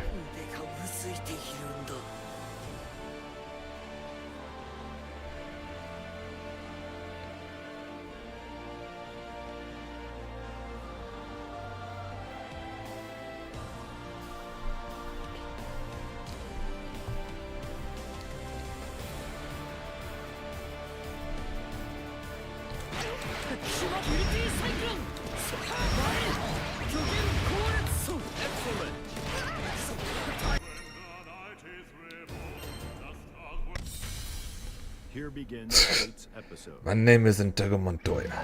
You killed my father. Grimner. Believe in victory. I'm pretty sure a lot of people know that one.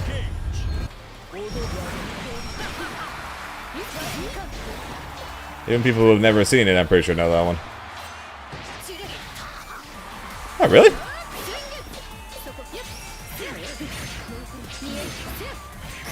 Enzo? To be fair, I am one. To be fair, I am one of those people. I've never actually seen the movie. I just know the line.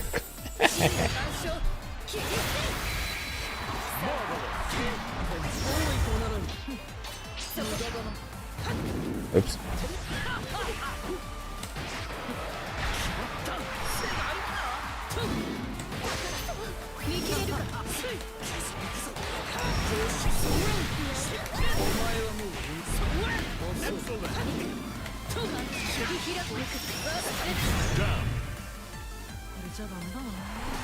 Yeah, legitimately, I've never seen it, so. Battle 2. Engage.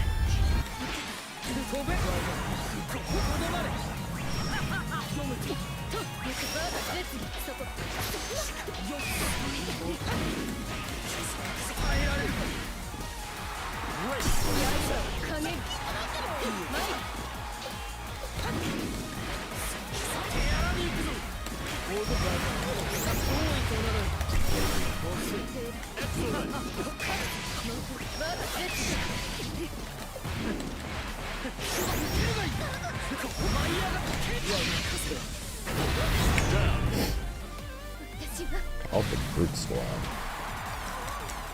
Oh, red line. 3. Engage. Great.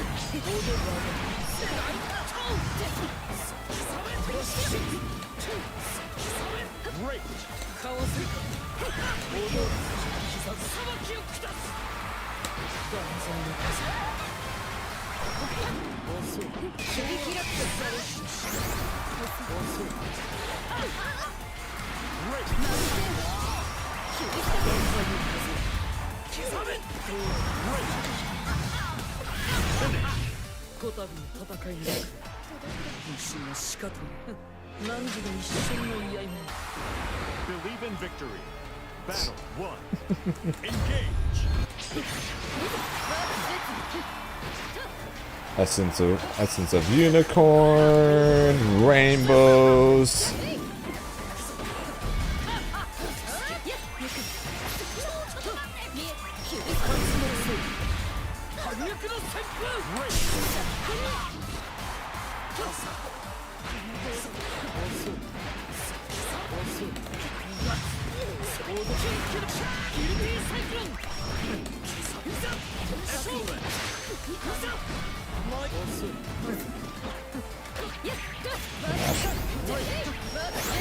Why do I press things?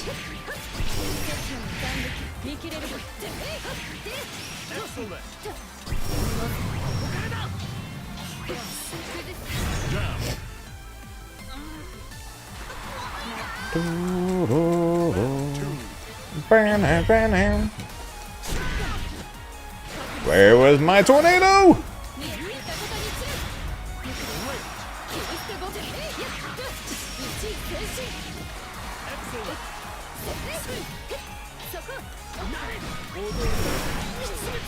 Where was my dash? Where was my anything? Hello.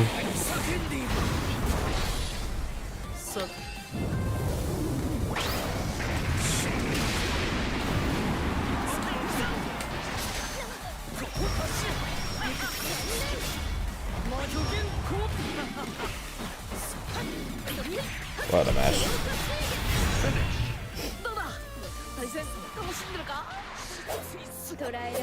If I got the rest of my L's, you were dead there too. Or if I got the dash, you were dead. Or if I got the tornado, you were dead. Or I got literally anything I did that last game.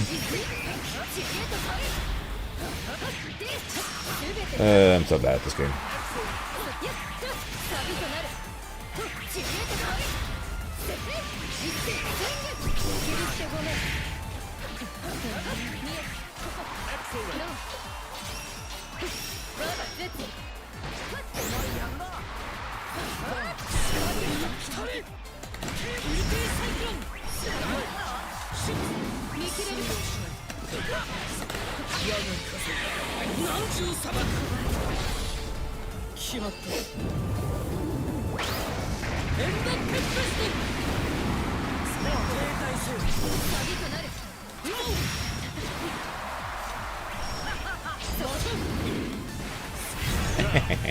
I don't know why I'm really good. I'm really good at pixel comebacks. I don't know why.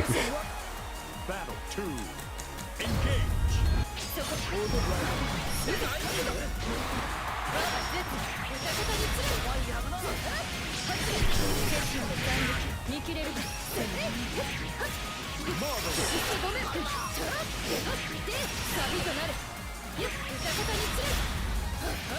I should say I'm really good at them, but I'm decent at them. You jabbed! My character's DP sucks! You pressed the freaking button and I lost anyways!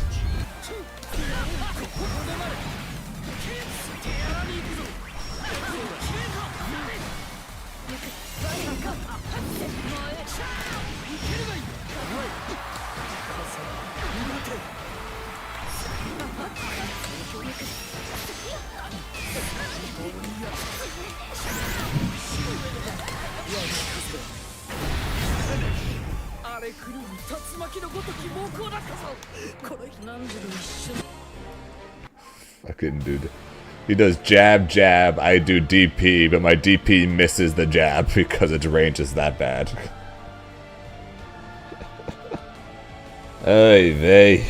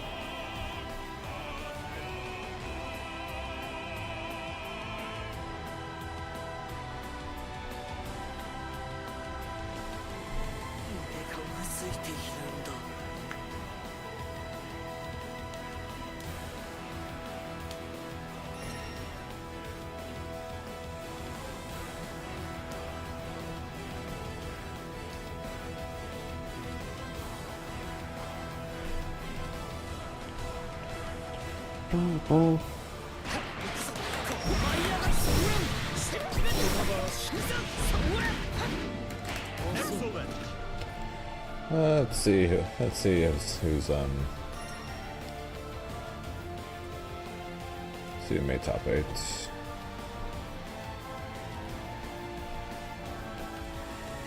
Sin, Castile, Tav, Vanitas, Tiempo, Lade, Zenzri, and Dragalia. So the flip Gallia is still going on.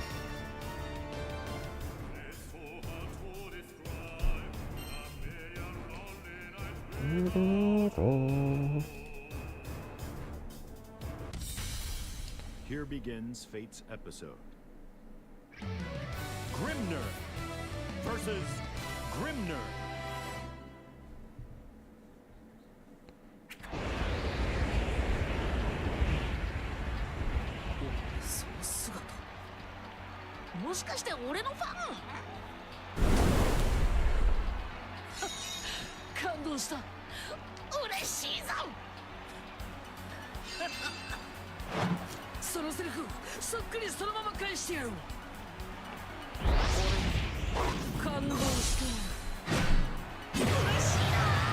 Believe in victory. Battle 1. Engage.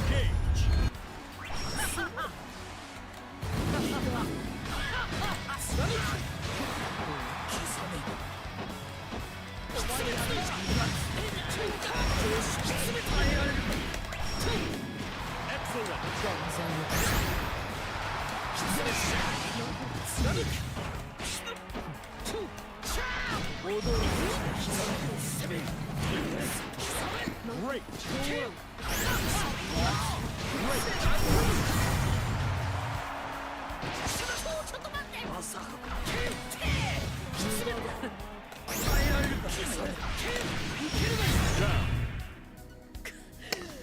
Weird. Battle 2. Engage. Says it on it. But neither understand nor am enjoying the stutters that have been going on today.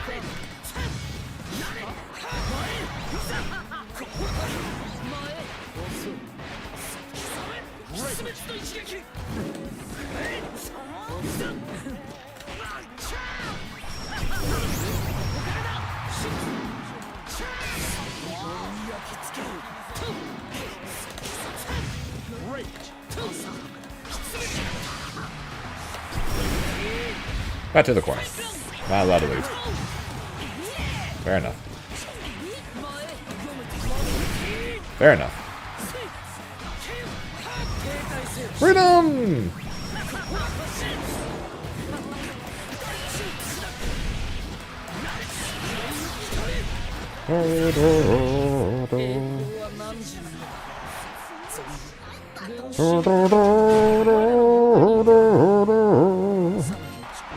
Believe in victory. Battle 1. Engage. Oops. Come on, then.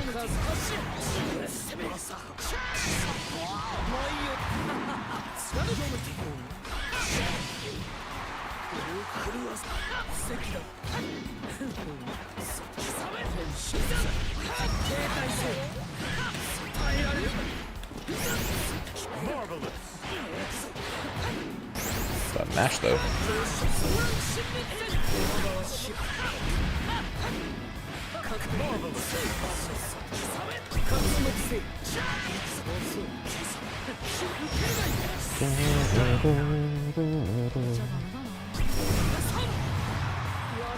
I haven't been grinding this game as much this season so far. I wonder where I am rank wise.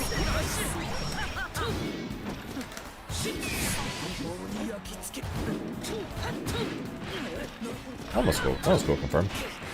You were not plus there.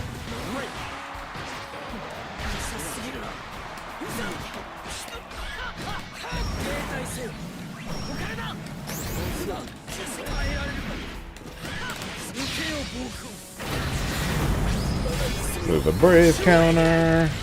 Get a knockdown. Go for empty load. Regret my decisions. You know, the usual. Battle 3. Engage.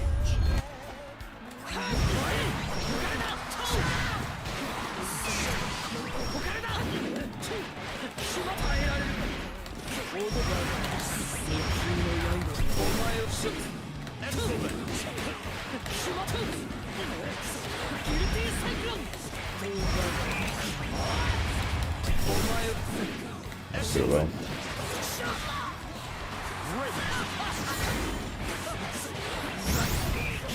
As soon as I did that, I knew I should have aborted. Should have aborted the plan there.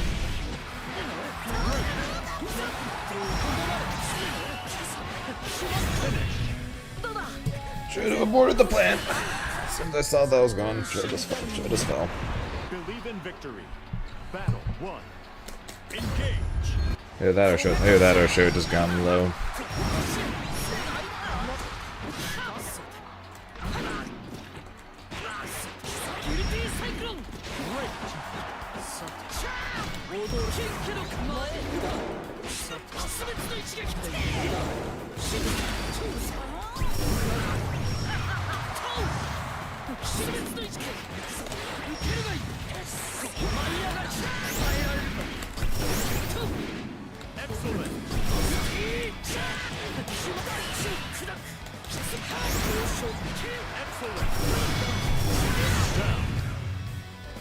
Plus and plus. Battle 2. Engage.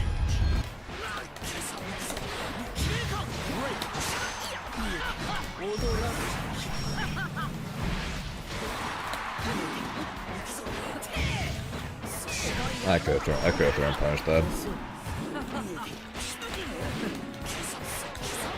Damn close enough for this.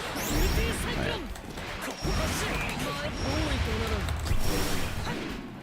Excellent.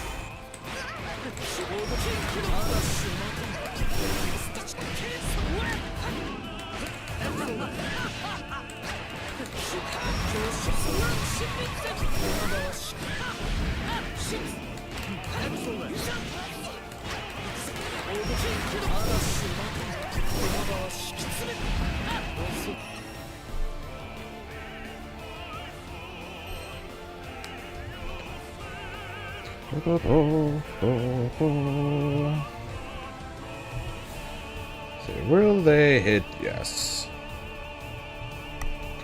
So I do want to see if I can get to 7K before I end stream, but I'd probably need to hit a few. I definitely need to hit a few GMs for that.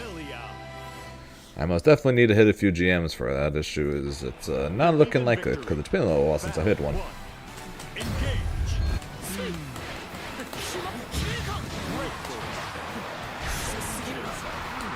So then we run into this guy who just wants to nerf everybody. Then again, he probably wants to nerf the damage on everybody. Because if we nerf the damage on everybody, Avatar will get better by default.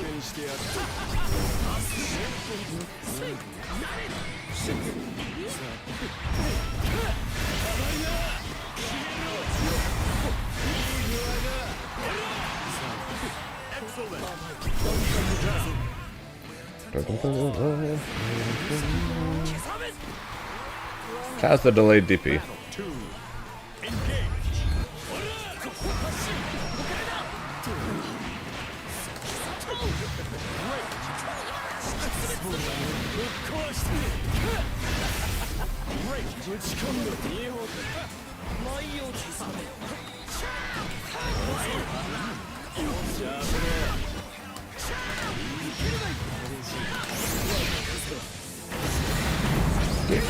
Default.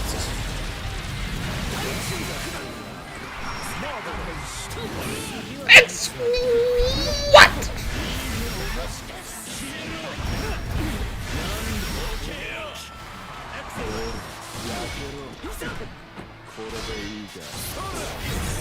What? なんじゃ今勝利の風をまとって貴様がどのような思い Believe in victory. That's good, Trunks. Engage.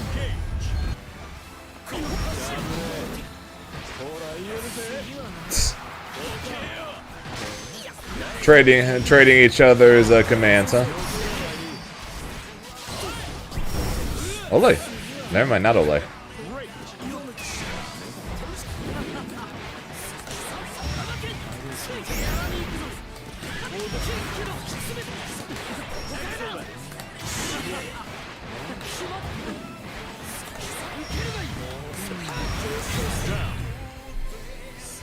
How you doing, Trunks?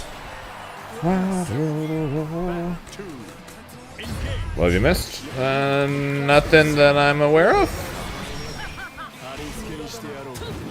Just been a lot of games today. What's with all these backwards hitting moves? You know, I can't even get a freaking 2-8 hits backwards. Good DP.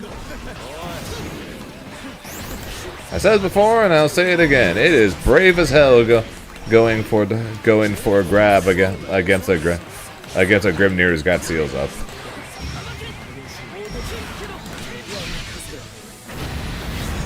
How soon? Do you know what? Well, do you know what's going on, or have you visited a doctor or something? Because if you're still sick and still having issues, and there's no sign of going away, that definitely sounds like a doctor's trip to me. Dude. Trunks, have you been sick for the last like couple weeks at this point then? When you say you're still under the weather, weren't you under the weather like weeks ago?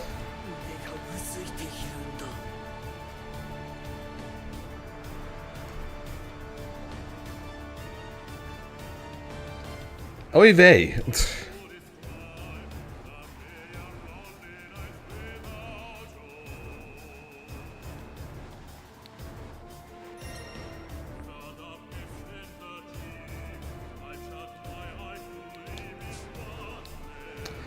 Yeah, definitely sounds like a doctor's trip coming your way, my friend. Yeah, that was like 3 weeks ago. Being sick for 3 weeks is not good, my friend.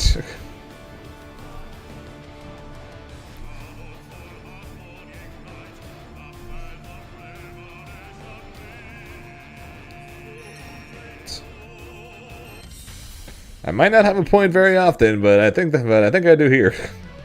Grimnir versus Grimnir. Believe in victory. Battle 1. Engage.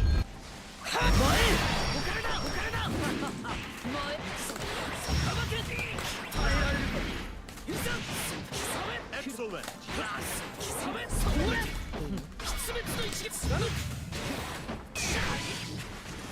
俺は狂わせに行くぞ。数発進。前へ。即平均。スターされししかり。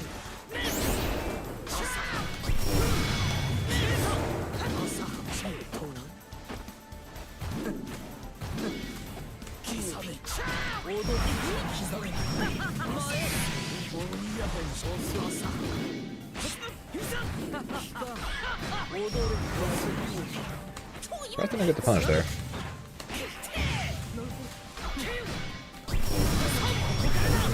I'm fine with that.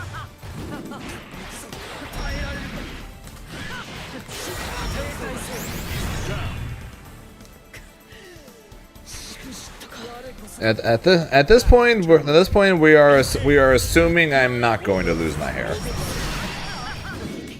It's not confirmed or anything. We're just assuming because at this point my dad had already lost the vast majority of his hair. And both of my grandfathers have not lost their hair.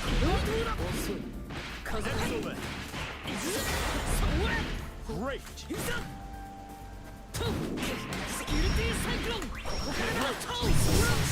So we are assuming that I'm not going to lose my hair. You're now a journeyman.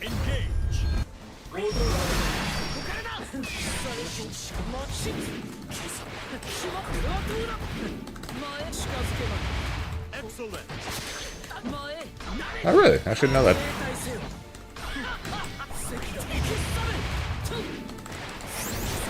Great.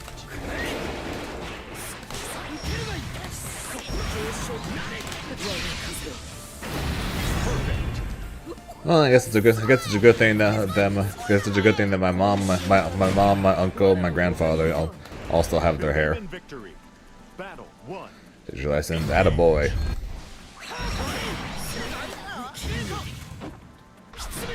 So what exactly does that mean then, Trunks? You traveling around a lot more or something? You get a nice bonus in the process.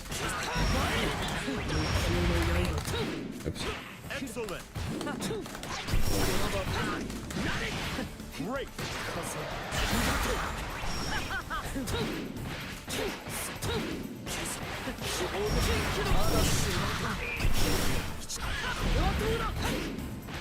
Marvelous.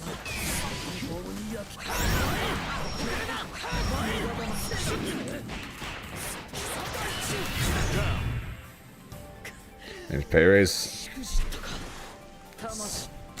Battle 2. Engage.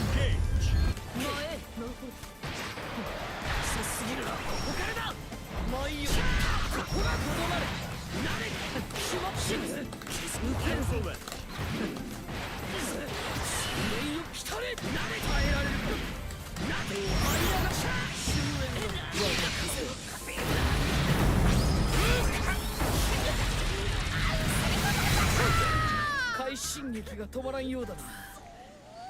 That does not have it.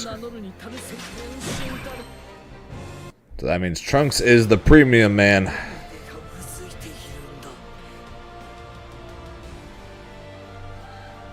Trunks is the premium. If you have an issue, he's the man to call.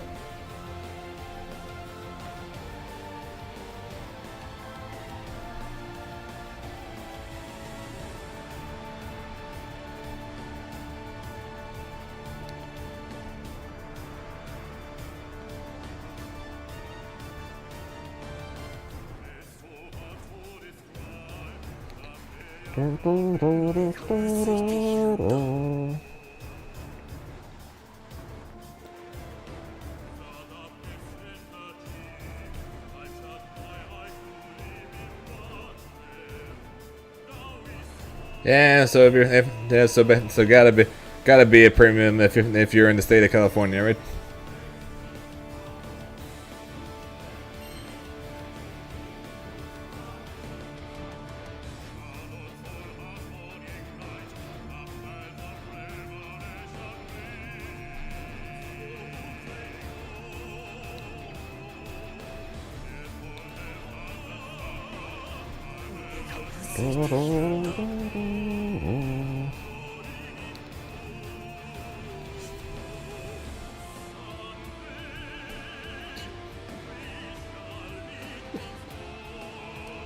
So you have normal, then you have premium, and then you have supreme. So you have the option to go to LA and try to become supreme.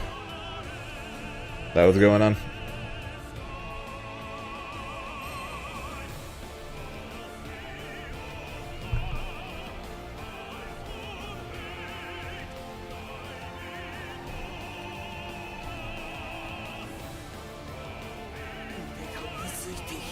Huh. Easiest supreme of your life. Just literally just go over there and pay for it.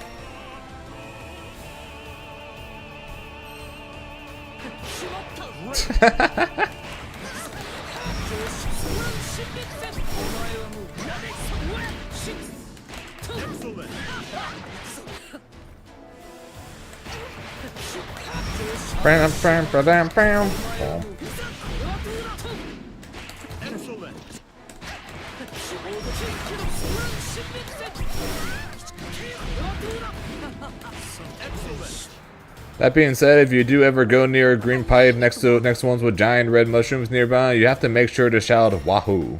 Right? It's a requirement for the job. Here begins Fate's episode. Grimner versus Zoe. Believe in victory. Battle 1. Engage.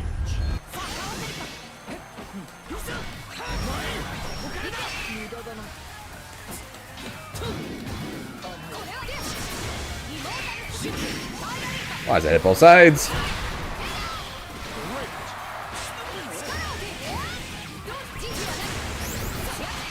Then mushrooms are cursed on the side.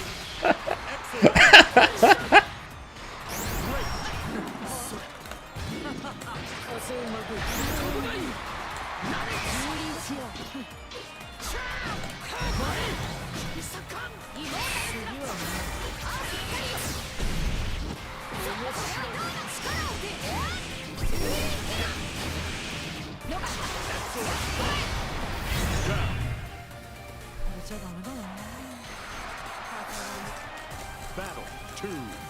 Engage.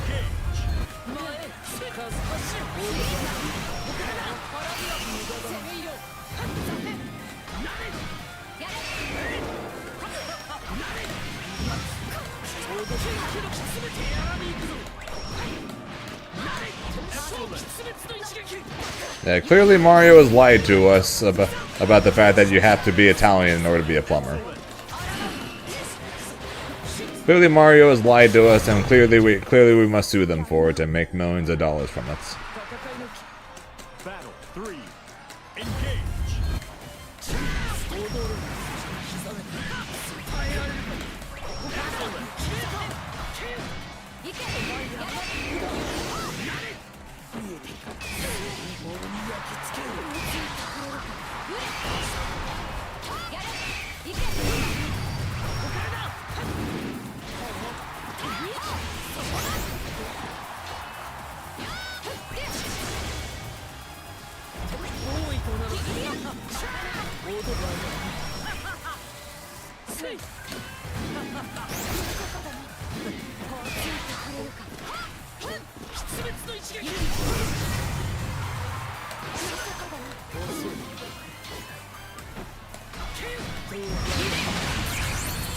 Can't reach.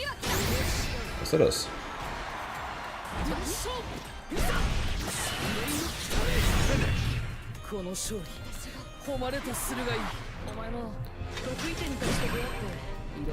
So what about this game discussed you there? Oh yeah, true. You have to be an Italian. You have to be an Italian plumber that lives in the Bronx.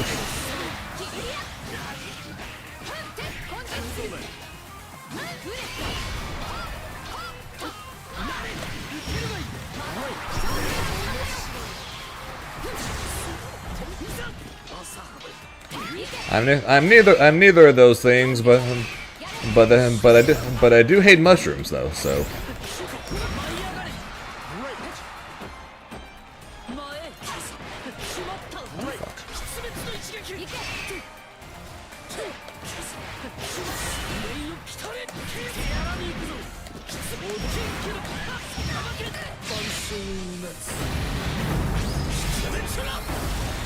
So this game disgusts you because of my character. Okay. Battle 2. Engage. Someone messaged me either yesterday or the day before that, asking if I can teach them how to fight against Grimnir. Except the way they put it was, "Can you teach me how to fight against Shidnir?" Or something like that. Hang on, let me see exactly what he said. He said, teach me how to kill the Slopnir character. I am sick and tired of getting hit by some random shits."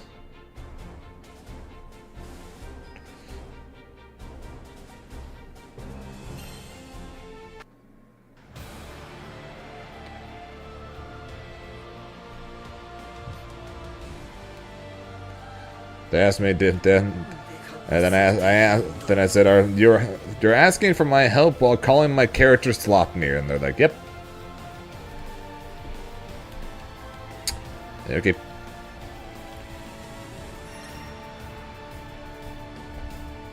Yeah, we technically qualify for a disgust of mushrooms according to the Super Mario Bros. Movie.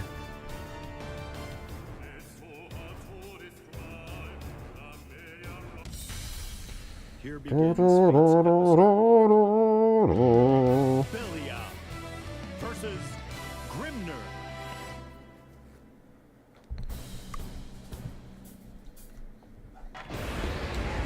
Believe in victory. Yo, the Flip Master themselves, Dragalia with the raid. Appreciate that, man. I guess that means you're out of TNS.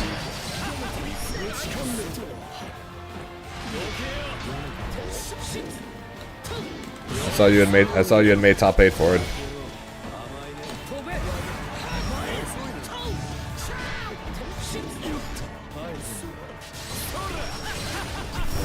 What do I do? Thanks. Oh, you're still in?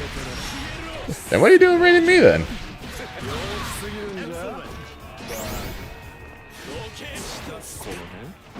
I'm negative on hits. Freedom! Hey, hit him. I'm actually shocked. Right, I didn't have the thing up. Oops. I become error. Did I rob you again? Rip. How about you just go and win and you don't have the incident pop up? How about that? Wi-Fi. That's not allowed.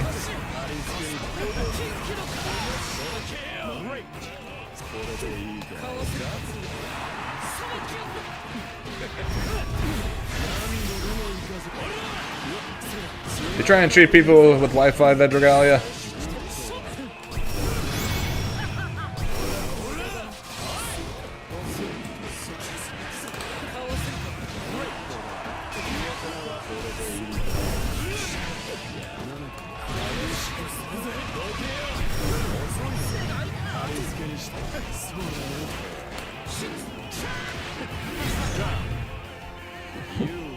But yeah, I appreciate the raid though, and good luck with the rest of the TNS. Alright.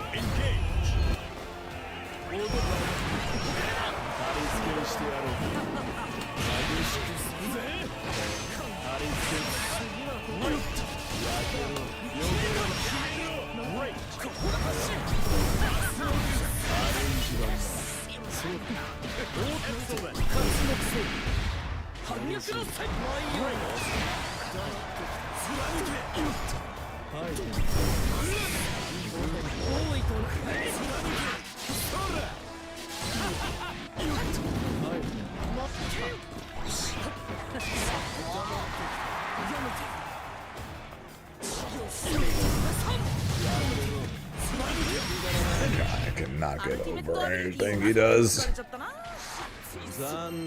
Unless you're playing Kek. Touche.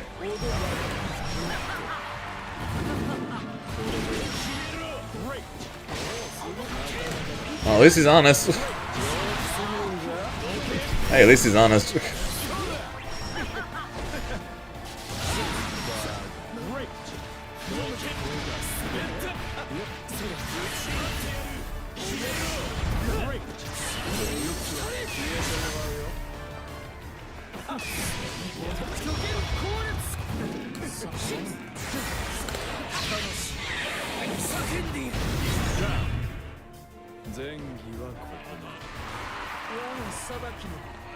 I'm just trying to hit 7K before I end stream.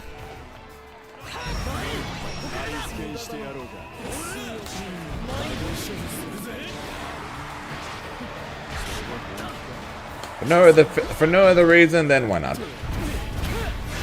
I was at like 5.4 or 5.5 or something when I started the stream. Why do I do things?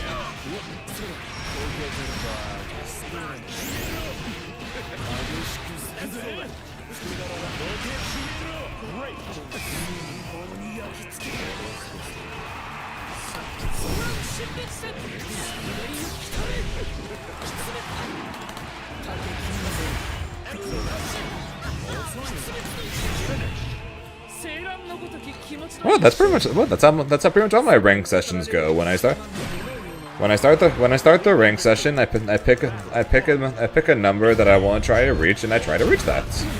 And if I reach it, and I decide I want to keep playing, I will pick another number. That's pretty much what I always do for ranked.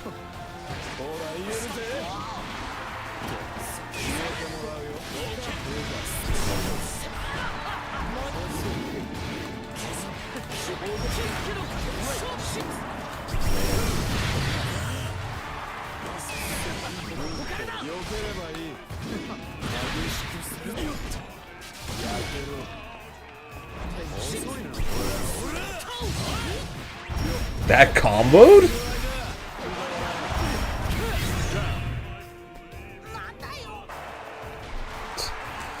That's true. If someone's going to give out a flip license, it would be someone with the name Trunks.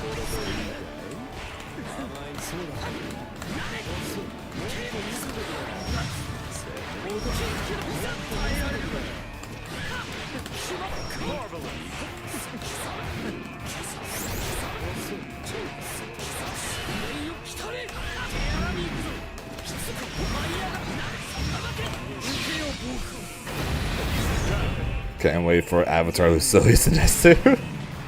Is there? I don't know the lore. Is there actually an Avatar Lucilius?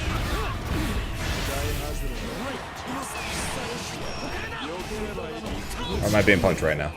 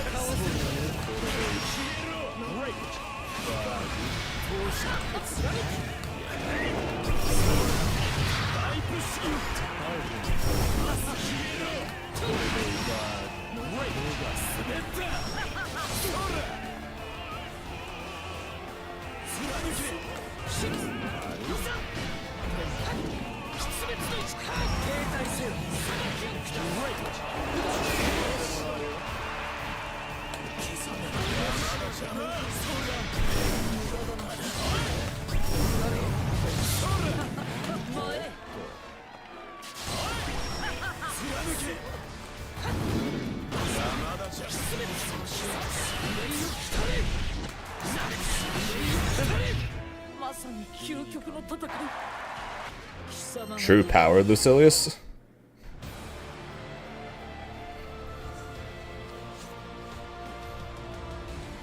Interesting. So the arguable arguable top 1 and top 2 characters in the game right now can both possibly have a Avatar version next season if they add Avatar Lucilius. Yeah, Lucilius don't need no damn power boost, and Avatar Belial. Although to be fair, Avatar in this game seems to be a subtraction of power. So maybe he'll do the same thing for Lucilius. Avatar Lucilius, when he comes out, will be a much weaker version of regular Lucilius. And then more than likely, I will find him to be much cooler than the original version. And then I just get to repeat what I did with Avatar.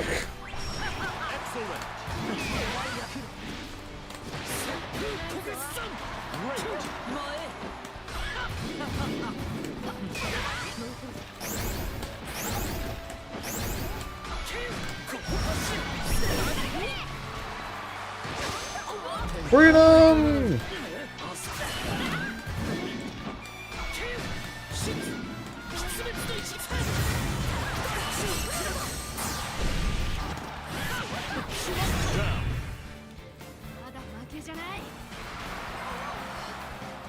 On Avatar Grim? Oh god, could you imagine combining Avatar Belial and Grimnir? I'd be like the greatest Zane character of all time. Also like the most broken thing ever created, on top of that.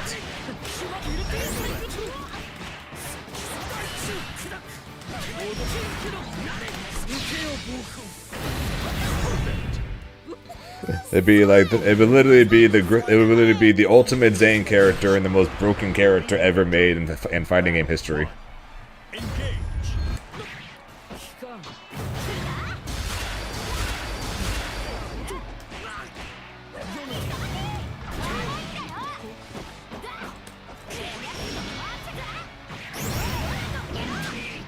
Yeah, but the health of a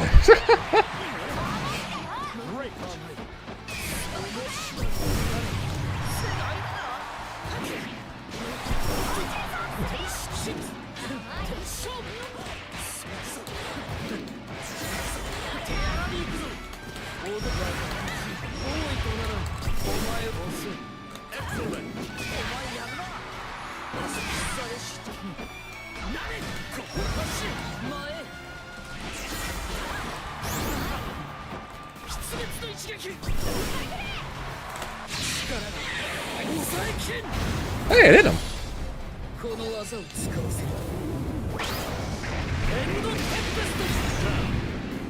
People having different opinions.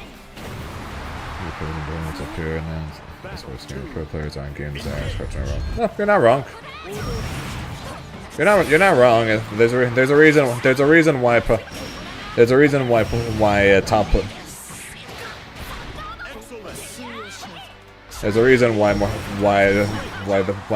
most of the time anybody balancing games never asks the player specifically what needs to be buffed or nerfed. That being said, though, if you ask every single person in the game, right? So let's just say for example in Grand Blue, if you ask every single person in the game, what character do you think needs to be buffed and nerfed? The amount of people that are going to say something entirely different than what the top players is probably very high. Like in the case of the easiest example I should probably use actually is Dragon Ball Fighters, because if you have Dragon Ball Fighters choose what characters are broken and what characters are not, and which characters need buffs or whatever. UI Goku, a character that like is universally agreed to be a bottom tier character, right? For like anywhere close to top level play. Basically everyone like mid level and below would all say he's like top 5 most broken thing ever.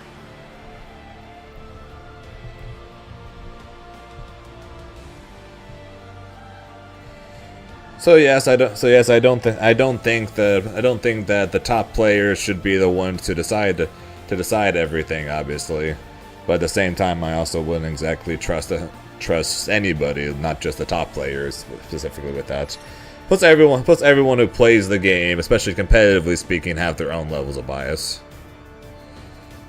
Because every top player is going to have a bias towards the characters they like. Like in the case, let's just say Koji Koko for example, he's going like if he was given the reins to buff and nerf characters, he would give Zoe like a crap ton of buffs because he's a big fan of Zoe.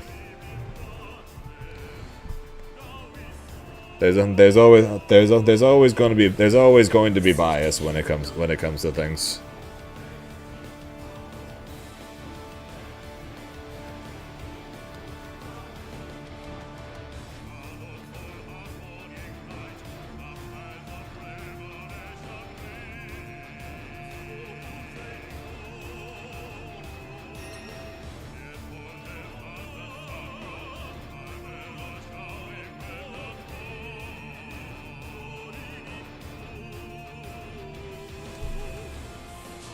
I'm gonna push back against that a little bit there, Vinci. If you want the game to have, I think, any level of if you want the game to be taken seriously at all as a competitive game, I think you have to at least somewhat look at the top players, or listen to what the top players are saying. Not just if you want it only to be a competitive game. I think if you want it to be a competitive game at all, I think you do have to listen to them at some point or in some way. Because if you don't listen to them, like if you want it to be if you want the game to be somewhat taken seriously as a competitive game, but you can't just listen to the average player base, because they're going to think a terrible character is broken because they're easy to play and they don't know what to do about it, and they could think a broken character is terrible because they're difficult to play and they never see them, so they just assume that the character is bad. So I think it's kind of hard to specifically bring up anything like that. In general, top players don't necessarily know better than most people. They're just better at playing the game than most people. Doesn't necessarily mean they know better. It just means that they're better at playing said game. But if you want the fighting game to be taken seriously at all as a competitive game, not just only as a competitive game, but seriously in the slightest as a competitive game, then you do have to pay attention to the top players and what they're playing. Because again, if we're going off of like the average player in this game, right? The average player, they basically never see Grimnir, and they're just going to assume that Grimnir is probably bad or just okay. Those, for the people who don't pay attention to the top or like to the pros or the tournaments or whatever, they'll just think Grimnir is not good because nobody freaking plays him. And then they'll think Grimnir needs buffs. Meanwhile, basically everyone who knows better, or everyone who pays attention at all to tournament scenes or whatever, or to the master, grandmaster, or whatever, will say otherwise. Will say no, Grimnir definitely does not need buffs. In fact, he might actually need nerfs.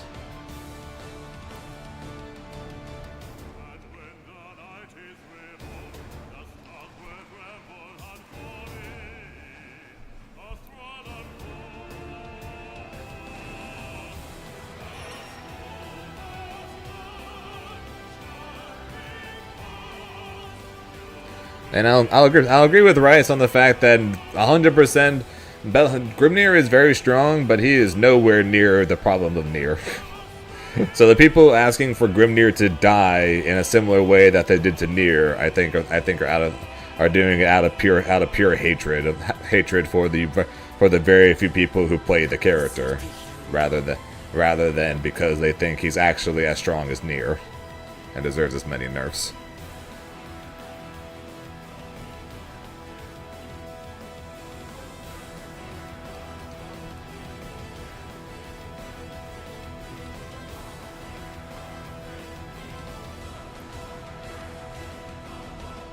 Yeah, I will. You guys can take whatever. If you guys want to hear my opinion and think to yourselves, I think Zane might be right because Zane's a top player and I trust top players. By all means, if that's the way you want to do things, go for it.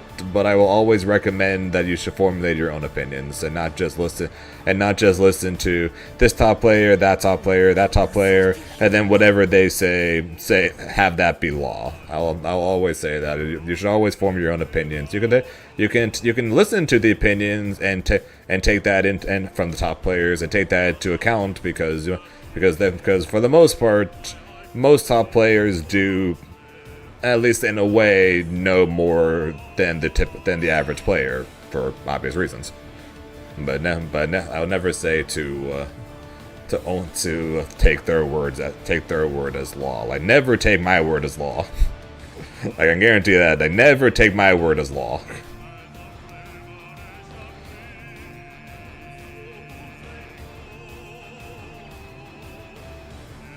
That part, yeah, I'll agree with that, Vinci. But I'm not sure. But I don't think there's any fighting game or any competitive game out there that is doing everything solely and purely off of the pro scene. There's of course you have games like League that heavily does it off of that. Don't get me wrong, but not like in its entirety. League is definitely the closest, though, being the fact that League will literally gut characters with terrible win rates just because they're broken in pro play. Wink, wink, nudge, nudge, nudge, nudge. Freaking Rise, Kassadin, and Azir for the Azir for the longest time until they brought him back. Rise for the longest time. When was the last time Rise was good? Here begins Fate's episode.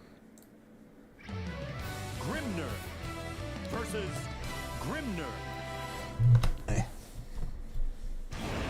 Believe in victory. Battle 1. Engage. Which rework?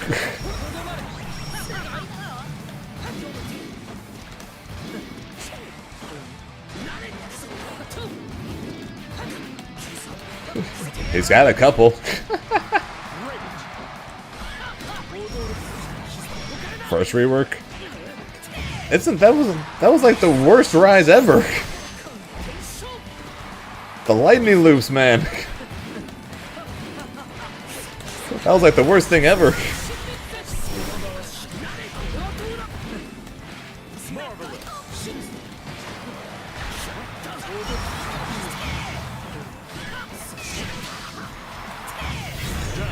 Was good, Apollocus. Battle 2. Engage.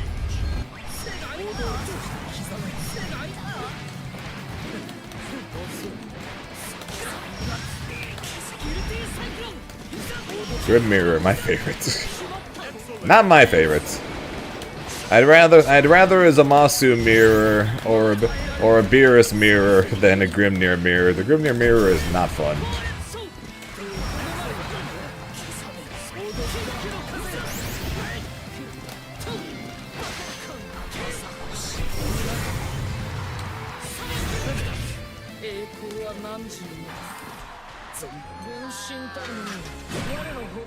Yeah.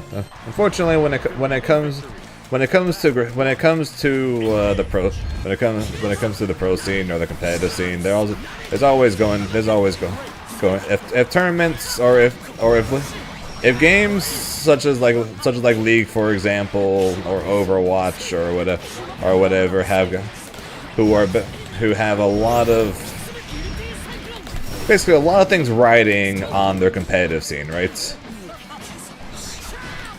It's not everything, but they really want their competitive scene to do well. Because if the competitive scene is doing well, then typically their casual scene is doing well. They will focus more on that. But in the end, basically most games live and die based on their casual player base.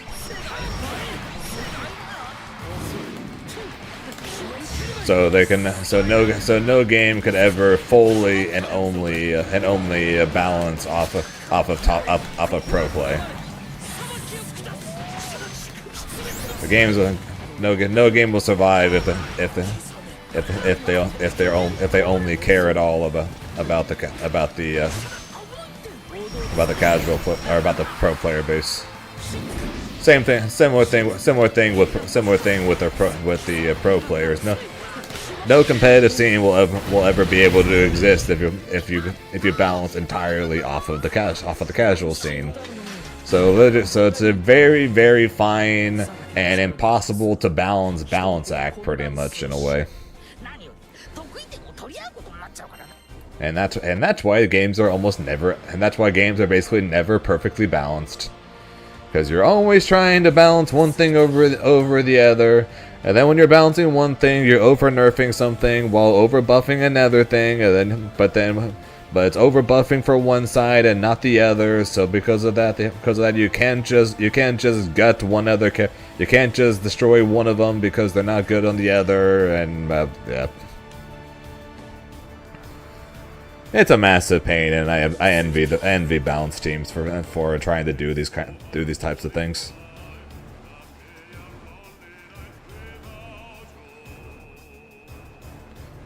Do you think Grimnir is not top 5? I have him personally top 6, top 7. I have him just out of top 5 personally. I think his offense is top 1. I think his defense is bottom tier, and I think his DP is one of the worst in the game.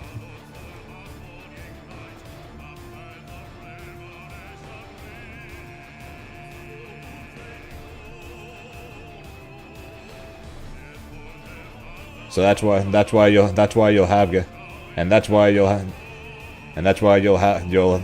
have some games where when you're playing against Grimnir, you will win and there felt like there's nothing you could do about it. And there'll be other games where you play against a Grimnir and then Grimnir never does anything, never starts anything, never gets a chance to do anything ever. And that's because Grimnir's defense is terrible, but his offense is like I said, arguably the best once he has things set, once he's able to set up.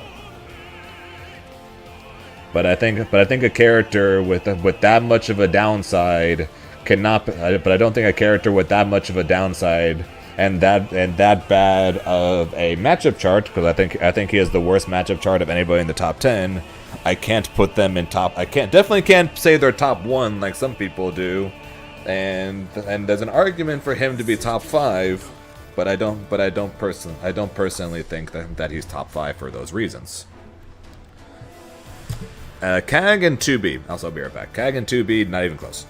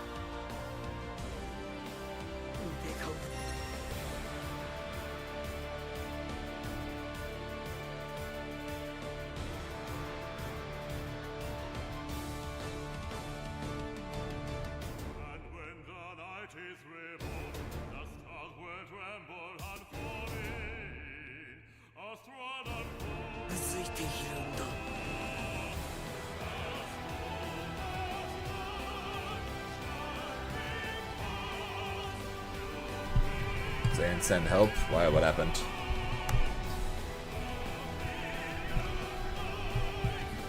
He's still in your damn. Even though I'm probably biased, as my man can't do shit to let him set up seals in neutral. Fair.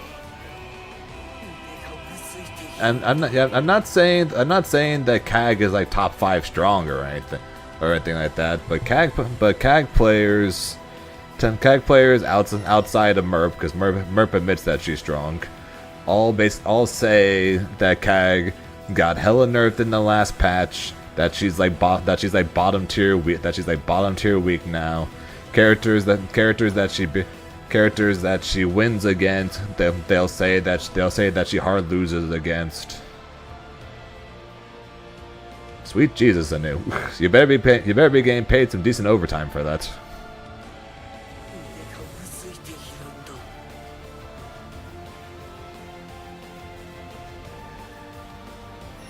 But yeah, so CAG players and 2B players.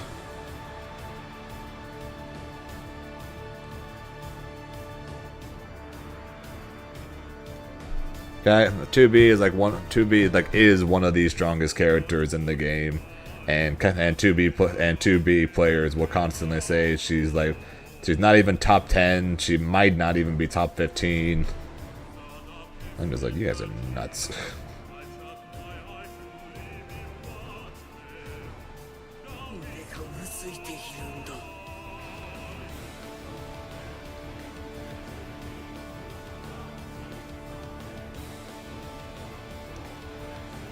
They do them harder than us pure players.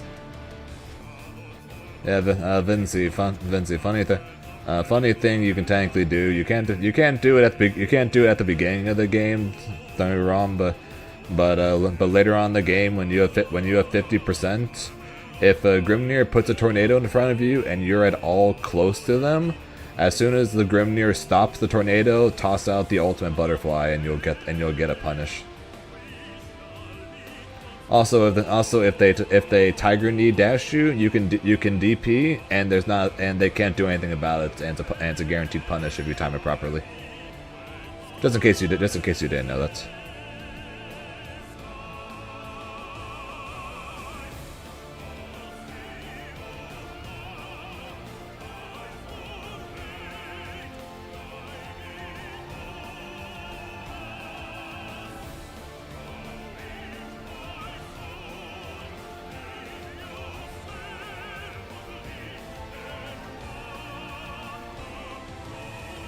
Someone's yelling.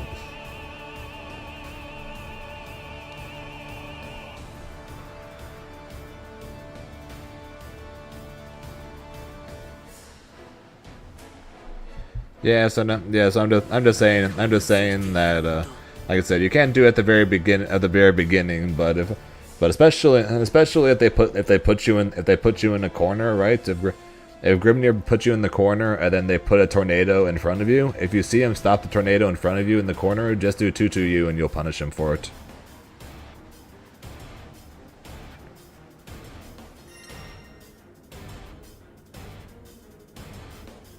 Not particularly.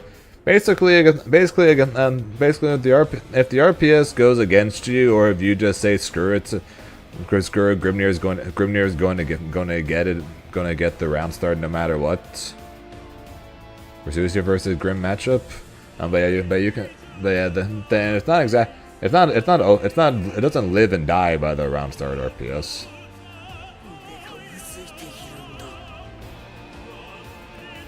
Okay, that part I'll agree with. I'm just saying that the game is far from over if Grim gets his seals up or doesn't get his seals up at round start is all I'm saying. Especially since against Vera you cannot, especially against Vera you can never Tiger Knee dash her. No, you're good. I was just saying just in case you actually thought that. It's always good to be sure. It's always good to be sure. And the Grim verse matchup is weird. Basically, if Grimnir can get his seals up, he's got a decent chance against her. But the problem is, in the similar sense as going up against Zoe, it's really, really, really hard to get the seals up against her. So if anything, I think it's slight Versucia favored, but not like by a ton or anything like that. Primarily just because, again, in a similar sense as Zoe, it's really, really, really hard to get seals up against her without just getting blown up for attempting to do it. Because she does not care because the pillar from the ground that does not care about the tornado that you try to put in front. If there's no tornado in front and you try it, she'll just hit you with a basically instant, practically full screen lariat. All of her normals, despite being slower, all reach so much further than Grimnir's that Grimnir struggles to deal with her pressure because of that. Because Grimnir's 5H is pretty much the only thing that can ever do anything against her, and even then, it's not exactly very good against the giant range of that. So it's not exactly. So I'll say it. So I want to say it's slight Versucia favored, but once Grimnir has seals up, he has a chance. It's just really hard to get seals up against her. Valkyrie Tornado, exactly. Yeah, but yeah, that's my thoughts on the matchup. It's 100% doable as Grim. It's not awful or anything like that. It's just very annoying to get started as Grim, and if Grim can't get started, he becomes like half the character he basically is. Because basically his entire game plan from neutral control to mix-ups to rushdown to everything basically requires him to have seals up, because when you have seals up and you're throwing tornadoes, people are a lot more hesitant to try to charge you, because they can just get punished with seals there. People don't want to sprint towards seals, but at the same time, people don't want to hold down back forever because seals can give Grimnir time to set up 214M to B+. So he can do that. He can do that as well as just dash in with a Tiger Knee dash. It also allows for his mix-ups, his throw baits, increased combo damage. His seals basically just do everything, and he kind of lives and dies by them for the most part, because of the fact that his mix without them isn't great, because he's not the fastest character on the ground, doesn't have the fastest backdash or forward dash speed or anything like that, and his normals again are kind of trash. So because of that, for the most part, he kind of lives and dies by the seals.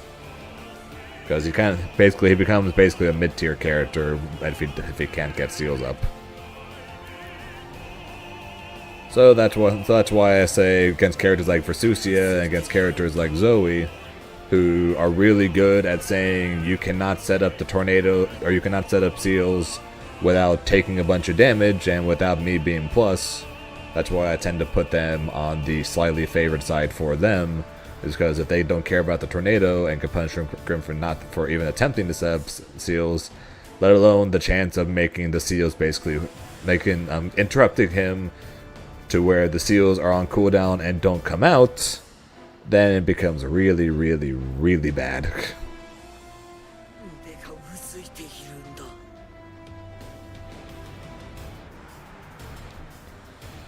Yeah, what CAG players, Zoe players, Vasaraga play, there have been 2 or 3 Vasaraga players that tell me that Vasaraga loses pretty badly to Grim. And then I'm just like, what?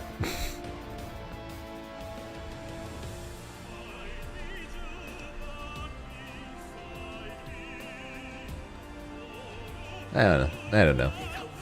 Could be me downplaying. Could be me being bad at matchups. But I'm just like, what do you think? Oh, easy, Bubs. Beelzebub, the easiest, worst matchup in the game for Grim, in my opinion. That shit sucks. It's so bad.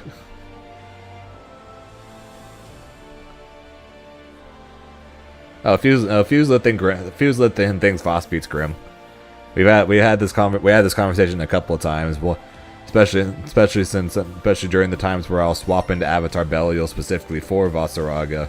He was just like, yeah, that matchup feels impossible for you. But yeah, no, Grim's worst matchup though was Beelzebub. Beelzebub's got further reach in normals than him. Multiple specials that beat the tornadoes. The plus on blocks. Air dive that makes it since Grimnir doesn't have a DP, he can't really do anything about it. The slash that beats the tornado. The suction orb thing that he does, it can actually punish Grimnir for even throwing out a tornado.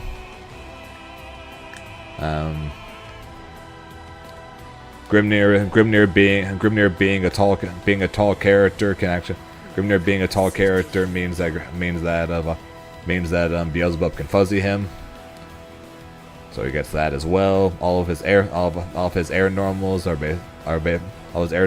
basically can beat Grimnir's. Yeah, it's not fun. Literally the only times that Grimnir can beat Beelzebub pretty much is when either Grimnir gets lucky and manages to get on top of Beelz, and then hopefully avoid just getting guard cancelled, And B, if Grimnir's got 50% or more, and the Beelzebub player is dumb enough not to pay attention to that and start charging or tossing out his multi-hitting projectile, because then Grimnir just throws ultimate at him, and then yeah. And yes, really, that's let me show you real fast. Not sure if I'll be able to do it, because I've never attempted to do it myself, because I've never actually played Beelzebub, but let's try it. So I want to be Bubs, and I want him to be Grimnir.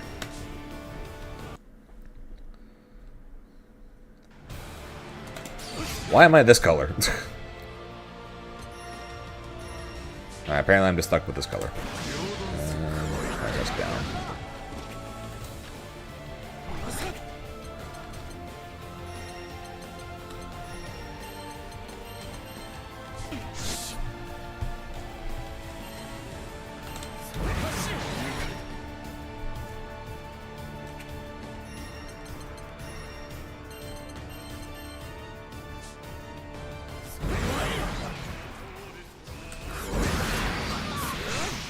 Great.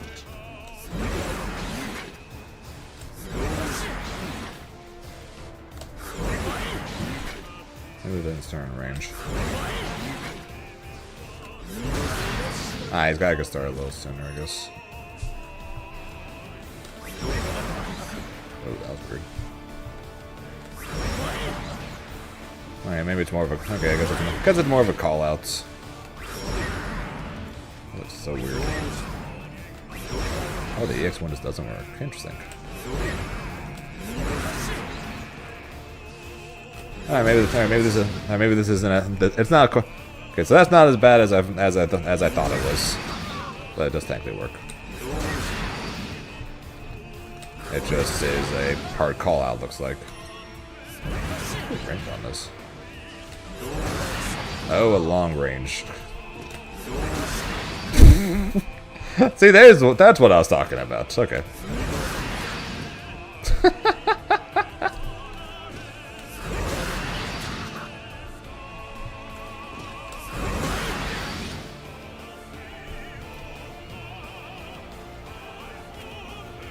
Hang on, let me do that again. And then mass spot dodge.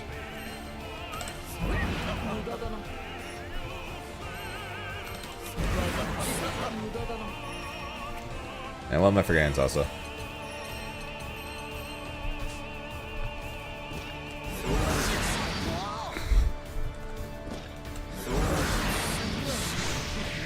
Great.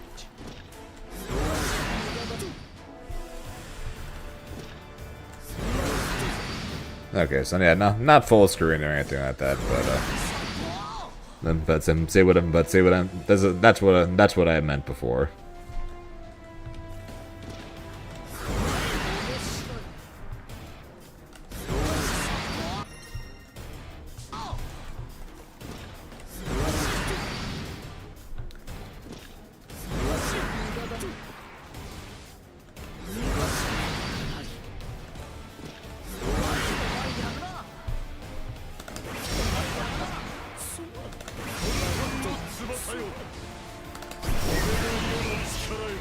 Got that.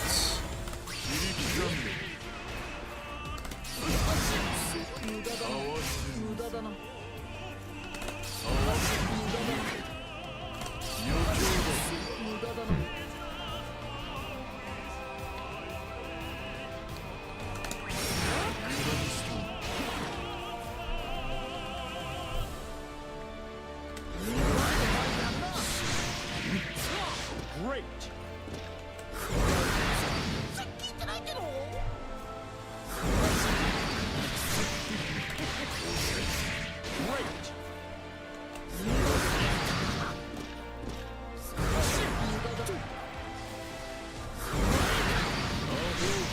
Yeah, so if he's got the suction attack up, worst that the Beelzebub is risking is getting hit by a tornado.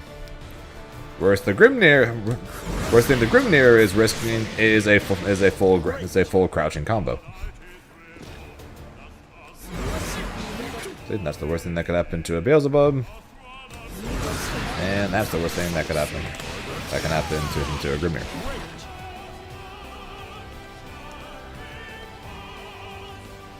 Then, like I said, besides them, like I said, we got besides the whole.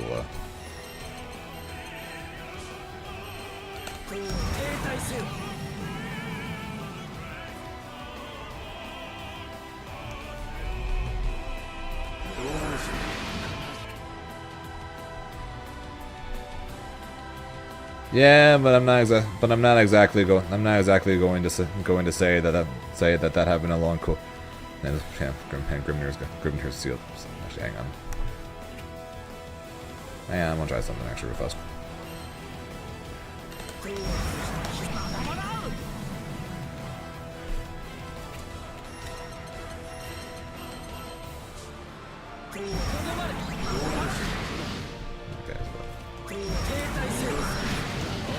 That would also be a hard call out, technically.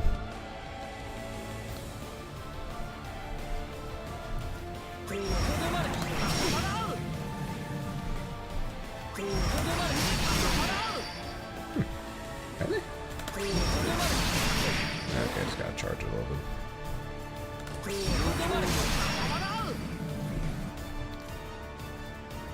But yeah, this matchup sucks.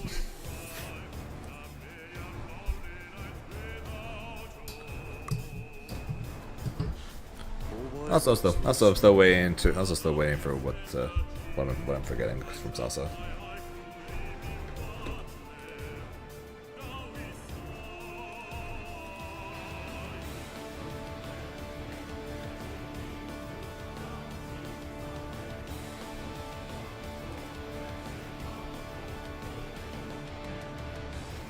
The light one?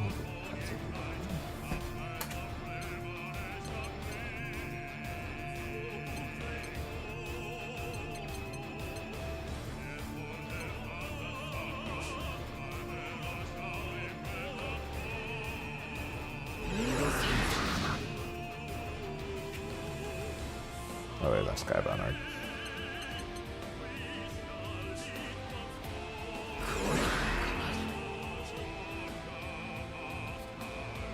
Okay, that's not 7 seconds.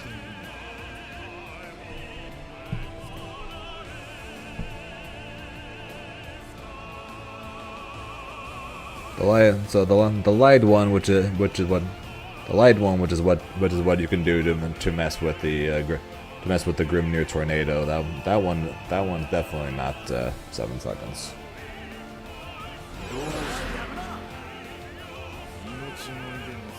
It's what, 3?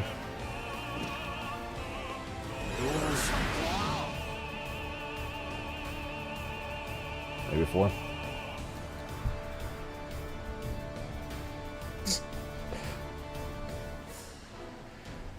Yeah, about that, I knew. You might want. I guess you're gonna go visit his wife and kids rather than him. Either that, or you're gonna go and visit his grave. Squeaker, no.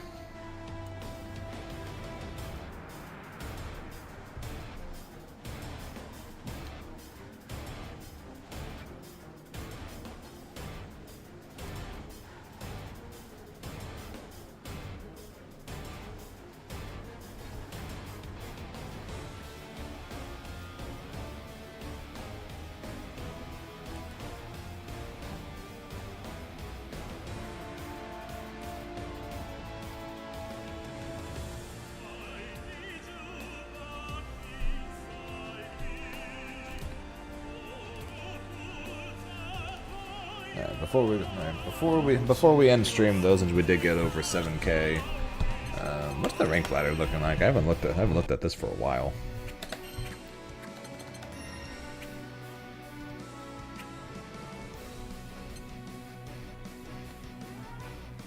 Seriously, Gamera just fully rocking the Versusia is not something I would have guessed. Gamera just going all in on the Versusia right now. Seriously, not something I would have guessed. Makes me wonder if he's going to play this or Beatrix when Cygames Cup rolls around if we don't get a balance patch before it. Yeah, I'm still top 10.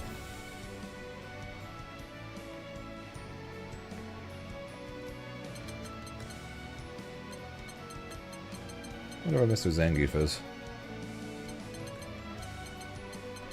Probably just look out for Cags.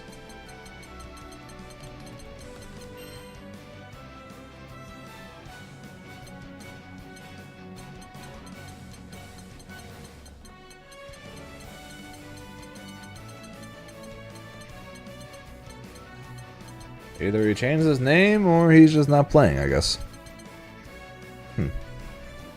Weird. I don't know. Very strange. Anywho, like I said, that is going to be where we're going to call it. So before I go, quick transition as always. And then I could say thank you guys for watching. I appreciate it. Before I go, quick shout outs though, as always, to the Dami World with the 6 months, as well as Dragalia with the raid. I appreciate the support, guys. A lot of cags. But like I said, that is going to be it for me. But I'm trying to send you guys over to Miss Chrysalis, who is entering a couple of Grand Blue tournaments. So go and show her some support, as well as wish her the best of luck in the events. Yeah, like I said though, that is gonna be it for me. We're gonna be back tomorrow with Shadow Sunday, doing some speedruns, as well as possibly checking out the movie DLC thing that I have to look up what the heck's that about, or how I got supposed to get it, or I just supposed to download it. I'm not sure, but maybe we'll check that out. Also, Trunks with the gifted sub at the end. I appreciate it, man. Seriously, dude, go to a doctor, feel better. I'm proud of it. I'm proud of you for getting to the premium levels, but seriously, we need you feeling better. It's been weeks, man, weeks. Freaking feel better already, Reverend. You too, even though you literally just had surgery. Still wanting both of you guys to be better, feel better though. All right, still want both of you guys to feel better. But yeah, like I said, we'll be back tomorrow with Shadow Generation. So till then, I hope you guys have a good rest of your day, night, whatever times you guys, because time zones, as always, are a very weird thing. Until next time, I will be talking to you guys later. Bye, guys.